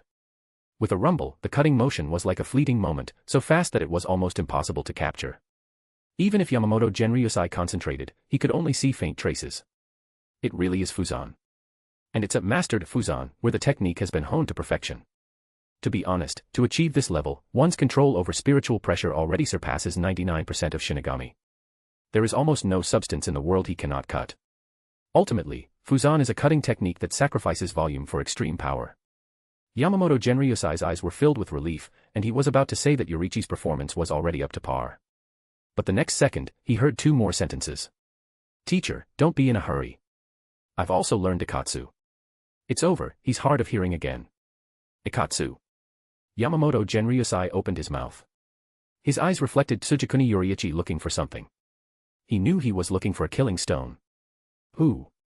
Yamamoto Genryusai let out a long breath, slowly rose from his cushion, and said sternly. Tsugikuni Yoriichi, come, attack me. Let this old man see. If you have truly learned Ikatsu. A killing stone is just a standard for measuring power. Only through direct contact can one know the opponent's degree of spiritual pressure control and explosive power. Like boxing. Yamamoto Genryusai wasn't sure about Tsugikuni Yoriichi's mastery of Ikatsu, but since he had learned Fuzan earlier. Even if he spent all the remaining time on Ikatsu, barely getting started, the power probably wouldn't be too great. Perhaps, only half of what he himself had shown before. This was already an overestimation. In an ideal situation. However, he overlooked the reality, which is often more cruel than ideals. Yoriichi heard Yamamoto Genryusai's words and mistakenly thought that Yamamoto Genryusai wanted to verify his Ikatsu through actual combat. So, the moment Yamamoto Genryusai extended his fist and aimed at him. Hiss. A long breath instantly echoed in his ears, and all his spiritual pressure converged and condensed. Then. Bang. The punch roared, and the air waves exploded. As the squad barracks wall collapsed, dust scattered. Finally. Drip. Drip. Drops of dark red blood flowed down Yamamoto Genryusai's arm, forming a small stream beneath him. When the smoke completely cleared, Yamamoto Genryusai's expression was as if he had seen a ghost. Injuries are extremely common in the world of Shinigami. However, injuries to the captain commander are quite rare. Inside the squad barracks, the sound of the building collapsing was like a deafening thunderbolt. Many Shinigami were startled by the huge commotion. They quickly put down their work and rushed out to observe with anxious expressions. At first, everyone thought it was a Minos Grande invasion of Siriidii, and they were all nervous, as if facing a formidable enemy. But what they saw was... Yamamoto Genryusai's upper body was bare, blood gushing from his arm, a gruesome sight. This scene was no less terrifying than a meteorite falling in their eyes. The invincible Captain Commander, hailed as the strongest Shinigami in 1,000 years, was actually injured. Even his arm was broken, and white bones could be vaguely seen. It's fake. Some people refused to believe it, even thinking it was a hallucination caused by being too busy with work. Especially those Shinigami who had recently joined the Godii 13, they worshipped Yamamoto Genryusai and regarded him as a god. But one day, a god bled and fell. Hiss. Who? Some Shinigami took deep breaths, trying to calm their inner shock. However, time would not stop with their surprise and disbelief. The blood on the ground gradually increased, like a red stream, slowly staining the broken stones. Yamamoto Genryusai first looked at his bloody right hand. After a slight sensation, he found that Tsugikuni Yoriichi's blow had shattered all the bones in his entire arm. Tiny bone fragments were evenly distributed within the flesh. If it weren't for his spiritual pressure protecting him, dissipating Tsugikuni Yoriichi's explosive spiritual pressure at his shoulder. This one punch alone would have at least resulted in the terrifying consequence of half his body disappearing. Although such an injury would not be immediately fatal for a Shinigami, it would be extremely troublesome to deal with. Thinking of this, the ghostly expression on Yamamoto Genryusai's face gradually calmed down. After all, he was a Shinigami who had lived for nearly 2,000 years. What was the point of being shocked at every turn? But pain surged like a tide, and Yamamoto Genryusai secretly took a breath. How long had it been? How long since he was last injured? He couldn't quite remember, but it should have been over 100 years ago. Judging by the current injury, he had indeed not misjudged this young man. His power has completely surpassed this old man. Perhaps. Endless thoughts formed a spiderweb tightly clinging to Yamamoto Genryusai's heart.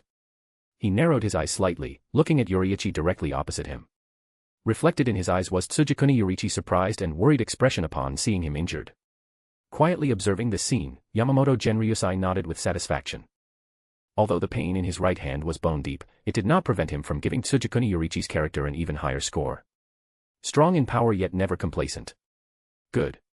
Outstanding talent yet humble and reserved. Good.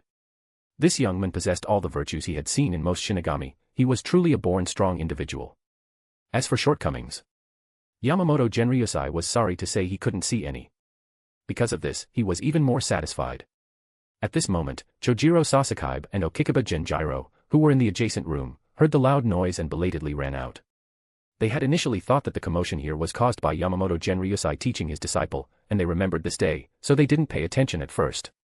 But later, the whispers from outside penetrated their ears like mosquitoes, and the more they listened, the more something felt wrong. Only when they came out did they realize how serious the matter was. The captain commander was seriously injured from sparring with his disciple. Who could have imagined that? Chojiro Sasakaibe, however, had a faint sense of déjà vu. Before he could speak, Okikiba Genjiro stepped forward and was the first to say, "Captain Commander, I'll go call Captain Retsu Unohana over right away." Although he wasn't sure how severe Yamamoto Genryusai's injuries were, seeing the large pool of blood on the ground, it was undoubtedly a life-threatening level. He unhesitatingly used Tenkei Koro. Beside him, Chojiro Sasakaibe belatedly reacted and quickly turned to disperse all the nearby Shinigami. After Okikiba Genjiro contacted Retsu Unohana and gave Yamamoto Genryusai's pulverized right arm emergency treatment. Chojiro Sasakaibe then turned and called a group of people, instructing them to correct the rumors that were about to spread. He clearly knew that Yamamoto Genryusai's serious injury could not be kept a secret. Who knew how those busybodies would distort the facts? Gossip is human nature. Soon. Swish, swish, swish. Inside the secluded operating room, Retsu Unohana was treating Yamamoto Genryusai's injuries. Cold white light shone vertically, and her fingers moved delicately, like precise machinery, quickly extracting tiny bone fragments wrapped in green spiritual pressure. As an internal explosive fist technique, this type of injury was the first Retsu Unohana had ever seen. Therefore, when treating it, she mostly adopted a learning attitude. Her peripheral vision swept over Yamamoto Genryusai. The old man's eyes were half closed, still appearing unconcerned. Her gaze returned to the wound, and Retsu Unohana inadvertently asked, "Captain Commander, forgive my presumption, but I would like to ask, was this injury of yours an accident, or?" She didn't finish the last few words, pausing, then changed her question. "I apologize, I know this is a bit sudden, but you are the Captain Commander after all. If I'm not mistaken, your disciple, who became a disciple of Genryu, has just completed 1 month, correct?" "Indeed." Yamamoto Genryusai's closed eyes slowly opened, revealing a complex light. His voice slightly deepened as he looked at Retsu Unohana. "Retsu Unohana, this old man knows what you want to ask. As you said, he has only been a disciple for 1 month. However, my Ikatsu and Fuzan have been completely mastered by him. Even the former surpasses the Ikatsu this old man has mastered. This old man does not consider this a shameful thing. When the student surpasses the teacher, that is the fundamental reason why Shinigami can prosper indefinitely. But, you all need not worry." As if taking a big breath, Yamamoto Genryusai changed his tone. This time, this old man underestimated him. "It won't happen again. I didn't expect this young man's talent to be even better than I anticipated. Is Genryu blessed by heaven? Enough." He sighed. "Regardless, the fact of this defeat is set. Retsu Unohana, you must remember, do not tell a second person about this old man's injury." "Not even Tsugikuni?" Retsu Unohana asked. "No." Yamamoto's attitude was resolute. Seeing this. "Understood. However, Captain Commander, I believe it will take at least a year for this injury of yours to heal. Will you maintain the current situation for this year?" "Of course not. This old man remembers that when Tenjiro Kurinji left, he left a formula for the red and white hot springs in the 12th division. As long as it's prepared, even the most severe injuries can heal within a week. Where is Kisuke Urahara? Have him come see this old man." Chapter 124, Chapter 121. Didn't they say Yamamoto Shigekuni was paralyzed? Who is lying to me? When Kisuke Urahara rushed over, he was somewhat bewildered, as requested by Yamamoto Genryusai. "Captain Commander, what is White Bone and Blood Pond Hell? I've never heard of such a thing in the 12th division. And, your injury?" "I fell," Yamamoto Genryusai said irritably. "What, do you all even interfere with whether this old man is injured or not?" This subordinate wouldn't dare. Kisuke Urahara quickly lowered his head. "But I truly haven't heard of White Bone and Blood Pond Hell. By the name, it should be a health product, and if it exists, it would be in the 4th division. Captain Retsu Unohana, what do you think?" Kisuke Urahara slowly raised his head, looked at Retsu Unohana, who was standing quietly beside him, and blinked at her, as if asking a question. Retsu Unohana smiled gently. "You guessed wrong, Captain Urahara. White Bone and Blood Pond Hell is not a health product, it's the strongest medical technique developed by Tenjiro Kurinji, the creator of healing Kido. Even if one is paraplegic, or has damaged or lost internal organs, a soak can quickly restore them to their original state. Because he invented White Bone and Blood Pond Hell, Tenjiro Kurinji was promoted to Squad 0 700 years ago." Upon hearing Retsu Unohana's explanation, Kisuke Urahara became even more confused. Since it's a medical technique, why? Before he could finish, Yamamoto Genryusai interrupted, "That brat is very arrogant. After inventing healing Kido, he didn't even put this old man in his eyes. With his temper, he would never leave his creations in the 4th Division, which specializes in healing. I vaguely remember him subtly mocking this old man in his reply to the 5 great noble families back then. At that time, I didn't quite understand what he meant, but now, after this injury, this old man understands. That was a clue. A clue. Indeed, Yamamoto Genryusai nodded. He and your 12th Division's former captain, Shitara Senjimaru, joined the Siriiti at the same time. Given their relationship back then, it's quite normal for Whitebone and Blood Pond Hell formula to be left in the 12th Division. Although several hundred years have passed, the item should still be there. This is why I called you here. Do you understand? I understand. Since he understood the history of Whitebone and Blood Pond Hell, he would probably find it by turning the 12th Division upside down after returning. However, based on Yamamoto Genryusai's description of Tenjiro Karinji's personality, he would probably bury it underground.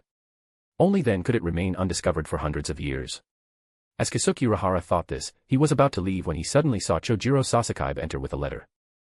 Yamamoto Genryusai took it and quickly opened it. Listen carefully to the part about the location. I know what you're thinking, but a step-by-step search is too slow. Time is of the essence. Also, don't tell Tsugikuni Yoriichi about this. This old man doesn't want him to worry. After Kisuke Urahara left, Yamamoto Genryusai let out a sigh of relief. He glanced at his right hand, which was in a cast and bandaged, then looked back at Retsu Unohana, who was standing silently beside him, and said in a deep voice. Tomorrow is the captain's meeting, Retsu Unohana, do you have a way to make my right hand appear as good as new? Rubbing her chin with her fingers, Retsu Unohana pondered for a moment, then nodded. Difficult, but worth a try. Speaking of which, Captain Commander, have you truly made up your mind? To let Tsugikuni Yoriichi become the 9th Division captain. Regarding this matter, you haven't told him yet, have you? Furthermore, Kensei Mugiruma's side. Is the 11th Division a bit unlucky lately? 3 captains have been replaced in just 1 year. Honestly, if I weren't Kenpachi anymore, I'd want to cut down all those Shinigami who defile the name of Kenpachi, especially Kiganjo.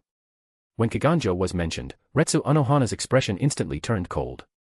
She had never seen such a weak Kenpachi. She had thought he could help Zaraki Kenpachi grow, but his performance was like a clown. In a game, he wouldn't even be considered a mob. This Kenpachi truly defiled the name of all Kenpachi throughout history. If she had his strength and were in his position, she would surely be ashamed to death and commit suicide. Yamamoto Genryusai glanced at her indifferently. It's a minor matter. This old man believes the newly appointed Captain Kensei will perform better. As for Tsugikuni Yoriichi, this old man will explain it to him later. He will agree. The top priority is to minimize the impact of the injury as much as possible. Outwardly, I must maintain a state of full power to deter those monsters and demons from daring to offend. Retsu Unohana, come. Yamamoto Genryusai closed his eyes slightly. After the treatment was finished, he looked at his arm again, and in his gaze, it had indeed returned to its original state. However, the inside was still a mess. Just for show. It's enough. Outside, Kisuke Urahara, who had just left the Gotei 13, was walking down the road when he was suddenly stopped by a group of people. These individuals were all dressed in black, appearing to be Shinigami, but the small part of their family crests visible indicated they belonged to a noble family. Unsure of who they were, Kisuke Urahara's eyes narrowed slightly, and his tense muscles made him involuntarily step back half a pace, wary. Gentlemen, do we know each other? No, but we will soon, explained the leading Shinigami. Our young master has invited you, Kisuke Urahara, come with us. Who is your young master? Hey, who else could it be? He fully revealed the family crest on his body. That familiar pattern entered Kisuke Urahara's eyes. Instantly. His expression hardened. The next day. Another captain's meeting. A gloomy voice sounded outside the Gotei 13. Hirako Shinji stood in the corridor, feeling annoyed. It had been less than a month since the last one. Which division captain was going to be replaced again? Really? As an old-timer, he couldn't help but lament the poor quality of Shinigami in the Siriiti in recent years. He recalled that when he took office, a captain was replaced only once every few decades. Now, however. In 1 year. 3. Even suicide isn't that fast. Aizen followed behind him, his smile gentle. Captain, this should be a good thing, shouldn't it? It means the Siriiti is flourishing, and strong individuals are constantly appearing, isn't that right? Heh. Hirako Shinji rolled his eyes at Aizen. Naive, too naive. It's precisely because all Shinigami are as optimistic as you that the casualty rate remains so high. Thinking back to the good old days, never mind, a true hero doesn't boast about past glories. Hirako Shinji sighed. He reluctantly pushed open the door to the Gotei 13. Creak. Upon entering, he saw several captains who had already arrived, Kaiaraka Shunsue, Jushiro Yukitake. These weren't important. What surprised him was that Yamamoto Genryusai was standing at the head of the table. Recalling yesterday's rumors, Hirako Shinji's gaze first swept over Yamamoto's arm. Everything is intact. Intact. He frowned slightly. Who said Yamamoto Genryusai was severely beaten and now half paralyzed? Isn't this misleading people? He had wanted to gossip about it. Now, gossiping would probably get him beaten into 8 pieces. Hiss. Just thinking about it hurt. Those who spread rumors deserve to die. Hirako Shinji's eyes rippled slightly. He stood silently in the ranks, his peripheral vision constantly fixed on Yamamoto Genryusai. As if unsure, he looked again. Still no change. Shaking his head inwardly, time slowly passed as he waited. Not long after, a red-haired young Shinigami pushed open the door of the Gotei 13 and walked in. At the first sight of him, Hirako Shinji's drowsy, sleepy eyes suddenly perked up. The main character. His slightly suspicious gaze swept over Yamamoto Genryusai's unmoving figure. Hirako Shinji wondered if something was amiss. Just as he was guessing, the 9th Division Captain, Kensei Maguruma, also walked in. At this moment, Yamamoto Genryusai, who had been meditating, slowly opened his eyes. His opening eyes were caught by some of the captains. The surrounding atmosphere became serious and subdued. Thump. The cane struck the ground, making a crisp sound. Seeing that it was almost noon, Yamamoto Genryusai's gaze swept over everyone and he said in a deep voice. Has the 12th Division Captain, Kisuke Urahara, not arrived? By the door, the 12th Division Vice Captain, Hayori Saragaki, cautiously poked her head out and explained. Captain Commander, our captain hasn't returned since he left the barracks yesterday. At first, we suspected you had sent him on a secret mission, but now. Hearing this reply, Yamamoto Genryusai's brow furrowed into a tight knot. He didn't return. His stern gaze turned to Chojiro Sasakaibe, who was standing nearby. The latter immediately understood, turned and withdrew to conduct a detailed investigation. After Chojiro disappeared from sight, Yamamoto Genryusai lightly coughed twice and said calmly. No need to worry. If he didn't come, then he didn't come. He isn't the main character of this meeting. Time's up. You may withdraw. Creak, boom. The door of the Gotei 13 slammed shut as noon arrived. Yamamoto Genryusai leaned on his cane and said in a deep voice. The captain's meeting officially begins. The agenda for this meeting is the assessment ceremony for Tsugikuni Yoriichi's succession as the 9th Division Captain, and the order for the former 9th Division Captain, Kensei Maguruma, to be transferred to the 11th Division. And former 11th Division Captain, Zaraki Kenpachi. Former 11th Division Vice Captain, Kusajishi Ichiru, and former 11th Division, 6th Seat and 8th Seat, Ikaku Madarame and Yumichika Ayasegawa's division reassignment. First, the first matter. His gaze gradually grew serious. Yamamoto Genryusai looked at Tsugikuni Yoriichi, his voice deepening. Tsugikuni Yoriichi, I ask you, are you willing to serve as the 9th Division Captain and engage in a public battle with the former captain to prove both your strengths? Due to Yamamoto Genryusai's prior explanation, Yoriichi pondered for a moment before agreeing. The 9th Division was the prison division, responsible for capturing criminals on a daily basis, so their work wasn't particularly busy. Because it was close to the Siriidii, criminals were quite rare. Once captured, even a captain would find it difficult to escape. It was the division Yoriichi had in mind. Plus, the characteristics of his Zanpakuto. It was an even better fit. As for the public battle, Yoriichi also had no objections. It wasn't a battle to the death, so it naturally wouldn't cause any pain or sorrow. In his view, it was merely a sparring match. This sparring match could both enhance the relationships between the captains and allow both captains to integrate more quickly into their respective divisions. The benefits outweighed the drawbacks. Knowing Tsugikuni Yoriichi's attitude, Yamamoto Genryusai nodded in satisfaction. He then looked at Kensei Maguruma. The latter had already met Yamamoto Genryusai a month prior, so he had anticipated this matter. Without taking much time, he also agreed. Very good. Next is the third matter. Yamamoto Genryusai stroked his beard and looked at Zaraki Kenpachi in the ranks. Kensei Maguruma has already agreed, Zaraki Kenpachi. Do you want to go back on your word? If you go back on your word, this old man is willing to give you another chance. What a joke. Zaraki Kenpachi's tone was somewhat disdainful. His booming voice echoed in the air. Old man, do you think I gave up this Kenpachi position with what kind of determination? If I can't even defeat the opponent in front of me, what's the point of becoming Kenpachi? Tsugikuni, you're going to the 9th Division, right? I want to go too. Yoriichi watched him silently, not speaking. At this moment, Yamamoto Genryosai lightly coughed, interrupting him. Don't say those useless words. Just agree. Next, this old man will summon all current members of the 9th Division and 11th Division located within the Siriidi. The battle will take place in 2 hours. You must be prepared. I allow you to adjust your condition as much as possible during this time. Are there any other matters? If not, then the meeting is adjourned. The captain's meeting ended quite quickly. This was, of course, to be expected. Because these matters had been decided in advance, they only needed to go through a formality. To the side, Hirako Shinji clicked his tongue in wonder. His gaze had remained fixed on Tsugikuni Yoriichi. Because he realized that he couldn't see through this young man at all. Even with Aizen, he could detect a slight sense of incongruity. The perfect vice-captain in others' eyes was, in his eyes, nothing more than a cunning individual. Tsugikuni Yoriichi, however, was. It was difficult to describe the feeling. Like a gust of wind across an open field. It blew by, and then it was forgotten. Interesting.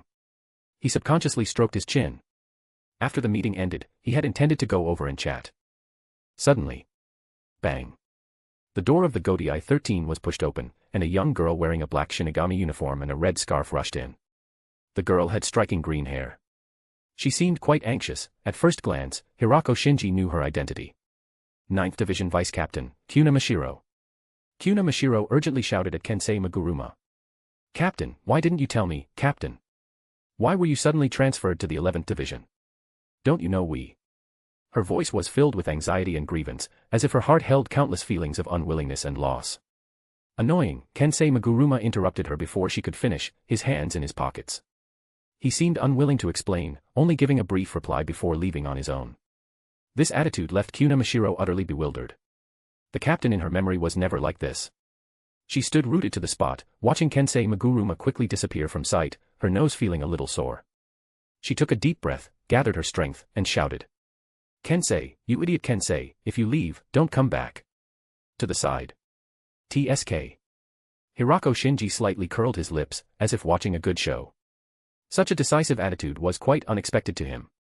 To avoid affecting his work, could he even temporarily abandon the camaraderie of old comrades? As expected of the captain of the prison division.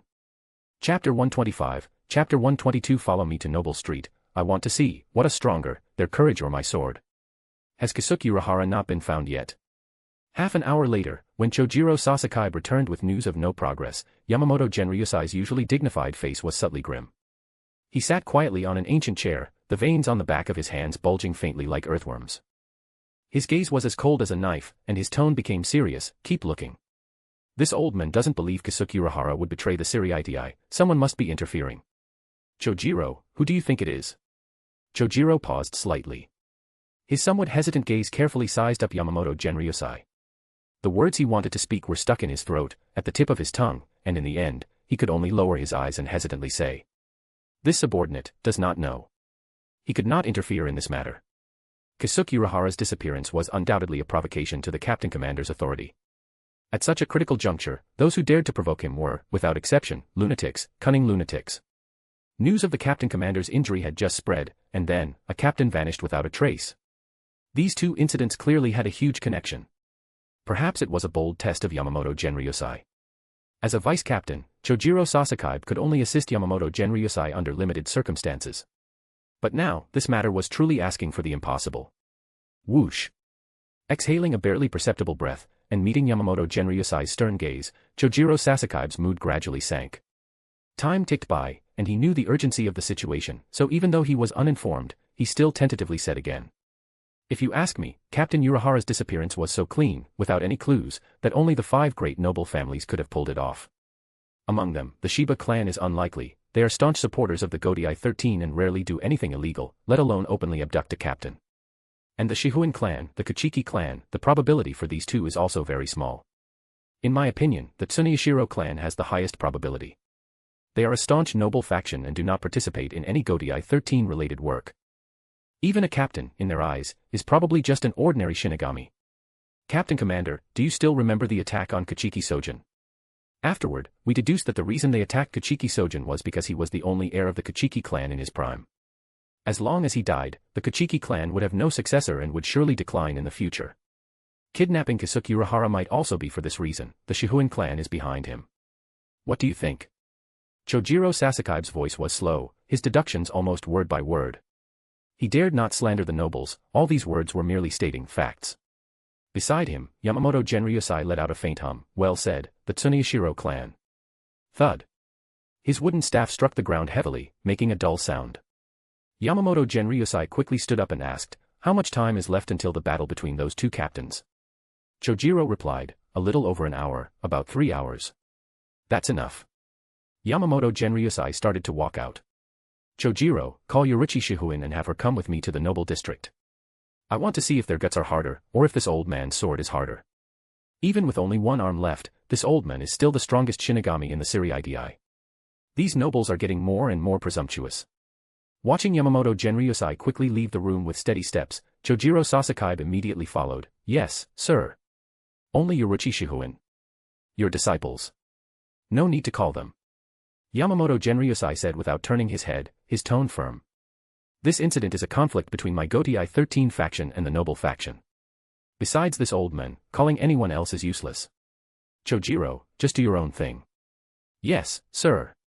The noble district, unlike the turbulent Gotei 13, had remained unchanged for many years. The neat white walls, like a straight silver line, extended almost to the end of sight, emitting a cool light. Inside a secluded courtyard, Kasuke Urahara was helplessly looking at a young man in front of him, playing dumb. Young Master Tsuneyashiro, please let me go. That reishi absorption device has nothing to do with me. The technology belongs to others, I'm just responsible for actualizing it. Even if you keep me forcibly detained here, what needs to be produced will still be produced. Why don't you talk to Yoriichi?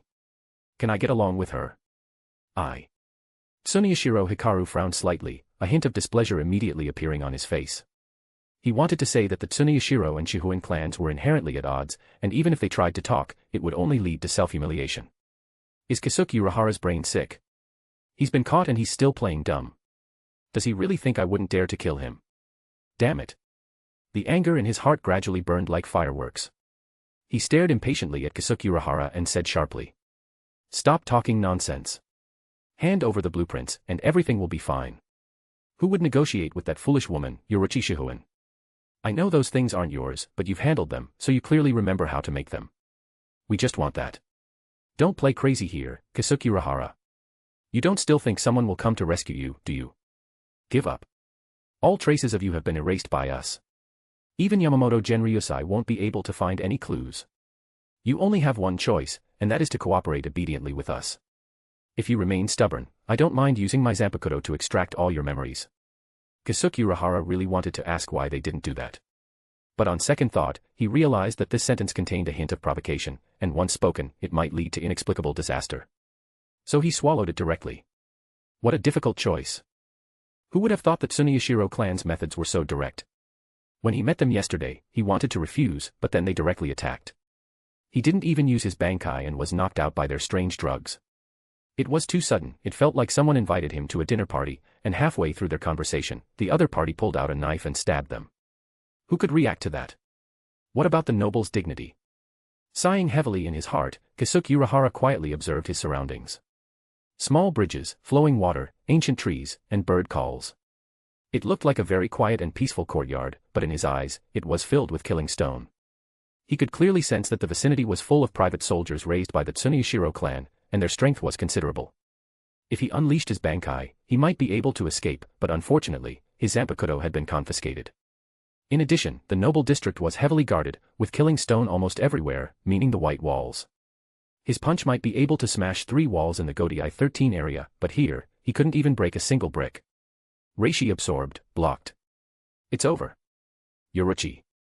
Where are you? His heart was filled with grief and a hint of despair. In his opinion, only the Shihoin clan could rescue him from this predicament. But the problem was, did Yoriichi know his whereabouts now?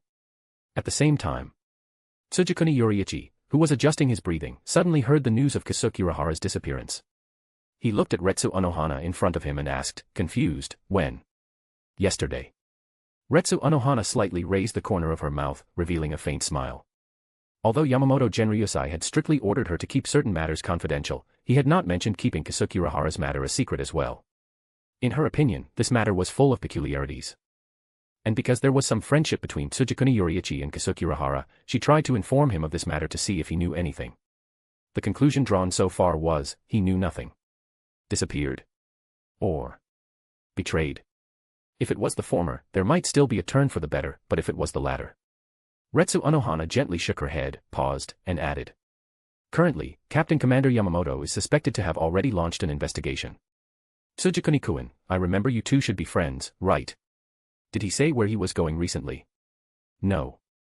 Yoriichi was silent for a moment. He found it somewhat difficult to believe this fact. Considering there was still some time until the battle, he asked, where is Sensei? I want to help search as well. By the time Tsugikuni Yoriichi saw Yamamoto Genryusai, he was already in the noble district. When Yamamoto Genryusai saw his disciple approaching, his dignified face immediately furrowed slightly, and he lowly rebuked, Tsugikuni Yoriichi, who told you to come? This matter is of great importance, you don't need to interfere. To Sensei, I asked to come myself. Tsukiguni is my friend. How can I ignore it when my friend disappears? Besides, he is also a captain. Yoriichi responded in a deep voice, his brow not even wrinkling in the slightest despite Yamamoto Genryusai's reprimand. Are you sure? Yamamoto narrowed his eyes, his voice gradually turning cold. Currently, Tsukiguni's disappearance has not been definitively characterized. If he was kidnapped, then so be it. But if he actively defected from the Siriidii, defected from the Soul Society, do you know that just your words alone would send you to the judgment stand? Even so, do you still dare to boldly claim he is your friend? Go back obediently. This old man will handle everything. You juniors only need to do your own thing. He waved his hand, his tone a bit impatient. Beside him, Yoriichi Shihuin's expression was also somewhat grim, as if shrouded in a dark cloud. Yoriichi seemed not to hear, and said resolutely. Sensei, no matter what you say, I firmly believe in my own judgment. This has nothing to do with stance or choice. Even if you are judged, it doesn't matter. Yamamoto Genryusai's voice grew heavier. Yoriichi's attitude was firm, I trust him, that's all. As his words fell, Yamamoto Genryusai's right hand, clutching his walking stick, clenched and then relaxed. Finally, he sighed heavily, all right, if you want to come, then come. Damn it, how did this old man end up taking on a disciple exactly like himself when he was young? I hope he won't regret it then. Why would I regret it? Because the target of this trip is the Tsuneyashiro clan. This old man cannot confirm whether they kidnapped Tsukiguni. If not, you, I, and Yoriichi Shihuin will all be in trouble. At this point, Yamamoto Genryusai's eyes narrowed slightly, seemingly lost in thought. Originally, this old man and Yoriichi Shihuin alone would have been enough. Even if the Tsuneyashiro clan wanted to cause trouble, out of consideration for status and position, they wouldn't make a big fuss, at most a verbal warning.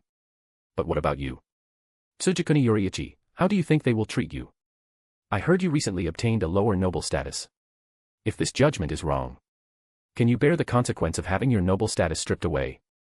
Oh, this old man forgot, you don't care about any of this. But what about later? This incident of Tsukiguni's disappearance, in this old man's opinion, is just a test. Since it's a test, there will naturally be a time for formal action. At that time, how will you, at the center of the storm, protect yourself? When the cart reaches the mountain, there will be a road. Sensei, why do we need to think so far ahead? I have never sought noble status. Even if I lose it, it means nothing to me, just like you, Sensei. These words suddenly silenced Yamamoto Genryusai. He opened his mouth, wanting to speak but stopping, then sighed again. This old man is indeed getting old. He doesn't see things as clearly as young people. A lifetime of scheming and calculating. But he forgot the simplest truth. Live in the present, let nature take its course. As they moved, the few people had already arrived near the Tsuneyashiro clan's territory. As soon as they entered, Yamamoto Genryusai and Tsugikuni Yoriichi could feel many gazes from around them. They were as stealthy as venomous snakes. These gazes were truly uncomfortable. Yamamoto Genryusai let out a heavy cold snort, and then, as if struck by an invisible force, dozens of Shinigami fainted and fell to the ground. Swish. At the same time, an elder of the Tsuneyashiro clan with a spiritual pressure of the second rank appeared before Yamamoto Genryusai.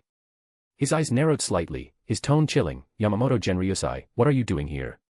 The Tsuneyashiro clan does not welcome you. Now leave. The dignity of the Tsuneyashiro clan was not to be challenged by others. Although Yamamoto Genryusai was the captain commander, in the eyes of these high-ranking nobles, he was just an ordinary old man. Except for being stronger. If they couldn't defeat him, the elders of the Tsuneyashiro clan would have already made a move. Since he didn't recognize the person in front of him, Yamamoto Genryusai simply took it as a dog barking. He said indifferently, asking in return, "What, can't this old man come? Which rule states that the streets of the noble district cannot even be set foot on by me, the captain commander? Is this your intention, or the Tsuneyashiro clan's intention?" "You." The elder of the Tsuneyashiro clan's eyes darkened. These words were clearly being unreasonable. Ordinary Shinigami were not supposed to set foot in the noble district, even if you were the captain commander. Normally, everyone turned a blind eye, but now you're bringing this out into the open. Are you trying to force us to break ties with you? Bastard. The elder took a deep breath, suppressing his voice. "Yamamoto Genryusai, what exactly do you want to do? Our Tsuneyashiro clan hasn't provoked you recently, have we?" "Who knows?" Yamamoto Genryusai snorted coldly. A hint of questioning appeared on his wrinkled face. "Why don't you ask those old geezers and heirs in your clan what they've been up to? Boldly kidnapping a captain right outside this old man's Godii 13, what audacity. Do you really think you can do whatever you want in the Siri? Hand over Kisuke Urahara. Otherwise, don't blame this old man for being impolite." "Impolite?" The elder of the Tsuneyashiro clan laughed, a hint of mockery in his smile. "Yamamoto Genryusai, you old fool must be crazy. If you want to start a war, just say so. Do you think our Tsuneyashiro clan would be interested in a mere captain? I'll say it again, leave this place quickly, otherwise, we will consider your actions a unilateral declaration of war against the nobles."